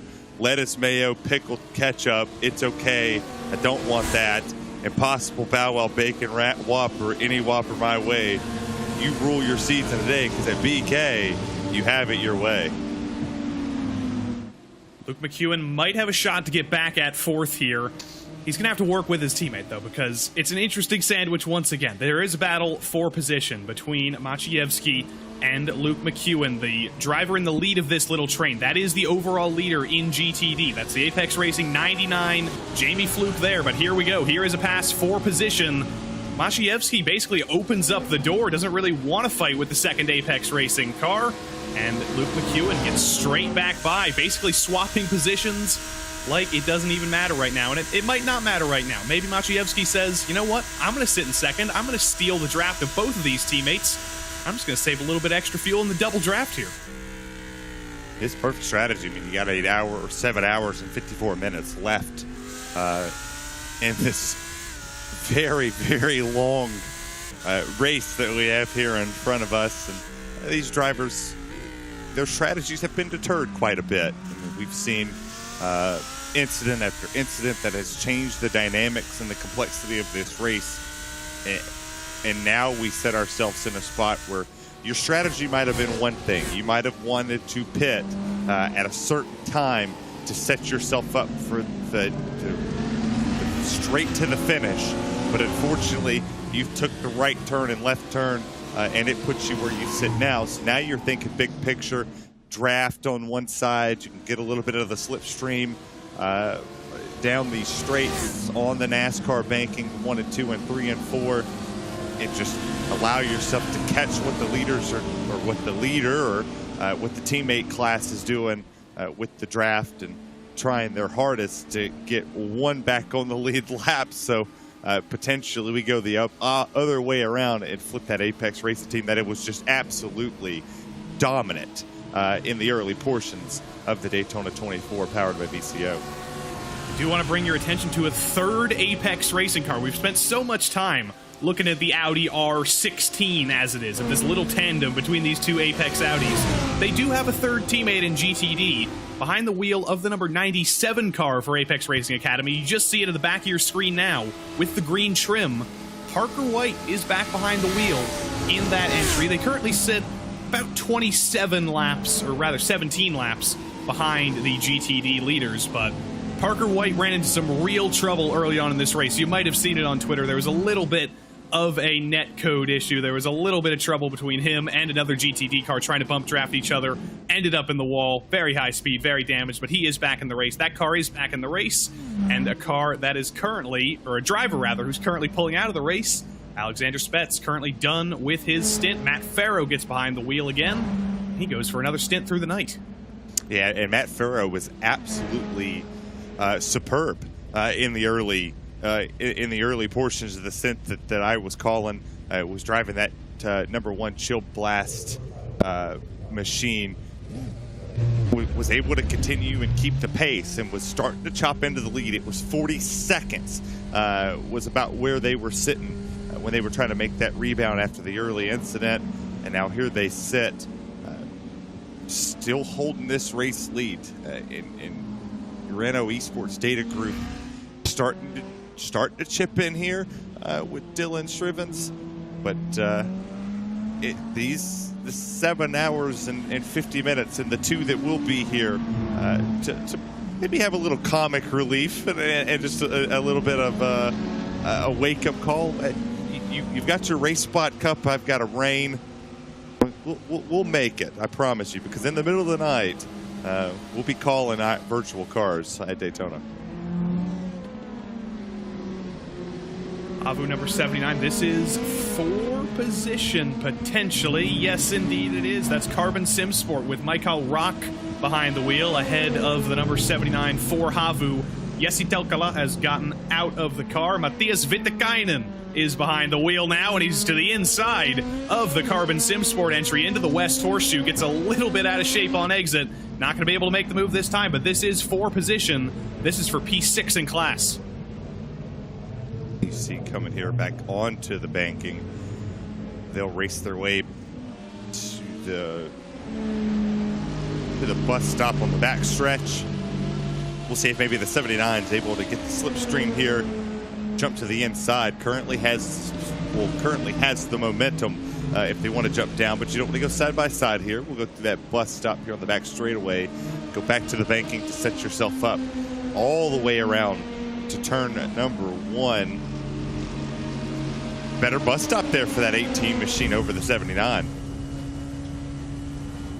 Yet another Finnish driver. It never stops being fun saying their names. I was complimenting Atte Kauppinen for having the best name in sim racing, and the battle is over already. Matthias Vittikainen gets the track to himself as the Carbon Sim Sport entry brings it into the box. Gonna put tires and fuel in, no surprise, and we'll see if Rock decides to stay in the car.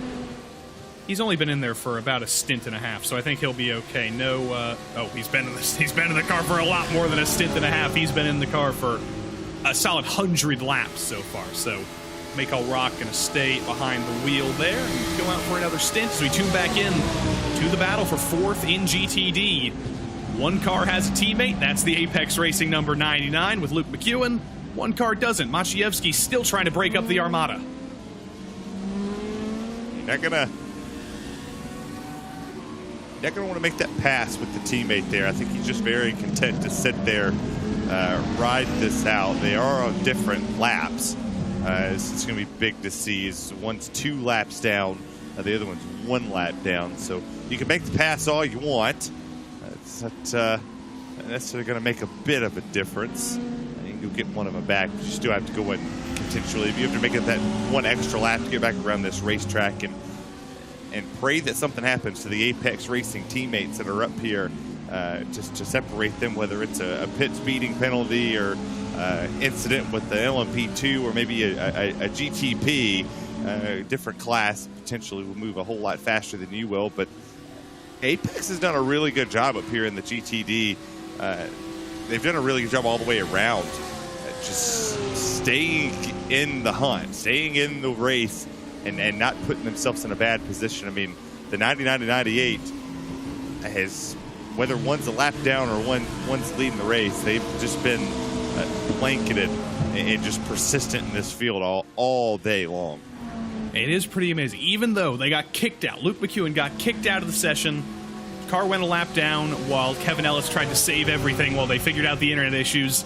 And somehow, even though they're a lap down, they still managed to find each other on track. We were talking about black holes earlier. We were talking about Brian Cox. I think there's like a wormhole or something in the Apex Racing HQ, and you're guaranteed to get stuck together. It's like the strongest magnetic force in the universe. You can't break them up. Well, I mean, it's like peanut butter and jelly. Or and there was a physicist in the chat, by the way. There was a physicist earlier, so I hope he comes back to prove my science correct. Joey, it's 11:55 Eastern Standard Time. I don't think science is what we're going to be talking here for the next little bit. They're like peanut butter and jelly or spaghetti and meatballs. They just find a way to find each other, and that's the kind of teammates you're looking for. It's like me and you in a broadcast booth together, like we do on PRL. It's a match made up in heaven somewhere, I guess. Or peanut butter and meatballs, if that's what you're into. I do enjoy it good. That does sound pretty good. I'm quite hungry. I got 2 hours after this to wait before I go to second split, and then there's a great chance that I will snack in that 2 hours. I had some leftover meatloaf. I had corn. I had leftover mac and cheese. I had a Mounds bar. I'm powered up here. It really just sounds like you got a bunch of crappy rock bands and put it on a plate. Meatloaf, corn. No, just leave me on that one. I'm leaving you on that one. You left me just like you left me on the Whopper. Yep. But I mean, you had a good antidote with the sandwich thing. Sandwich I would do anything for love, Terry, but I won't do that. Good point. That's a good point. I know we still have quite a bit of people still watching across the platforms here. This is one of the biggest race in 24 hours at Daytona, and there's still a lot of people tuning in to hear me and you. Indeed, if you are one of those many, many people who are tuning in on the many avenues you can be tuning in, iRacing on Twitch, RaceSpot on YouTube, the VCO Esports channel on YouTube, if you have any questions, if you have any thoughts, if you have any concerns, if you have any scientific theories that you want us to approve, drop them in. We're happy to talk. We have a lot of time here and a lot of people watching. We always love hearing from them. Hopefully we hear from some more drivers over the course of the next couple hours as they get out of the cars. We may potentially hear from Sean Campbell, depending on how long he's going to be in that Chit Chat Racing LMP2 car. We heard from Jose Soria and Ivan Machado from the Calsa team a little bit earlier, so hopefully we do get to hear from some other of our drivers here as we continue to ride on board with Jakub Maciejewski here, is riding behind this tandem again. I think you actually hit the nail on the head a little bit earlier, Terry. He might not want to break up this armada. He might just be happy to sit back here, save a little bit of fuel, and ride behind these two teammates while they do their own thing. I mean, like I said, he's going to have to make up a whole lap before we can potentially go up there and patch for that 4th place position. So there is zero reason that you need to just go up here and make this pass and burn fuel up. I would pit on the same cycle as the Apex Racing teammates. There is just, you just sit right here. And I don't know, maybe sing to yourself or something. It's just hit your marks and follow the leader at this moment. Babcock5 in the Twitch chat asks, any new LMDH cars coming to iRacing? Not that we know of so far. Of course, we know that there's a bunch of LMDH cars. There's a bunch of LMH cars competing in the real world this year, in IMSA and in the WEC. But none other than the BMW for now. There's rumors. We may get more, and I do hope we do get more for more diversity here. But for now, it is just the BMW, and I think all of us are very happy that we have the BMW in the first place. And I do want to compliment Babcock5. That's a fantastic username. I don't know if that's your last name, but Babcock, know all about that. He was a former Pittsburgh mayor. There's streets named after Babcock. There's a conference room in the Cathedral of Learning named after Babcock. It's a good last name. It's a powerful last name. And also, we heard on YouTube from Kakone Fuwa, who asks, where's Ferrari in iRacing? No Ferrari hypercar yet. I'll say yet. We do have the Ferrari GTD car. Nobody is currently racing in that in this split, but that does exist on iRacing. It is now outdated because we have the Ferrari 296 GT3 in real life now, making its debut in 2023. We might get that in the future, but for now, we do have the Ferrari 488 GT3 car, which can be chosen in GT3 competition. So Joey asked for scientific theories and questions. I'll ask for one thing. Everybody shamed Joey for leaving me on the Whopper comment. We had this whole conversation that we might have done it at some point in time, and then he leaves me hanging. It wasn't cool, man. It was too early. You gotta wait for a little bit longer to break out the Whopper. Wait, what do you mean? Williams Esports Chill Blast was just, they had to find motivation somewhere. The only thing that's going to motivate me is that awesome Whopper song, potentially breakfast in bed, and calling the 24-hour Daytona powered by VCO. That's all I got. That's all I got at this moment. I'm motivated to be here at midnight. If there's a deep drive into left field by Nick Castellanos, I'll break out the Whopper next time. That we can agree on that. That's the next time I'll break that out. EVX the Gamer says, biggest surprise of the race so far, positive or negative? There's been a lot of surprises over the course of the race so far. If you've been with us for the last 20, or not quite 20 hours, I'm doing my math in my head, 16 hours now, there have been a lot of surprises. There's been drivers and cars that have been dominant that have fallen out of favor. There's been drivers who have frankly just survived to the end of the race, as we just saw Mike Partington get back into pit lane. He's going to be out of the car, and Atte Kauppinen will get behind the wheel of the Williams Esports LMP2, currently 3rd in class now. That is relevant. That is definitely one of the surprises of the race. Williams Esports, so strong for so long, but the bad luck, the misfortune, it doesn't stop for anybody. Williams Esports ran into trouble. They've got a lot of ground to make up. The second Apex Racing GTD ran into internet troubles. They have a lot of ground to make up. The Obsidian Racing, 3rd place in GTP, they got a speeding penalty. They've got a lot of ground to make up. Those are a lot of the negative surprises. You always get those mistakes in racing, and that's why we tune in, Terry. Yeah, the biggest surprise for me is we're looking at it. Matt Farrow right here in the Williams Esports Chill Blast machine. Very early issues, and I mean like super early. And we saw the Urano Esports Data Group team picked up and ran with it. I mean, pulled out and led for hours on end of this event, was throwing down, burner after burner. And then things start to unravel. You start to fall off. You start losing pace in the car. You start changing drivers. The track walks away from you when rubber starts to lay down. The infield portion might have slowed down. The track speed picked up. And then you see this one machine come back to the top. The pole sitter who got caught up in some early issues with the slower vehicle comes back and regains this race lead. And then you look up and down the board, the LMP2s, the 199 has stayed very strong in that Apex Racing team. And then you got the Apex Racing team down in the GTD class in the 90, the 99, and the 98, which unfortunately the 98 runs into issues, but once again stays right here, and we're right on par. So we're right where this goes, and here we sit. We'll get to just document across the board, but there's no way at this moment that third place driver or the fourth place driver in McCowan is going to make an attempt to go around the teammates, because you can't pass somebody who's getting pushed, at least. There is a little bit of a shifty shift here. It's not the leading Apex Racing GTD who leads this little train right now. It is Luke McEwen, who's fourth place in class. You can see the LED panels on the side of the car. Always useful in real life, always useful on iRacing as well. Luke McEwen does have that buffer. His race-leading teammate is behind him, giving him the pushing, giving him all the energy. So Jakub Maciejewski sits behind. He's got 2 cars to pass if he does want to make up that position, but he's not thinking about that right now, as there is Pablo Espes in the GTP entry for Obsidian, passing the 2 teammates. That is such an interesting dynamic. Every single time a GTP car or an LMP2 car reaches these 2 Apex Racing GTDs, they are traffic for them, but they never get broken up every single time. It's like they're glued together.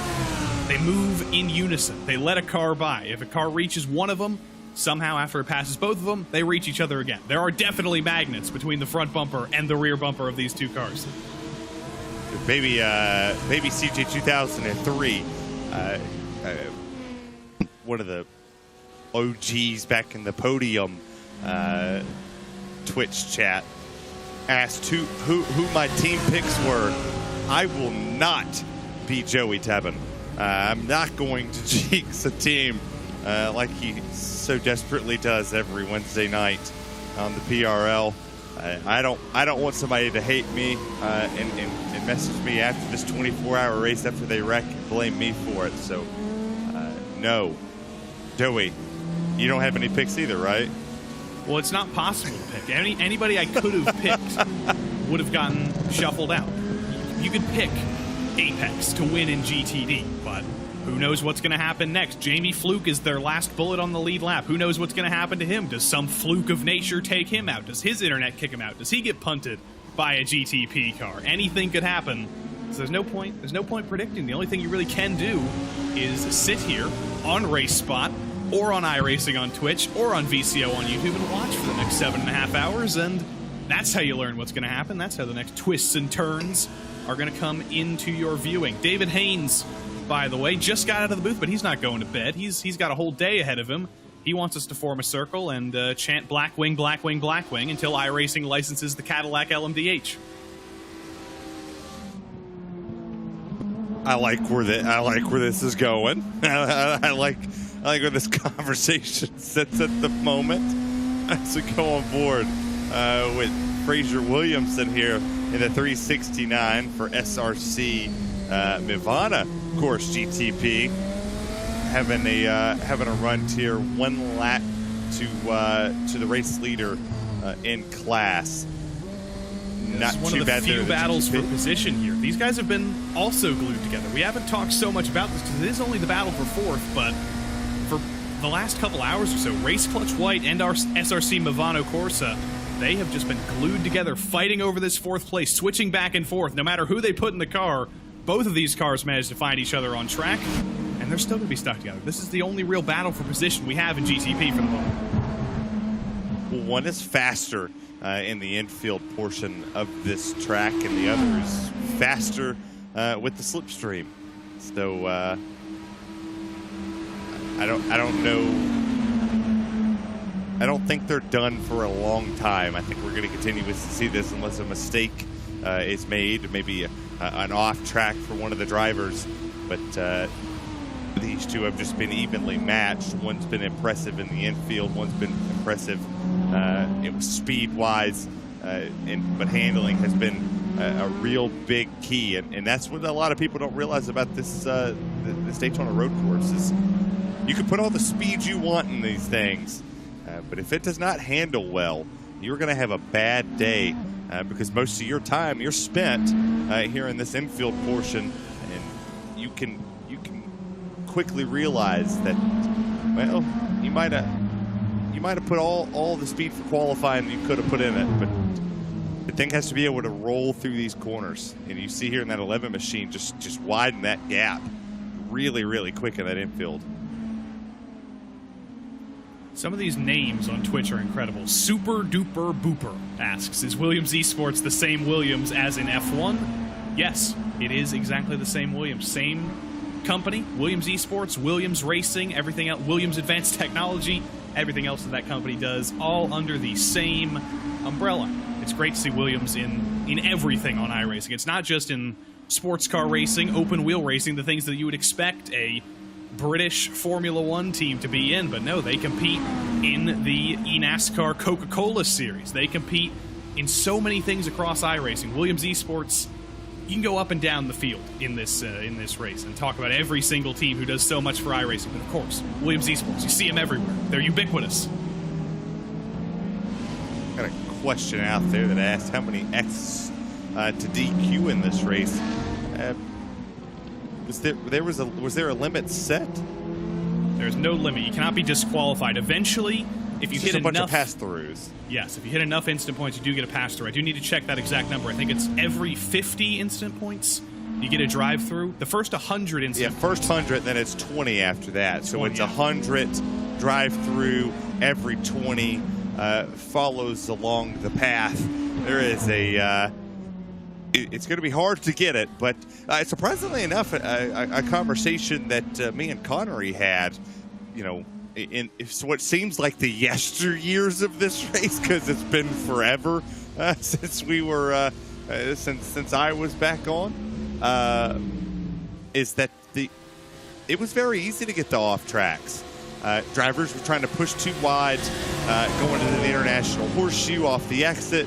They were going into turn one and shoot wide, getting an off track. You were catching LMP2 drivers, were catching GTD and GTP cars, were catching everybody else, and they were just trying to navigate which way to go, and they were pushing off track just a little bit. And how easy it was to really get an off track at this race course.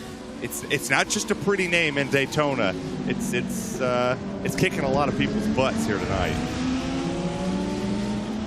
Koba Lopez has gotten behind the wheel of the Obsidian Racing number 6 in GTP. Pablo Espes has finally gotten out of the car after oh my goodness, got distracted there for a moment because the third of the Apex Racing GTDs who's lost touch with their teammates, Parker White, almost just got into a little bit of trouble with Lopez in GTD. You can see it a little bit further back on your screen behind this battle. There was quite a dicey moment with a GTP car coming out of the pits, Parker White just trying to stay out of his way, and Fraser Williamson as well on the scene, just trying to figure everything out. This would be the most nerve-wracking thing possible when you see a driver coming out of the pits and you don't necessarily know where you're going to put yourself, and unfortunately almost had an issue there.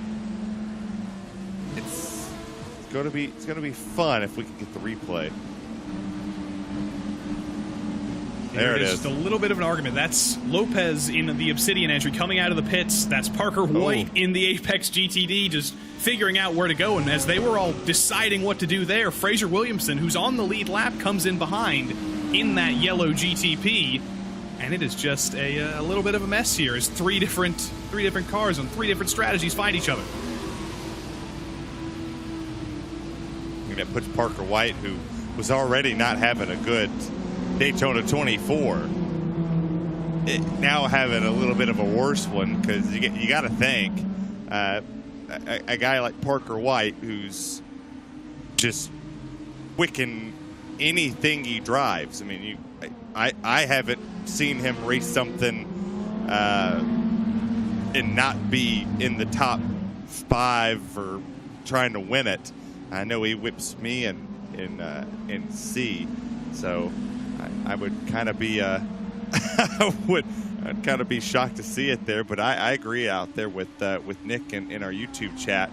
The race won't be over until the absolute end, and that's true. But I did bookmark something, Joey. I don't know if you were watching in the 1 Eastern time. Connery Maddock, 16 hours and 10 minutes left in this race, said that it would be relatively calm and clean. Well, ha ha ha ha ha ha ha ha ha ha ha ha ha ha. You could say it has been relatively calm and clean, but you could also say it's been relatively uncalm and clean. I think that comes with the definition of the word relatively. But if you've seen some of the other splits of the iRacing 24 Hours of Daytona today, this has been relatively clean. We do have quite a bit of attrition around the back of the field, but there have been there's been some different events, some different splits tonight that have been a little bit more attrition filled than others. You can see the list of drivers who are out, the list of teams who are out. It does add up now down to about something like 11 or 12 teams are officially out of the session now. 1, 2, 3, 4, 5, 6, 7, 8, 9, 10, 11, 12, 13, 14, 15, 16, 17, 18, 19, 20. Okay, so I was completely wrong. There are 20 teams now completely out of this race. There has been more attrition since I was last with you, so that's 60% of the cars that are still out there on track. Which is still remarkable if you think of how many splits and how many drivers across this platform of iRacing has joined. This has been one of the biggest 24-hour races that we've seen in quite some time, and it's absolutely refreshing to see over 4,000 drivers, 85 different splits, tons of countries are represented. Yeah, that sounded right. Represented. Like there you go, something like that. It's late, folks. But up and down the board in every split, we've seen the world has come together on one stage here, even in the virtual side of it. We're all preparing for the actual 24 hours at Daytona as race fans, and that one we get to watch and just sit there. We don't have to talk except to potentially our significant others while we're explaining, or they're explaining to us what the 24-hour of Daytona really is. I know I will be explaining it quite a bit to my wife, and I'll also be explaining quite a bit of it to my co-workers while I'm watching it at the job site and going, this is this, and these cars go and do this. A little bit of a moment there for Fraser Williamson as he passed Matthias Vittikainen in the LMP2.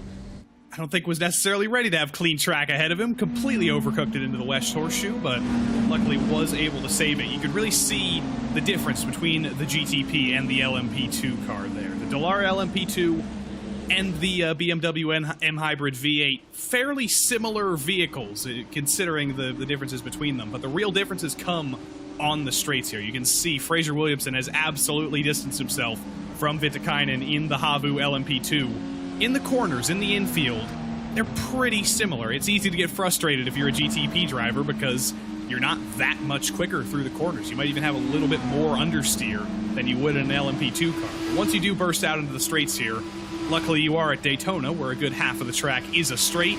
That's when you can burst away. Absolutely. And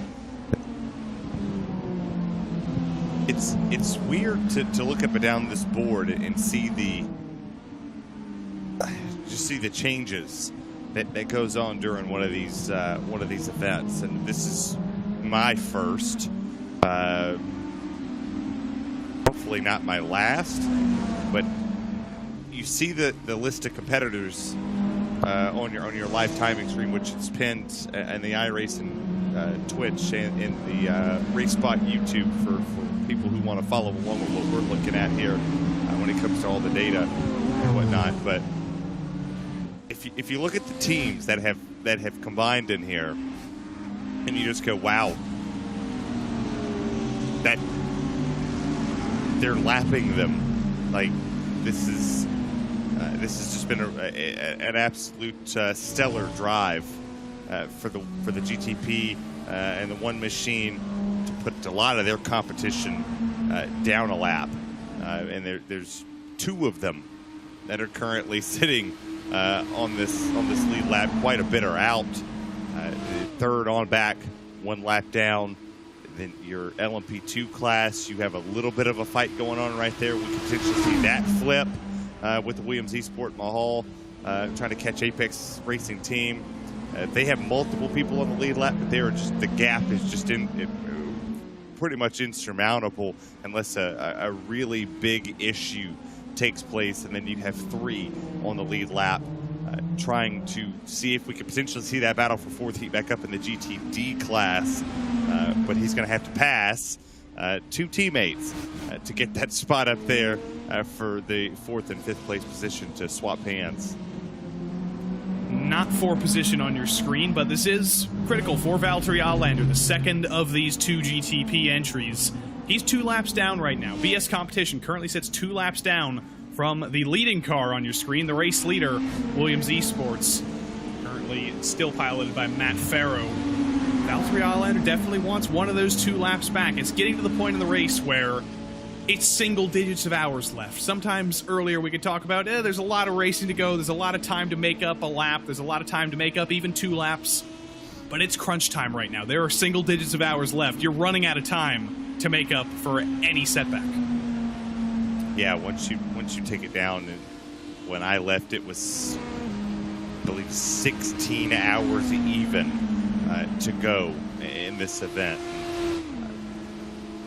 I was intrigued as I continuously kept watching throughout the day. Periodically, I would turn it on and say, "Okay, let's get an update," and I would see drivers in the same spot, and then I would flip back on an hour and some change later and go, "Wow, that happened quick."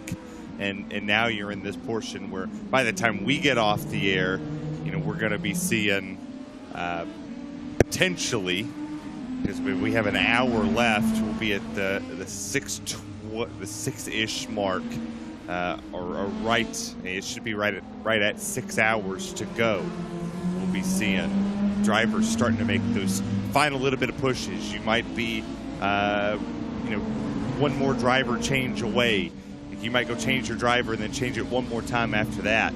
So now you have to put your aces in places. You have to go out here and go, all right, who was our final driver here? And see who could potentially go out here and either make up some time or just maintain the gap. If we can see the maintaining of the gap, that'd be fine. But you see the battle for third here in the GTP class between Race Clutch White, Movano, Course GTP, and Obsidian Racing. A little bit of a gap separates those drivers, but that's your battle for the third place position. Nightbug TV on Twitch asks, when drivers switch, does vehicle damage carry to the next driver? Yes, it does. Unfortunately, I'm sure some drivers would say that would be nice if you could just get in the car and erase the sins of your teammates, but no. You're all in this together. You're all piloting the same car. You are a team. If your teammate does bin it into the wall, unfortunately, you will have to suffer the lasting effects of that. Even if you do get all the damage fixed, there is still the potential for some lingering damage and for the car to not feel exactly the same as it once did.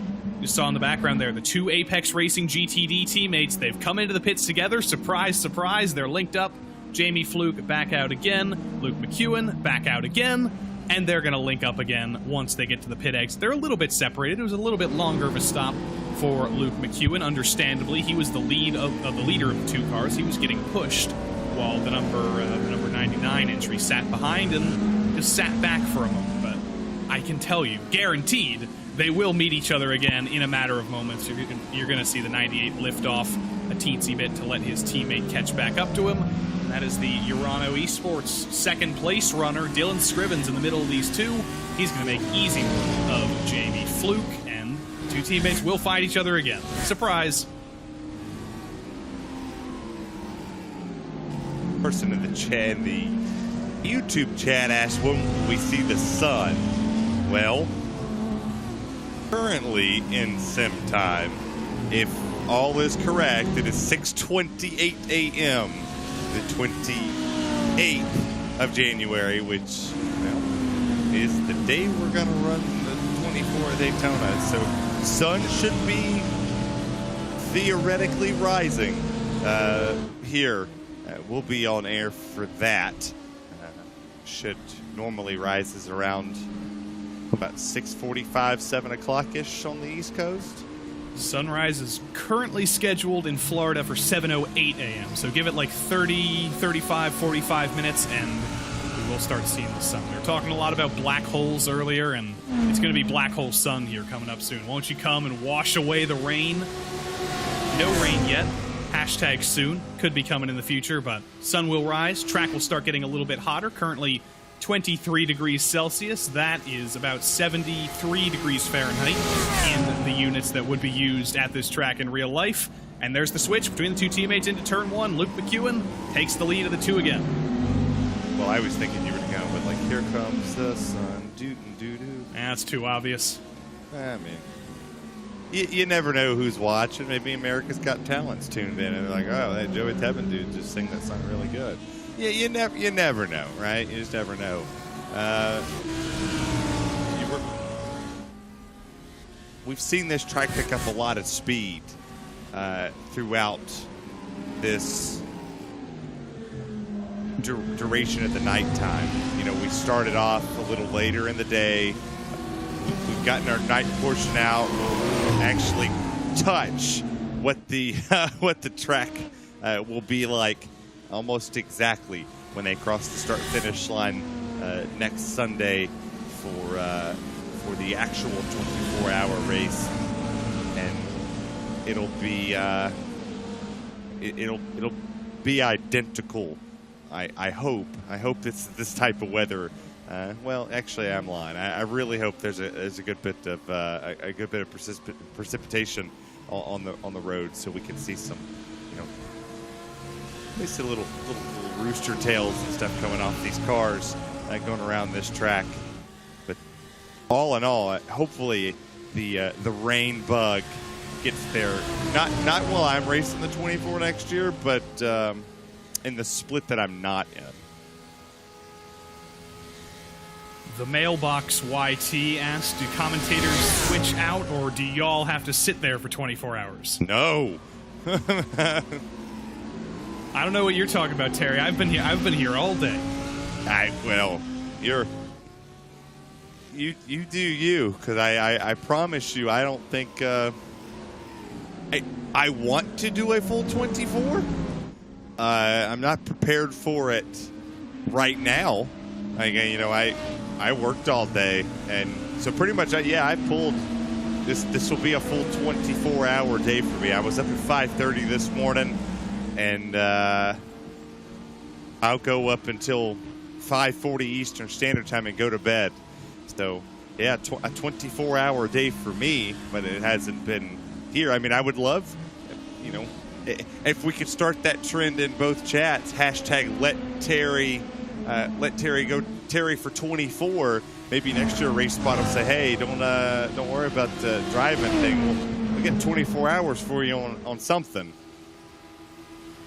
I have not actually been awake for all 24 hours. That is, I was lucky. I didn't have to get on the air until about 5:40 p.m. Eastern Standard Time today, so I got to sleep in like a snuggle little bug, and got on the air, and I'll be here until 3:40 a.m. I'm going deep into the night, but we've had lots of great talent on the show so far. It was Arjuna who opened the show with Andy McEwen, Peter Mackay, Zach Sweeney, Cam Roger, DJ Clark, Lorenzo Bonder, Connery Maddock, Terry, Ewan O'Leary, Cam Roger, me, David Haynes, and Chaz Draycott coming up later, as well as...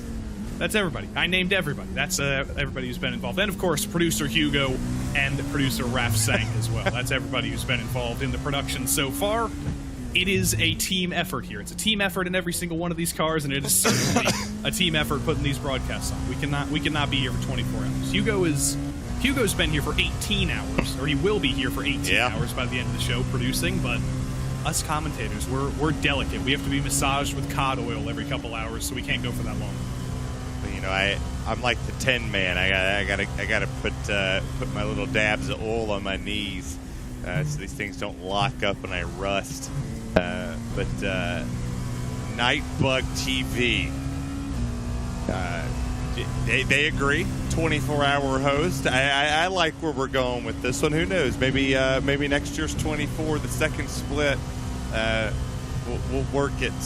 We'll work it to see if 24 hours could possibly swing that one. If we can find a little extra. We only need one commentator technically on that. And I couldn't think of nothing no better than the boot wearing Terry over here. But get a Whopper to get you through it. And then, what's that? EVX, the gamer, says might need 2 Whoppers. I agree. Yeah, and we're David Haynes is with me. Hashtag Terry24. Let's go. We can do this. I think. Well, I don't know if that's. I don't know if that's endorsing you being on the race coverage or if that's endorsing you for president. Well, I don't think I'm old enough yet. Don't put that on me. I got grays in the beard, but watch your mouth. I don't want to run for that. I have enough on my plate. I don't need the weight of the free world laid on my shoulder.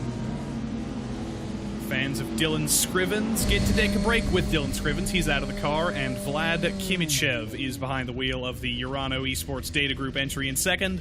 Matt Farrow as well from the race lead brings it down pit lane. He's not going to get out of the car because he's only been in there for a little bit comparatively. He'll get back out in a comfortable race lead, but it's a very lonely pit lane right now. This is how things tend to go here. Basically nobody is on the same pit strategy right now. It has been so long, there's been so many twists and turns that everybody's just on a little bit different of a strategy. Speak of the devil, the 2 LMP2 entries who were fighting over position for a moment, they now split up. Havu's in. Yeah, the strategies are galore, and I really wish we had a strategist sitting up here with us that potentially just sits here and keeps us up to date in a Google Doc or something that allows us to walk through all the differing strategies. We obviously see that how many times the drivers have been to the pits, but it would be nice to see, hey, this was the strategy. They're trying to double stint this driver, potentially go talk to teams and get more data that would come to us to relate there. But over these hours, there has been a lot of great coverage here on all these platforms. This has been one of the best covered iRacing 24s that I've ever watched or been a part of, which is the first one, so I can say been a part of, and it's the best one.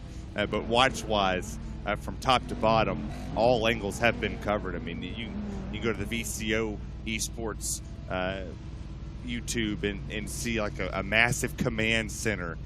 You sit here and watch the traditional broadcast. There's just so much going on. And I mean, it's just been absolutely phenomenal. Just like the GTD class with the Team Apex Racing. And also, you saw in the GTD class Phil Dennis out of the car after a stint for him. It's now Rainer Talvar back behind the wheel. The more things change, the more they stay the same. And yeah, you just see a tandem of these outings. I worry for this team after the race because there's been instances in real life and on iRacing where cars have just been stuck together. Like it's literally been impossible to separate them. They had to break out bandsaws to literally cut them apart. I think that might be what happens between these two cars. They've spent so much time together. It's like they're two magnets. They're remembering each other. Well, they've done quite a bit of practice with each other as well. You have to think with the teammate dynamic in this. These drivers can't do what they're doing right here without an absolute ton of practice. I mean, if you, I mentioned this earlier with Connery. You don't normally see people my neck of the woods for the people watching, so I don't get blasted in the chat here. They were bump drafting, a good little tandem draft, what we used to see in the old COT side of NASCAR. It takes a ton of practice to do that. And I'm going to throw out here to Jamie Fluke. If you're watching, teammates of Jamie Fluke's watching, the Daytona 500's coming up for the second special event here for iRacing. And I don't know if you are Jamie Fluke's going to participate in that event. If you do, we could totally team up. You have a lot of experience here pushing another car. If you can push in these things, I would really, really love to have you push me in the next gen car, because this has just been a master class in talent here.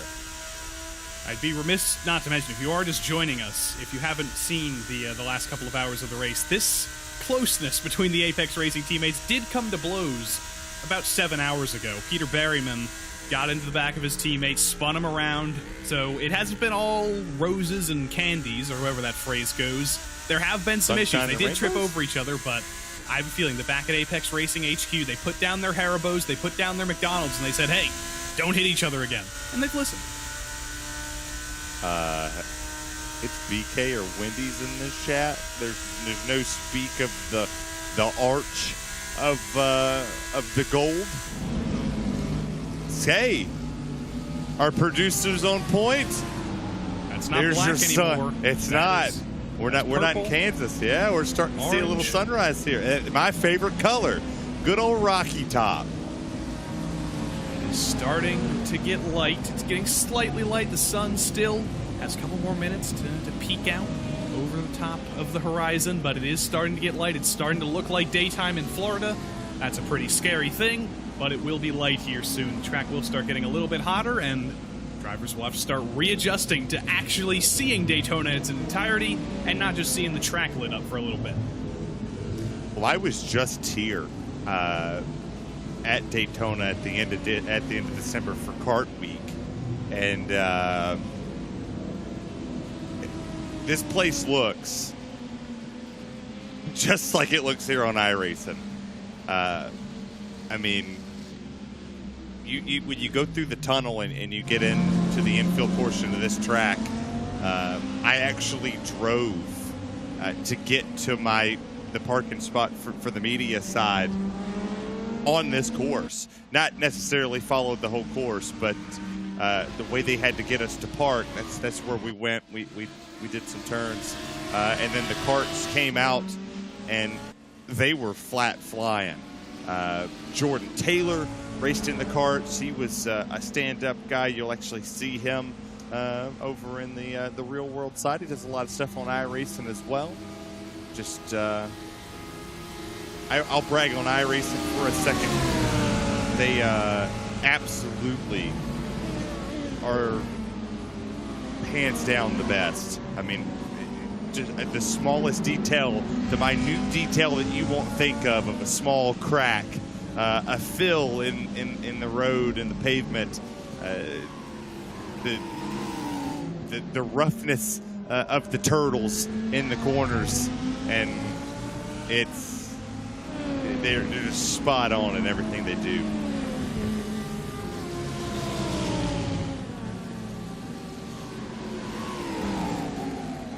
Just cycling through the field, seeing who the closest drivers are on track, and every single time I end up finding these two. There's nobody else who even comes close to being as close as these two are. We did get a message from Anthony Lipari asking for a shout out from Rayford, North Carolina.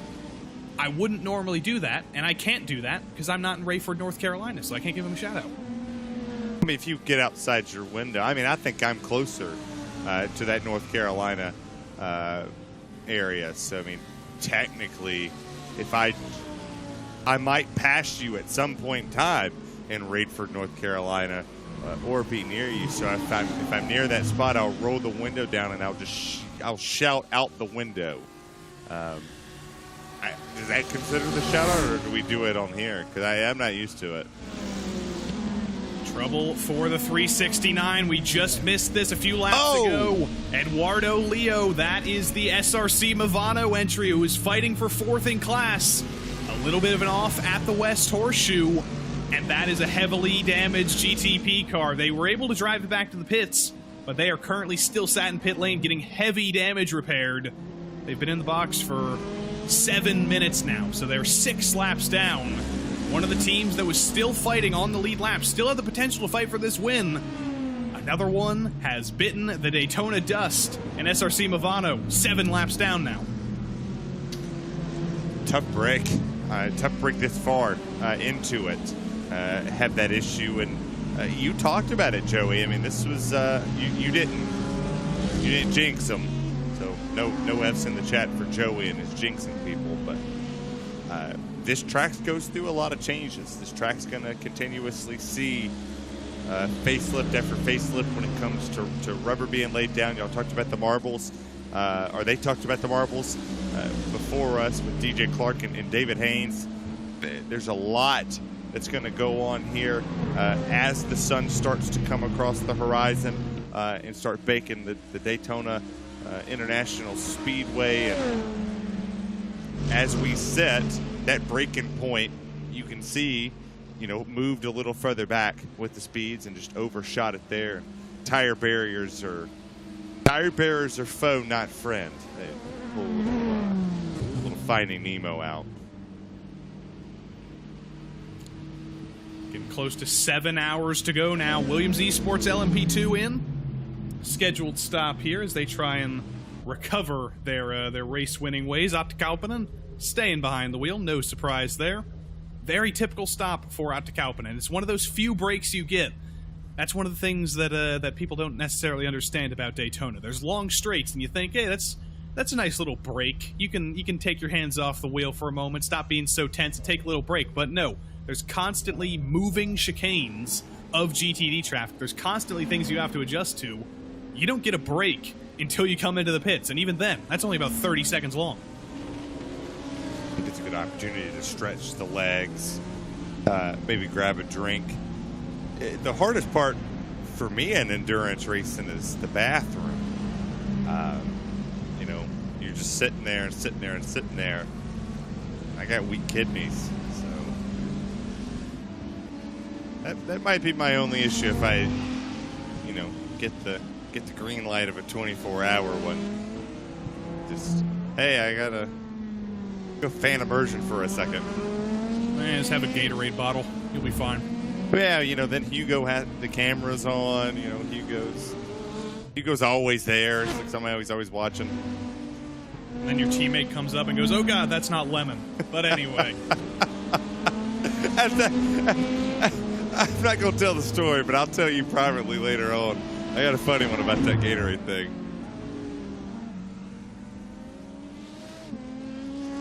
Atte Kauppinen back to his usual ways. Sometimes you get a little bit rusty. You've been taking a break. You're back out on track. Tires are a little bit cold. You can make a mistake, but that doesn't happen here. Atte Kauppinen, one of the best of the best, as everybody is in this field. Back online, back on track. No harm. No rust.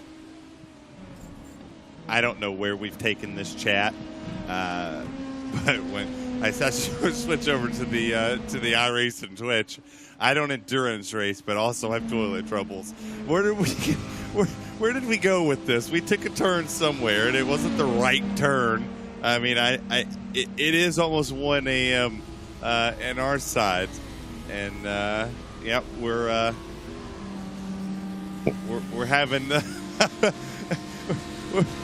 bucket best. Oh no, the commentators are reading chat. That you are absolutely accurate. It is that part of the race. I mean, it sounds like he's at his bucket worst sometimes. But that's, at some point. That's an issue for your telemedicine provider, Mr. Bucket, or shall I call you Mr. Best. Jose Soria in LMP2 in that Spain VCO World Cup of Nations entry. Always happy to see that paint scheme, or that livery rather, once again. And we just saw another instance of all 3 classes meeting each other on track. And as I say that, of course, Jose Soria is going to come into the pits. Whoa, very close to getting a speeding penalty there. Did get it slowed down, but got to see the full effect of the brakes on that LMP2 car. Jose Soria going for a little bit of a Daytona drift. Better than going skiing, not a big water person. I stepped on the beach for all of 20 seconds here at Daytona. It's like, yep, I stepped on the beach. Pulled a little SpongeBob, came back out. But second class in the LMP2's it. Marcos Nunez. I'm going to be breaking out more SpongeBob references in a couple hours, by the way, because I'm going to be going, oh boy, 3 a.m., because I will be here at 3 a.m., and that's going to be a very, very interesting time. I will as well. NZ Riot in the chat says he likes this track because it's interdimensional. We've been doing a lot of talking about black holes and wormholes and singularities. I've never heard this track called interdimensional, but it definitely is. You know, if you end up in the black hole, you're going to another dimension. That is accurate. You stay on after this, correct? Yes, after one more hour with Terry Radford here in the booth, then we go for a little bit of a break, and then who else but Peter Mackay is here on board. It's about 6:45 a.m. for him, I believe. So it's an early morning for him. It's a late night for me, and we're gonna merge things together. It's the magic of iRacing. We're all across the world: Europe, North America, South America, Asia, some Africa, Caribbean, Oceania, everywhere but Antarctica. You're gonna find people. Well, and then the good part is you continue over here. Obviously, I'll stick around and watch the great coverage and chat with people on the Twitch and the YouTube. We'll be out there chit-chatting with all of you across the board. And then I'll jump to the second split for the 3:40 to 5:40 time, and we'll kick off our final 6 hours. As most of the people out there in the chat knows, that we're doing the first 6 and the last 6 of second split here in the iRacing 24 Hours of Daytona. Big thanks to PRL and VCO for all they've done over these little bit of days, or 2 days that we've been doing this and trying to set this up. But SpongeBob references will not stop. I mean, we got what's it say on here in the chat? We're getting to that time and age where commentators are the same generation as you and make SpongeBob references. Get scared, Jackson. Get scared.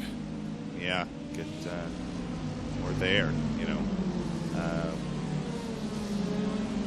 This is all we do, and it's not going to stop until about 6 in the morning. Because welcome to Atlanta, where the players play, and we ride in the game like every day. And we're old enough for ludicrous references too, I hope.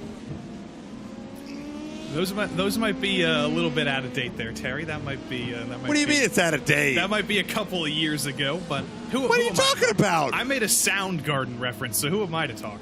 That ludicrous was like, you know, when was he relevant? Early 2000s potentially. When has Ludacris put a song and he was like, "Hey, let me go turn Ludacris on"? I don't know. It's a miss. It's ludicrous. It's ludicrous that he doesn't release more music here. He doesn't need to release more music. He's a legend. His catalog is full.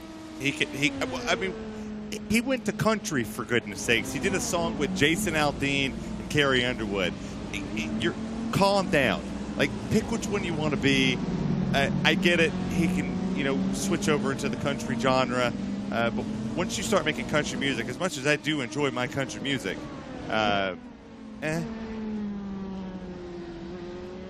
As the pinks and purples start to light up the sky, as the bisexual lighting takes over Daytona, Rudy 628 or 268 rather says, "Why isn't the virtual race ran at the same time of day as the real Daytona 24?" Well, that is a good question. There's multiple splits here. There's one that started at 2 a.m. here on the East Coast on Saturday. There's one that started at 5 a.m. There was one that started at 7 a.m. There's multiple different time slots that you can take, just because some people have different schedules. Some people, or a lot of people, want to do this race. Not everybody can fit it in their time slot, so iRacing gives them a wide berth, a wide range of times and even dates, as it does cross days to choose from. So that's why this split doesn't necessarily match up to the times where the real-life iRacing, or the real-life Daytona 24 rather, will start and end. but there are splits that do line up with that. This is just not one of them. This is the one that worked best for everybody in this field to line up on. Yeah, I mean, I go back to the point that you made about we have an opportunity to see worlds collide, and you see drivers from all over this wonderful planet that we live on that spins around in a massive circle that allows us to get on here and do this. And yes, Joey Tebbin is absolutely an animal. I said that. Now reply back to me and say it on the air. You are an animal. And you raced with him? Yes, if you're not watching the chat on Twitch, there's a little bit of there's a reunion going on. This is what iRacing can do for you. Everybody's watching the big events. You run into people you haven't seen for a while. You run into people you've raced in with other leagues. You run into former drivers. You run into people who are just fans. It's a big, happy family here. But we do have a battle for position as Atte Kauppinen again goes for a little bit of a drift, threads the needle between the Obsidian GTP and the two Apex Racing GTDs. This is Atte Kauppinen and the new driver behind the wheel of the Calsa Team LMP2, Marcos Nunez. This is for second in class. These two are on slightly different strategies. Nunez only came out of the pits about 3 laps ago now. Atte Kauppinen 5 laps ago, but that's pretty close. That's only a 2-lap difference if my math is correct, and I'm 99% sure it is. This is the battle for second in class. Yeah, it's good to see that the LMP2 class starting to put a little fight on here. Nunez just getting behind the wheel in the final stint. You see the slipstream here. Looks like just going to stay here and ride. Here in that third place position. No need in trying to take the overtake just yet. We'll see what the infield portion brings us. I have an opportunity to get to the International Horseshoe here to see if we can potentially make a peek to the inside or outside here in that 15 machine. Nothing so far off the exit. Nunez almost went a little wide, but was able to keep it on course, just touched a little bit of the turtle, and came back down just to take all 4 on the pavement. Starting to get to the hours of the race where you start to think, do I go for the move? Do I just ride behind? Do I save fuel? Is it too late? Do I want track position? These are all questions that Atte Kauppinen is going to be asking himself right now, because absolutely he has the pace to make this move. He has been the fastest driver in the LMP2 class over the course of this race. As far as I know, he does have the fastest lap, I think, out of all of the LMP2 drivers, but when can he make the move? When does he make the move? As Marcos Nunez found new pace, and could everything fall apart now that the sun is up? It's going to be interesting battle here out of the bus stop. It's a great bus stop for Marcos Nunez. He's extended the gap by basically a full second over Atte Kauppinen, who's now basically out of draft range. Maybe it's separating a little bit more than we thought.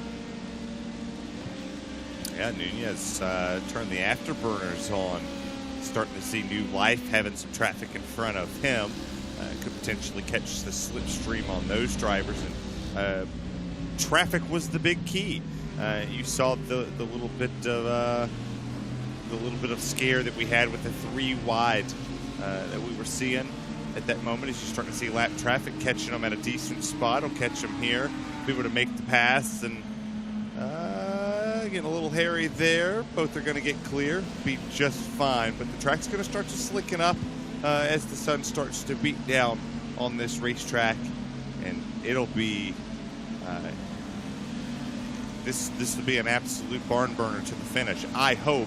I can't wait to continuously watch. How coincidental that those 2 GTD cars that Nunez had to pass there were both Williams Esports entries in GTD. Definitely helping out Atte Kauppinen there a little bit. Not on purpose, absolutely, but that is just how things shake out. Definitely helps to have some teammates in the field to slow your competitors down. In the draft now, coming to the bus stop. Nothing going to really change here, but here you see the sights of Daytona. Justin Malillo, I saw him on Twitter a couple of hours or days ago complimenting the detail that has been put into Daytona. He never truly realized it until he upgraded his computer to be able to see all the detail. And look at this, the carnival ride goes up and expands the swings, the Ferris wheel spins, the fans sway. It's a carnival. I feel like I'm at the carnival. I want a corn dog. And the plane takes off. You see Hugo Luis doing a great job here, showing the sights of this place. And when I tell you iRacing got this place to a T, I truly, truly mean that. That is absolutely great. And we have issues on the track. The six having some issues. They both enter the pits. It looks like the issue's a little further back. We'll see if we can find that. Yeah, Obsidian is in trouble. Did they get another speeding penalty would be my question. Pablo Espes got a speeding penalty for them a little bit earlier. Doesn't look like it. Looks like everything was okay on pit entry. Scroll back, see if there's any damage we missed. There it is. And that is quite a thing to miss. Yeah, it was I looked over for a split second and thought I saw it with a little off track there with the six, and then I looked up and Adam Blocker confirmed it in the chat that trying to go for the move, pushes off quite a bit into the grass, catches it there, and then slow-mo's it. Bam! Right in the side of the face, like Rocky III, into the wall, both on pit road. Bam! And that was Sean Campbell behind the wheel of the number 69, up-and-coming young driver. He's still out there. He's actually not too heavily damaged. Sean Campbell's still trucking around like nothing ever happened, but that was a pretty big hit from both a car and the Armco. Clearly, the Obsidian number 6 coming out worse than the Chit Chat Racing number 69. I have to imagine that once Sean Campbell does eventually bring it down into the pits, he will have quite a little bit of damage to repair. And hopefully we get to talk to him. Hopefully we get a post-incident chat from him. That's pending Sean's mood. Hopefully he shared his camera. I want to see if the bowl is still there. I think he sets that there on our Wednesday nights to just teach us to pay attention to detail, right?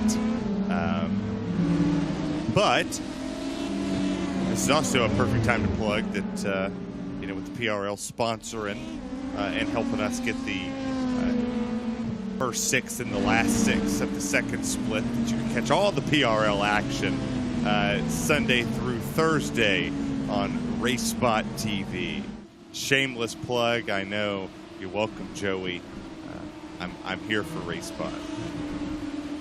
And not a lot of Precision Racing League representation here in the field, unfortunately. Mauricio Cuero is one driver who has lots of success in the PRL. He's here in top split. And, of course, Sean Campbell, winner in the PRL 10 times. The only driver ever in Precision Racing League history to have a perfect season. 10 out of 10 in the GT4 series 2 seasons ago. Had a successful season in the GT3 series last season. Ended up on a little bit of a carousel because he accidentally selected the wrong car and got himself disqualified from half the races in the season, but that's beside the point. And now this season, competing in sort of a whole new world for him in the NASCAR Xfinity series in the PRL. I don't know if my eyes just deceived me. There was a car. I was distracted for a moment because there was a car pointed the wrong way in front of Atte Kalpanen there. That is Lucas Lippert, the German sim racing blue GTP. They got into trouble a little bit earlier at the coming onto the oval. They outbraked themselves and nosed that car into the tires. Got heavy damage, and looks like there is more trouble for the number 67 German sim racing blue entry. They were just about to actually pass some of the LMP2 traffic for position, but a little bit of a spin from Lucas Lippert's going to set them back. Too much speed into one, or maybe, just maybe, hear me out. They stopped Ida Whopper. I'm going to hold to that unless they tweet and say otherwise. They wanted a Whopper break. I think you would have to be like a blue whale to eat a Whopper in that small period of time. Well, I mean, I didn't say they ate the whole thing. I said they took a bite of the Whopper. I'm a big Wendy's fan, too, because of their amazing partnership with iRacing. I do enjoy the 4 for 4. But I have found a new love for the Whopper. It's not as good as Wendy's, though. Hate me. It's at Terry Radford 4 on Twitter. You can tweet me and tell me how ignorant I am for the BK or the Wendy's over the BK. Baconator fries. I'll leave it at that. Gone from pinks and purples in the sky, now it's pinks and blues. We're starting to see some whites even. As the sun does rise, the reflection is very, very bright. It is well and truly daytime now. The sun has risen, the swing ride is swinging, and it's daytime again at Daytona. It becomes a whole new track here. The visibility hasn't necessarily changed much because this place is so well lit in the infield. You can race open wheel cars here at night with no lights because it is so well lit. But suddenly, all of your braking markers have changed. All of your perspectives have changed. And the track is changing as well as it's getting hotter with the sun out. It is truly like a whole new track is here. As the sun has risen, it's daytime in Florida. Well, you can also attack just a little bit harder. You talked about the braking zones changing from the nighttime to the daytime. These cars have lights, unlike the traditional oval racing you see here at the Daytona International Speedway. They don't have the lights, but you have the lights here in this form of racing in that infield portion. It is well lit, but the headlights help you take a little deeper. You got a windshield wiper blade there as well. Hopefully we'll be seeing that get used quite a bit next year. Or get our fingers crossed to see a little moisture in the air here in the South Florida panhandle-ish area of Florida. We would most certainly love to see it, just not in Terry's split. But if we do see rain, I would love to call 24 straight hours of rain coverage. I don't think there's a place better on this planet than rain coverage at Daytona. Otto Kauppinen might be hoping for some snow on iRacing. That could be a thing if we ever get some Finnish tracks. We do have Rudskogen in Norway scanned and available on the iRacing platform, so maybe if rain does come out, there will also be the possibility for a little bit of snow. You'll have to break out the chains, do some ice driving. Well, I don't want to see me on dirt. I don't think I want to see me on snow either. But that would be. I can tell you that the Chill Blast team would love to see some snow. All the Finns would. Yeah, all across the board would love to see it. Just take a look at that 15 machine. Euro NASCAR this season, they're having an ice race for the first time, so it's not unprecedented. The Race of Champions, which rather unfortunately is actually taking place on the same weekend as the Daytona 24 in real life this year, so that's kind of fallen by the wayside. But that still races on the snow and ice. The Euro NASCAR Series will be racing on the snow and ice this season. We were talking with some of the people in chat a little bit earlier about what things you'd like to see added to the service in the future, new disciplines. Talked about drag racing, talked about rallying, snow and ice racing. Why not? People of Minnesota and Finland beg. How did Minnesota get drug into this? It's got snow. Alaska. Doing the iRacing Iditarod. This is why I'm not in charge. I got too many ideas. I feel like you were going on a far limb with the Minnesotians. I mean, Colorado, the northern tip of California, the northern tip of Nevada, a good bit of snow in the mountains over there. I want to see Pikes Peak.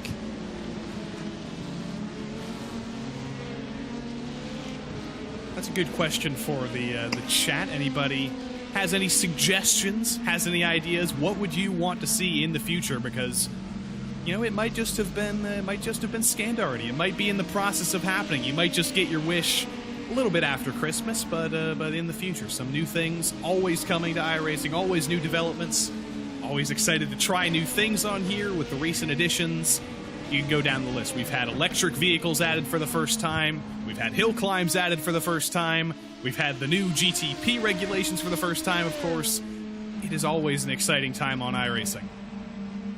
Boy, you asked that question, and we talk about. I talked about Pikes Peak, and when I tell you it has lit up on the iRacing Twitch chat for Pikes Peak, we got a Pikes Peak LMPs. Let's do it. We got. I want to be able to drive the plane. I want to get on the taxiway. Yeah, can we get the simulation for the plane? I know one Evan Pasoko and Joshua Lee would get absolutely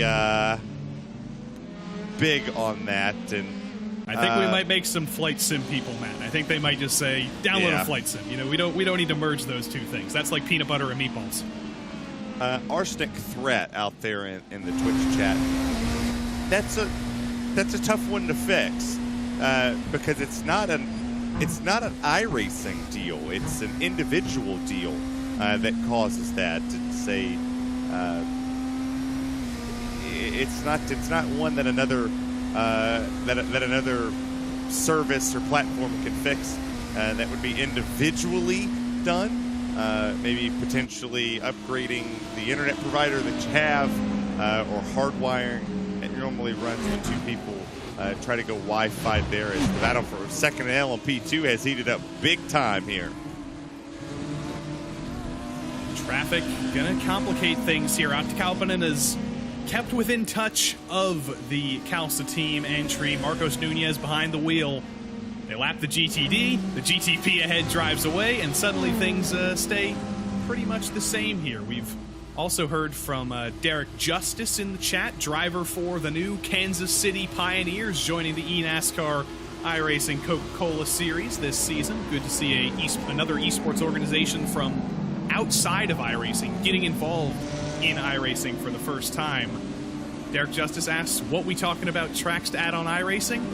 Yes, that is what we're talking about. So I'm interested to hear what Derek Justice has to say. He's probably got some interesting ideas, maybe around Kansas City for a Pioneers home race. There's the new Ozarks International Raceway in Missouri. There's Heartland Park Topeka in Kansas. Lots of tracks. Got another Pikes Peak. Of course, Memphis, Ace Speedway. Yeah, I'm not biased because I lived in Colorado, as they called it over there. They quickly, corrected my Tennessee but can we get Derek Justice here, like talking to us? I mean, if he wants to show up to the race spot team speak, anything can happen. Derek Justice not in the race, but we can break the rules. We can break new ground. Can we break the rules first? Can we go break that third wall and go off script? And Derek Justice, if you're interested in coming to the Race Spot team speak and having a conversation, you're more than welcome to bring the Well, I guess I brought the eNASCAR side in here because I break the stereotypes and enjoy the road racing as dear. Obsidian again. Obsidian to oblivion. It's gotten even worse for them. The number 6 entry, that's the second time we've seen a GTP entry absolutely destroyed in the tires in the last couple hours, and that is the same place. Yeah, they're out now. That's the same place, remember, where they had that issue on the exit of the kink, where Sean Campbell was involved. Now they're trying to pass the Team BMW Bank entry, and they got a little bit turned there by the Team BMW Bank GTD of Rainer Talvar. The question is, did Rainer Talvar outbrake himself, or did the number 6 entry just reappear out of nowhere right in front of him? I don't know. I think we'd have to get an onboard here with the, there we go. We'll get the overhead shot. Disappear, a little John Cena action. Oh, no. Just potentially did not like the move. Obsidian Racing was fighting for the overall lead, but Pablo Espes got that speeding penalty, got him on the back foot. Then they had that issue clipping the kink, getting into Sean Campbell in the LMP2, and another issue at the same corner. That's not going to be the end of the night for Obsidian. I don't think they're going to give up just yet, but it's the end of their chances for the win. They might still hang it out there, maybe stick in the top 10, but it's gotten worse. Indeed. Sorry for the sneeze. I didn't think it was coming. And the sneeze is a thing. I watched a wreck and it scared the sneeze out of me. But I'm not going to try to pronounce that name, but the 191's up. Vlad Kimichev for Urano Esports got behind the wheel about 2 stints ago now, so he's about 2/3 or halfway through his stint. Just waiting for the tires, waiting for the fuel, getting his little 30-second break, maybe using his Gatorade bottle, maybe enjoying a nondescript fast food, maybe drinking a Mezzo mix, maybe traveling into a black hole, definitely exiting the pits. Potentially singing Celine Dion as well.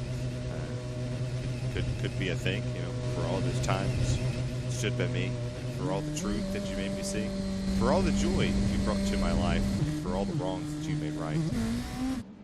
There's a lot that could be happened here. That is how you get by the content ID thing. You don't sing, you just say the words, and right. What's the worst that can happen? That's right. There's nobody can hurt us. I have just got a message from Sean Campbell, who's gotten out of the car. His teammate is getting in the car right now. They're actually getting heavy damage repaired right now, understandably, because at Chit Chat Racing they got collected by Obsidian in that incident a little bit earlier, and now they have heavy damage to get repaired. Sean Campbell's out of the car, and he said he would talk to us. Hopefully, he will be with us here in a matter of moments. Derek Justice as well says he's willing to talk to us, so maybe we'll hear from Derek Justice in a matter of moments as well. Just got to wait and see. Got to get everybody organized here. Got to get everything done. Meanwhile, in GTP, another scheduled stop, but a driver change in the leading car. Farrow is out of the car. Williams Esports Chill Blast #1, now piloted again by potentially the fastest driver in the GTP class today, Arthur LeHouck. Indeed. Hey, there's a ton of fast drivers in here. A lot are, let's say, a lot are faster than us. That's why we, you know, talk cars and talk racing up here. And at the head of this field, you know, even if we don't get to say this before, we go off or I leave and you stay and do you, boo. This one machine has just been absolutely flawless.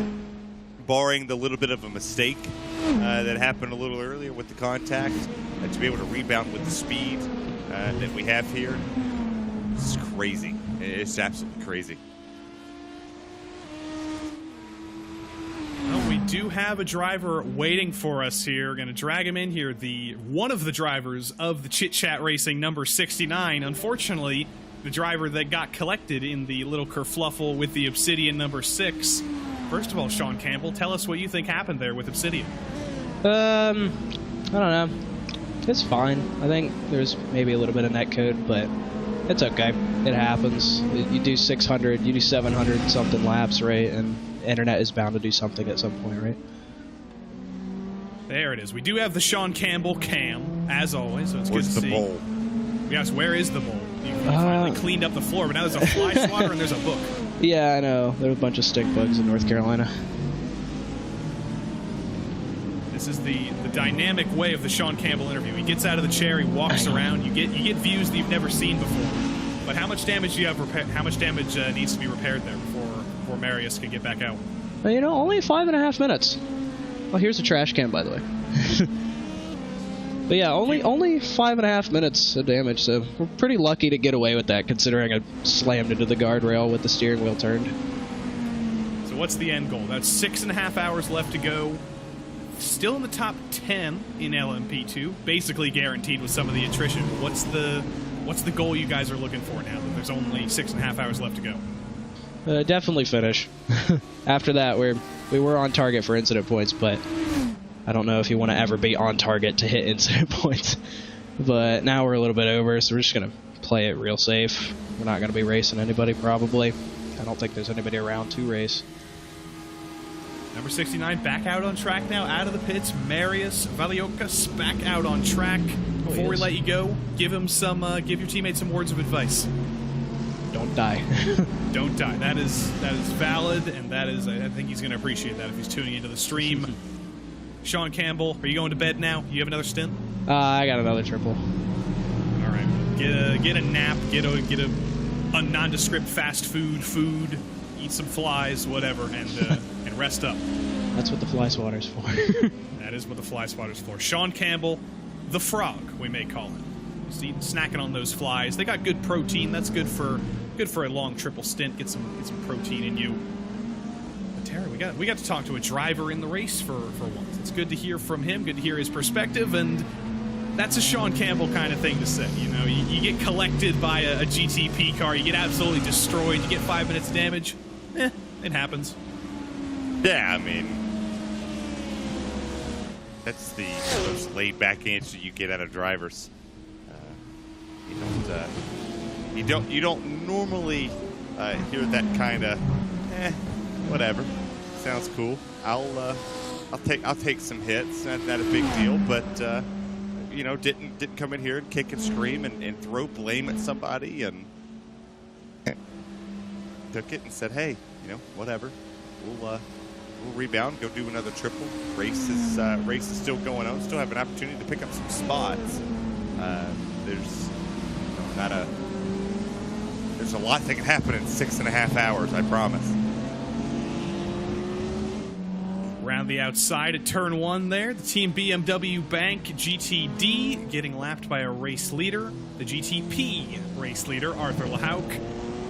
I don't see any damage on the front end of this BMW. Remember, they were the GTD that got into the back of Chit Chat Racing LMP2. It's not helped by the fact that this is almost a Dazzle camo livery. It's got lots of polygons on it, but that looks like a pristine BMW front end to me. I don't really see any damage. Yeah, it's Bill holding true, still doing it right. I mean, having a nice run back there, a little bit off pace to compare to what Fluke is running, but Fluke also has quite a bit of help, has a lot of drafts, so we'll see down the road if this 7 machine can find a little bit of a partner that can potentially cut in, or maybe hope for some misfortune for that 99 of that Apex Racing team. Costello III on Twitch suggests that the BMW looks like an old GTO in the front. It does. It does. It absolutely does. Lots of interesting polygons there, and that's the magic of the new car models here. Still rotating around here, circling around the track, seeing who's close. I'm going to tune back into our friends at Apex Racing Team in GTD. They're still stuck together, and Carbon Sim Sport are in to do a driver switch. Lishkowicz behind the wheel now, and there's our old friends. We haven't seen them in a while. We had to tune back into the tandem. Indeed. I didn't have a choice but to go back here and see what they could do in this combo that we have up here up front. Still allowing the teammates in 4th to stay in front of this battle. And you see that we've kind of fell off here.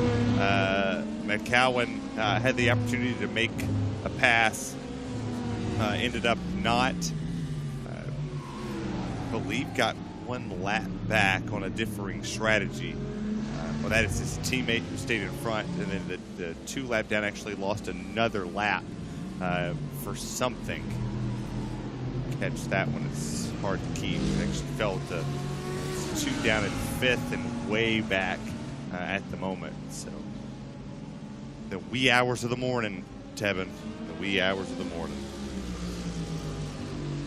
That's a little preview for Peter Mackay coming up here in 26 minutes. We'll start talking about all sorts of wee things, but Nick Sudik in the YouTube chat says that Pittsburgh International Raceway would be very fun in some lower class disciplines. As somebody who's currently sitting in Pittsburgh right now, of course I agree with Nick Sudik. You're not allowed to agree. Hey, looks like we do have the eNASCAR driver over here, and Derek Justice. You're ready to go. What's up, Derek? How about it? How are you? Good.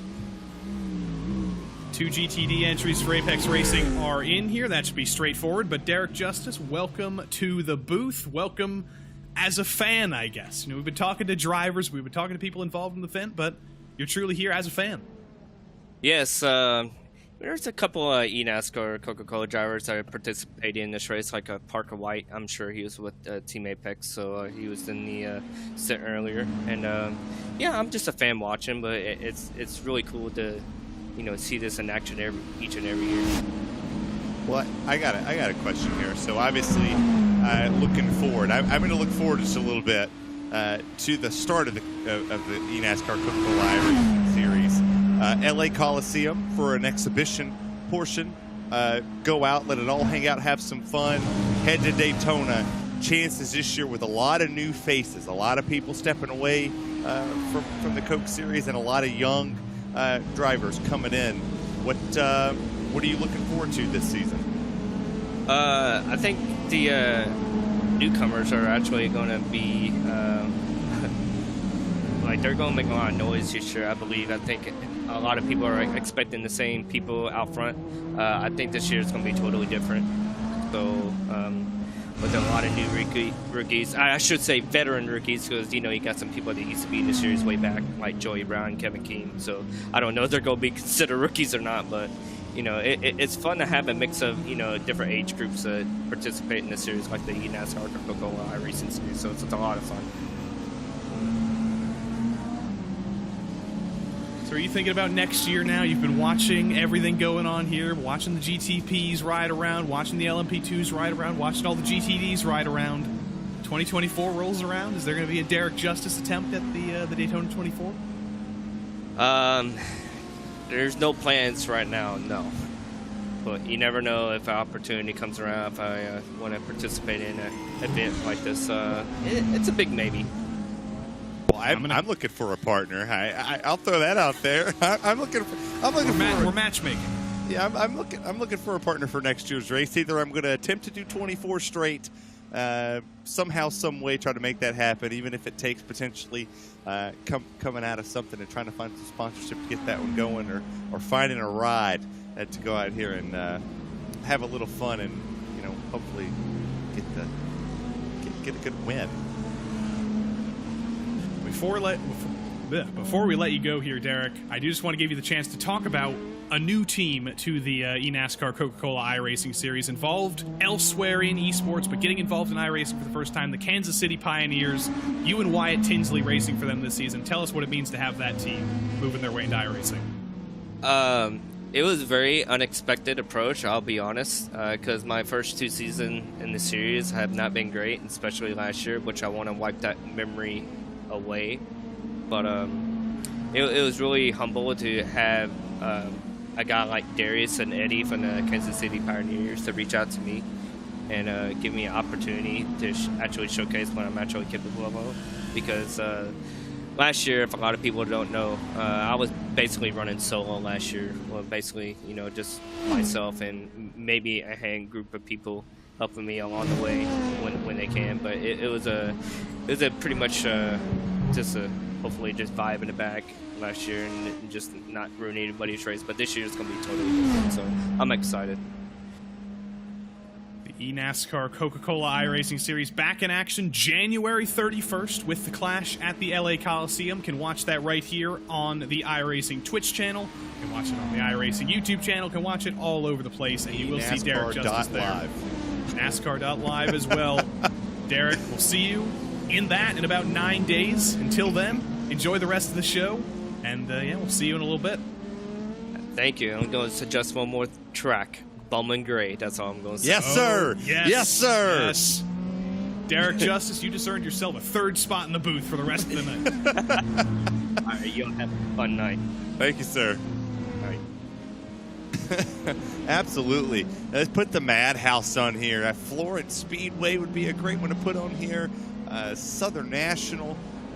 Throw a bunch of ideas out there to put these local short tracks on the grid. And I know a certain person, a junior of some sorts would probably agree with what Derek Justice just said.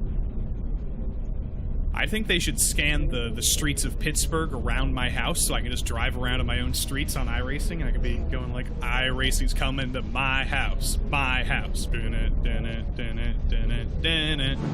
I wonder if they scanned it where they let you get scanned into the track. They let Dale Jr. and Steve Luvender be in every track. Well, I mean, it's Dale. It's Dale. I think you can kind of get away with whatever you want at that moment. iRacing's coming to my house, and I'm never gonna be alone. There, I got my 2 songs in. Hey, there, now you feel better. I hope. I wish I was a camera. I wish I was a postcard, but I welcome you to my house. You didn't have to go far.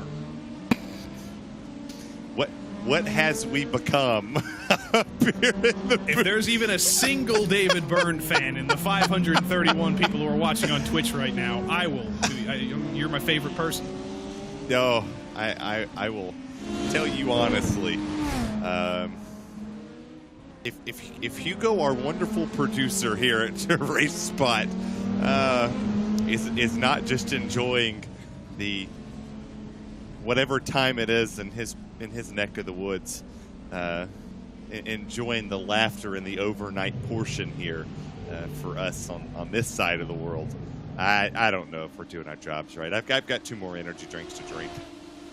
It's 3:23 a.m. in Rio, by the way, so it is Sorry, Hugo. late. It is late for Hugo right now. Also, Arjuna Kankapati has pointed out that it's Dale Jr. and Steve Myers at every track. That's my bad, but Steve Luvender should be at every track, so that's a positive thing. It's never a negative to have Steve Luvender at a track. That would be some good stuff. Is Arjuna ever gonna sleep? He has Arjuna has been here all day, and if he hasn't, it's been very close. Constantly he's chatting, communicating with the fans out here on Race Spot. A wonderful ambassador. If you take a list and compile it of ambassadors for iRacing, Arjuna, Hugo, Evan Pasoko, Blake McCandless, yourself, Joey Tebbin, the list could go. Justin Malillo. It's a group of about 10 or 15 that just any chance they get to be great spokesmen and spokespeople for iRacing, that's your group, and are just always on it. Fira Academy, number 14, Luke Reimer. We were talking a lot about singing, a lot about music, and how fitting that the Reimer is back behind the wheel of the Fira entry. They're just kind of riding on their own here. It's been him, it's been Rumer for quite a while to the Danish entry. They're having a lonely race in LMP2. Every single time we cut to somebody, we're usually like, oh, there's somebody within touching distance for them to have a little bit of fun with, to have a little bit of a race with. But right now, Fira's got a little bit of work to do. They've got about 28 seconds up the road to Matthias Vittikainen for Havu. 6 hours to go. Fira Academy's starting to look forward. Yeah, and with a lot of the racing here and a lot of the separation that we've seen, it's going to take a bit of a miracle to see some change up here. The GTP class still holding serve and having the opportunity to see an overtake here in that class. The other classes up and down to the LMP2 and the GTD, it would take some sort of issues to see the Apex Racing Team 99 get passed by Team BMW Bank, and then the 19 machine there in second to the LMP2. It would take a little bit there, but this has been quite the experience of the 24 here. I can promise you that. Let everybody know that in about 16 minutes, when we do get to that 6-hour mark, we will be switching streams again on YouTube. We will be switching to part 4, which is the last 6 hours, which will take you home. That'll be on Race Spot. There's also part 2 on the VCO Esports YouTube. If you're on iRacing on Twitch, you don't have to do anything. You can stay here. Nothing will change. And also, Split 2 will be back for the final 6 hours. David Haynes and somebody else who I need to check who will be involved there with David. That will be David and Chaz Draycott. Of course, Chaz Draycott is in TeamSpeak right now. I saw him. So David and Chaz will take you through the first 2 hours of split number 2. That'll also be on RaceSpot on YouTube, and I believe on the VCO Esports YouTube channel as well. So you can check split 2 and split 1 at the same time, put it up on your multi-stream, and make sure you don't have a single original thought. Just pump your brain full of iRacing. And if you want to come keep me busy and keep me awake, you're more than welcome to potentially listen to both. Give all the love to both streams. I will be there right after Chaz, and we will bring that next little spot in there. There's about 3:40 Eastern Standard Time in the sim.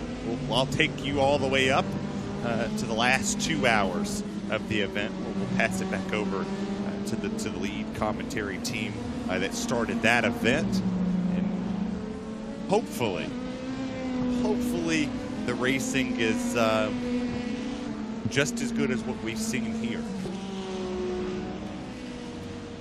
Also, we've just heard that Peter Mackay has gotten his coffee. He's ready. He's sitting in the virtual green room for the next 14 minutes, enjoying his early morning. We'll be hearing from him in a matter of moments, but we still got 14 minutes to go here, Terry, until we reach the final quarter. And of course, what else? On cue, I think Hugo just has a button right now on his stream deck right now. Every single time he just presses boom, Apex, and there they are. Yeah, I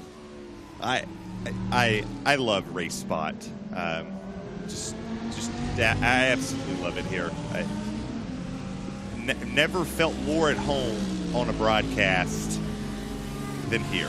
You know, you look across the board, everything from NASCAR to road racing, all the great coverage that this wonderful organization just brings to people's homes. The amount of people that we can touch here on this platform is just phenomenal.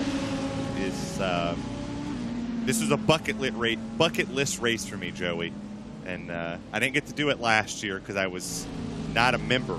I'm coming up on my 1-year anniversary with RaceSpot when the Daytona 500 actually kicks off. I called that with Evan Pasoko and Arjuna last year. And who would have thought that 1 year later, coming up on the anniversary, that I would be on the Daytona 24 top split of all things.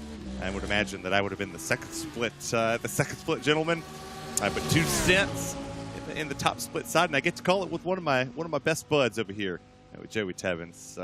Pretty cool, my PRL partner. Blink Me Brad 182 had a question, but first of all, BS competition in trouble through turn 1. A little bit of a slide, a little bit of a shake, and a little bit of a wall. Oh, caught the grass. It's the second time we've seen somebody catch that grass coming off the exit of 1. We saw it a little bit going out of the International Horseshoe as well. That grass is an absolute crusher here at Daytona. Valtteri Allander behind the wheel there. It's 8:30 a.m. in Finland right now, so it has been a long day for Valtteri Allander, and maybe that was a little bit of fatigue setting in, a little bit wide through turn 1, and that is going to be another nail in the eventual coffin for the BS competition BMW. Even further down, there was a question from Blink Me Brad 182 in the chat asking what happened to the Williams LMP2. They were fighting, or not even fighting, they were comfortably in the lead of the LMP2 class until about 4 hours ago when they had some contact with another car. I believe it was a GTD car in lap traffic. They made contact with the car, they made contact with the wall, they had damage, they had to get it fixed, all of that. That's all done now. That is repaired, so they are on their journey forward. Currently sitting P3 as Atte Kalpanen is behind the wheel once again. Atte currently sits a good distance behind Marcos Nunez, about 5.5 seconds, and both of them are 90 seconds behind the leading LMP2 car, which is the Apex Racing 199, currently driven by Elvis Rankin. But we currently ride on board with the second of the 2 Apex Racing GTDs in the order, but the first of the Apex Racing GTDs in the overall ranking, Salva Talens, doing the pushing in the 99, pushing his teammate who is just a lap down. I'm a massive fan of that wheel. I'm gonna get one at some point in time this year with hopefully a new rig. But very no good gloves stability. for Salva. No gloves? I just noticed that. No gloves. With that type of wheel right there, you see that the padding, not a lot that can rub off. It's actually just going to be just a regular piece of either metal or plastic right there, depending on what the wheel does. Good direct drive wheel.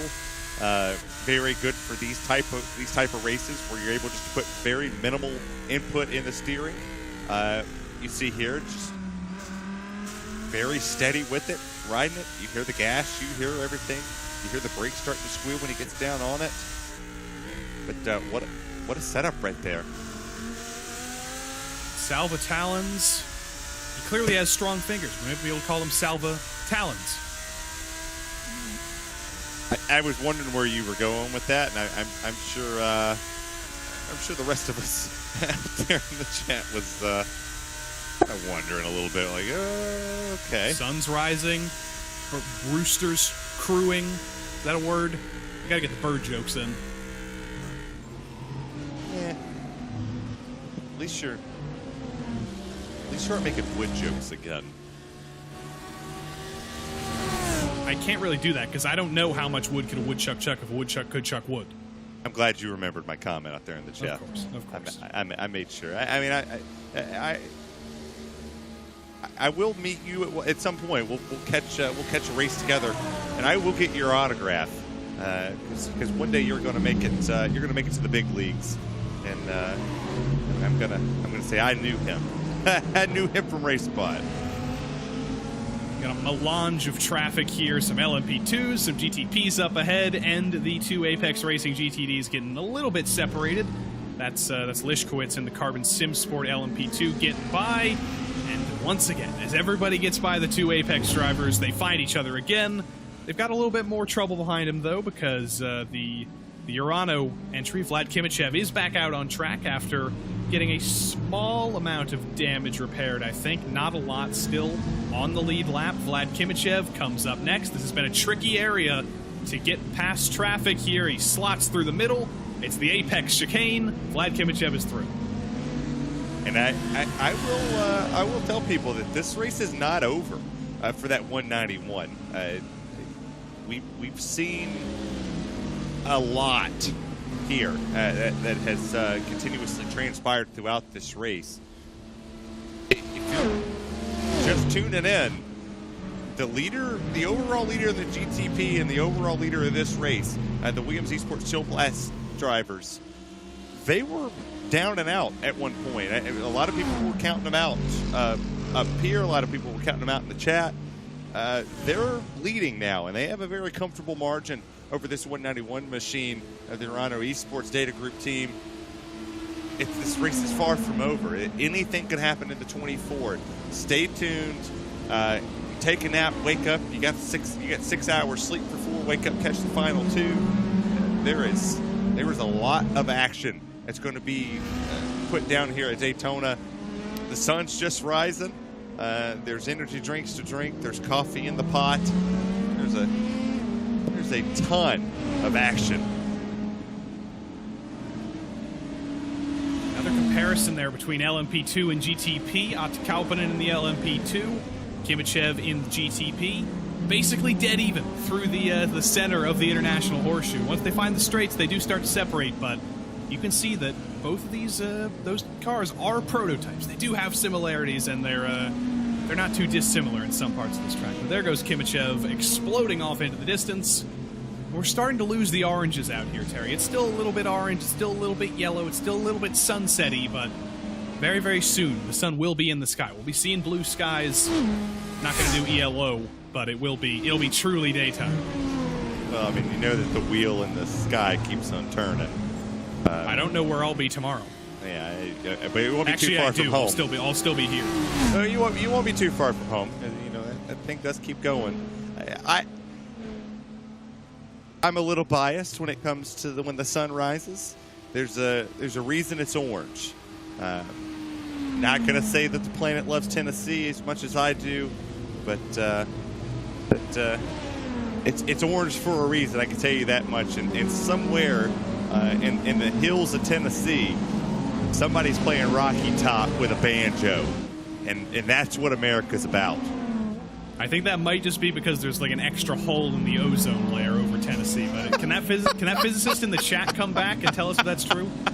Just hear Rocky Top come out of the ground. Just like, wait a minute. Yeah, you guys are getting way too much radiation. Yeah, well, it's all the Mountain Dew. It's a real thing, you know. Moonshine and Mountain Dew. It's about the two strongest things you get in Tennessee.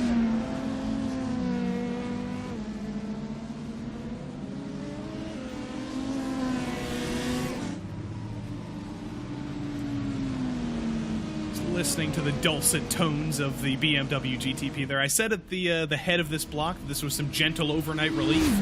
It's definitely been gentle overnight relief. We haven't seen much calamity. We saw some drama. We saw the Obsidian entry get into some big trouble twice, getting into the LMP2 of Chit Chat Racing, and then wrecking themselves with the Team BMW Bank GTD.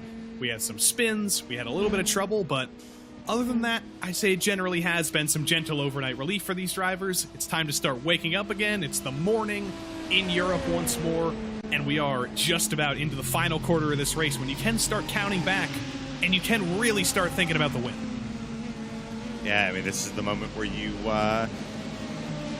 wake up with Folgers in your cup, you wipe the sleepiness from your eyes, you get ready for the final two stints. You'll see drivers potentially coming to make a driver swap on the next pit stop that we'll see, and we'll go 3 more hours in the final 3 hours. More than likely will be driven by the one that started the car. But yeah, this is, you made it through the overnight hours. That's always the biggest key here, especially in this event, in the real world side, is the drivers who make it through that late period into there, and then we go into this early morning portion. But Joey, it's been an absolute thrill and honor to do this race with you here this afternoon. I can't wait for next year, and I more than likely will see you on Wednesday night. Indeed we will on RaceSpotTV, but Williams Esports Chill Blast. They've been in the lead for quite the while. Artur Lehauk still behind the wheel and still leading in GTP and overall.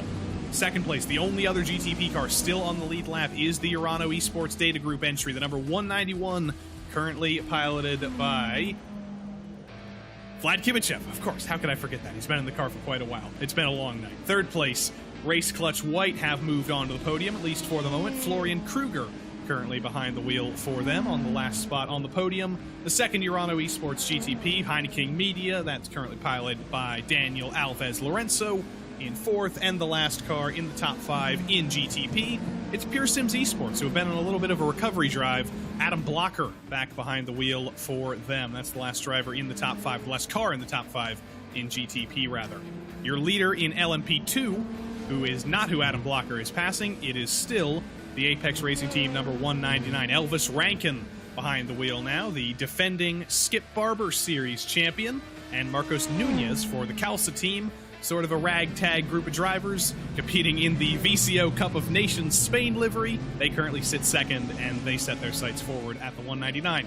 Third place, probably the team that's led the most laps in LMP2, still on the back foot. Opti Kauppinen behind the wheel of the Williams Esports Mala entry. They're looking to get their lead back in no time. Enat Motorsport Blue, Harold Creton sits fourth, and the Apex Racing Academy number 198, currently piloted by Manel Hugo Torres, is the last car in the top 5 in LMP2. And last but not least, it's GTD time. Surprise, surprise, there they are again. The leader in GTD is Salva Talens behind the wheel of the number 99 Apex Racing Team entry. Second place is not his teammate because of the internet issues earlier. Rainer Talvar in the Team BMW Bank entry currently sits second in class, despite a little bit of argy-bargy with the Obsidian number 6 rather. Third place is the Williams Esports Mercedes, Louis Nasser behind the wheel. Apex Racing Team 98. The second driver in the tandem, Alejandro Sanchez, currently behind the wheel now. One lap down, kind of needs to get rid of his teammate to fight for this win, but that's going to be tough to do. And the last car in the top 5, it's Sabelt Esports. Jakub Maciejewski still behind the wheel, still trucking that thing around. Last car in the top 5 in GTD. But that's about it for us, or from us for now. From me, from Terry Radford, from producer Hugo Luis. We are going to give you a little bit of fan immersion. We remind you on YouTube to tune into part 4 on the RaceSpot YouTube channel for the last 6 hours of 24 hours of Daytona coverage. If you're on the VCO Esports YouTube channel, you can stay where you are. If you're on the iRacing Twitch, you can stay where you are. Peter Mackay will be here in a matter of moments, and we'll see you in a couple of minutes.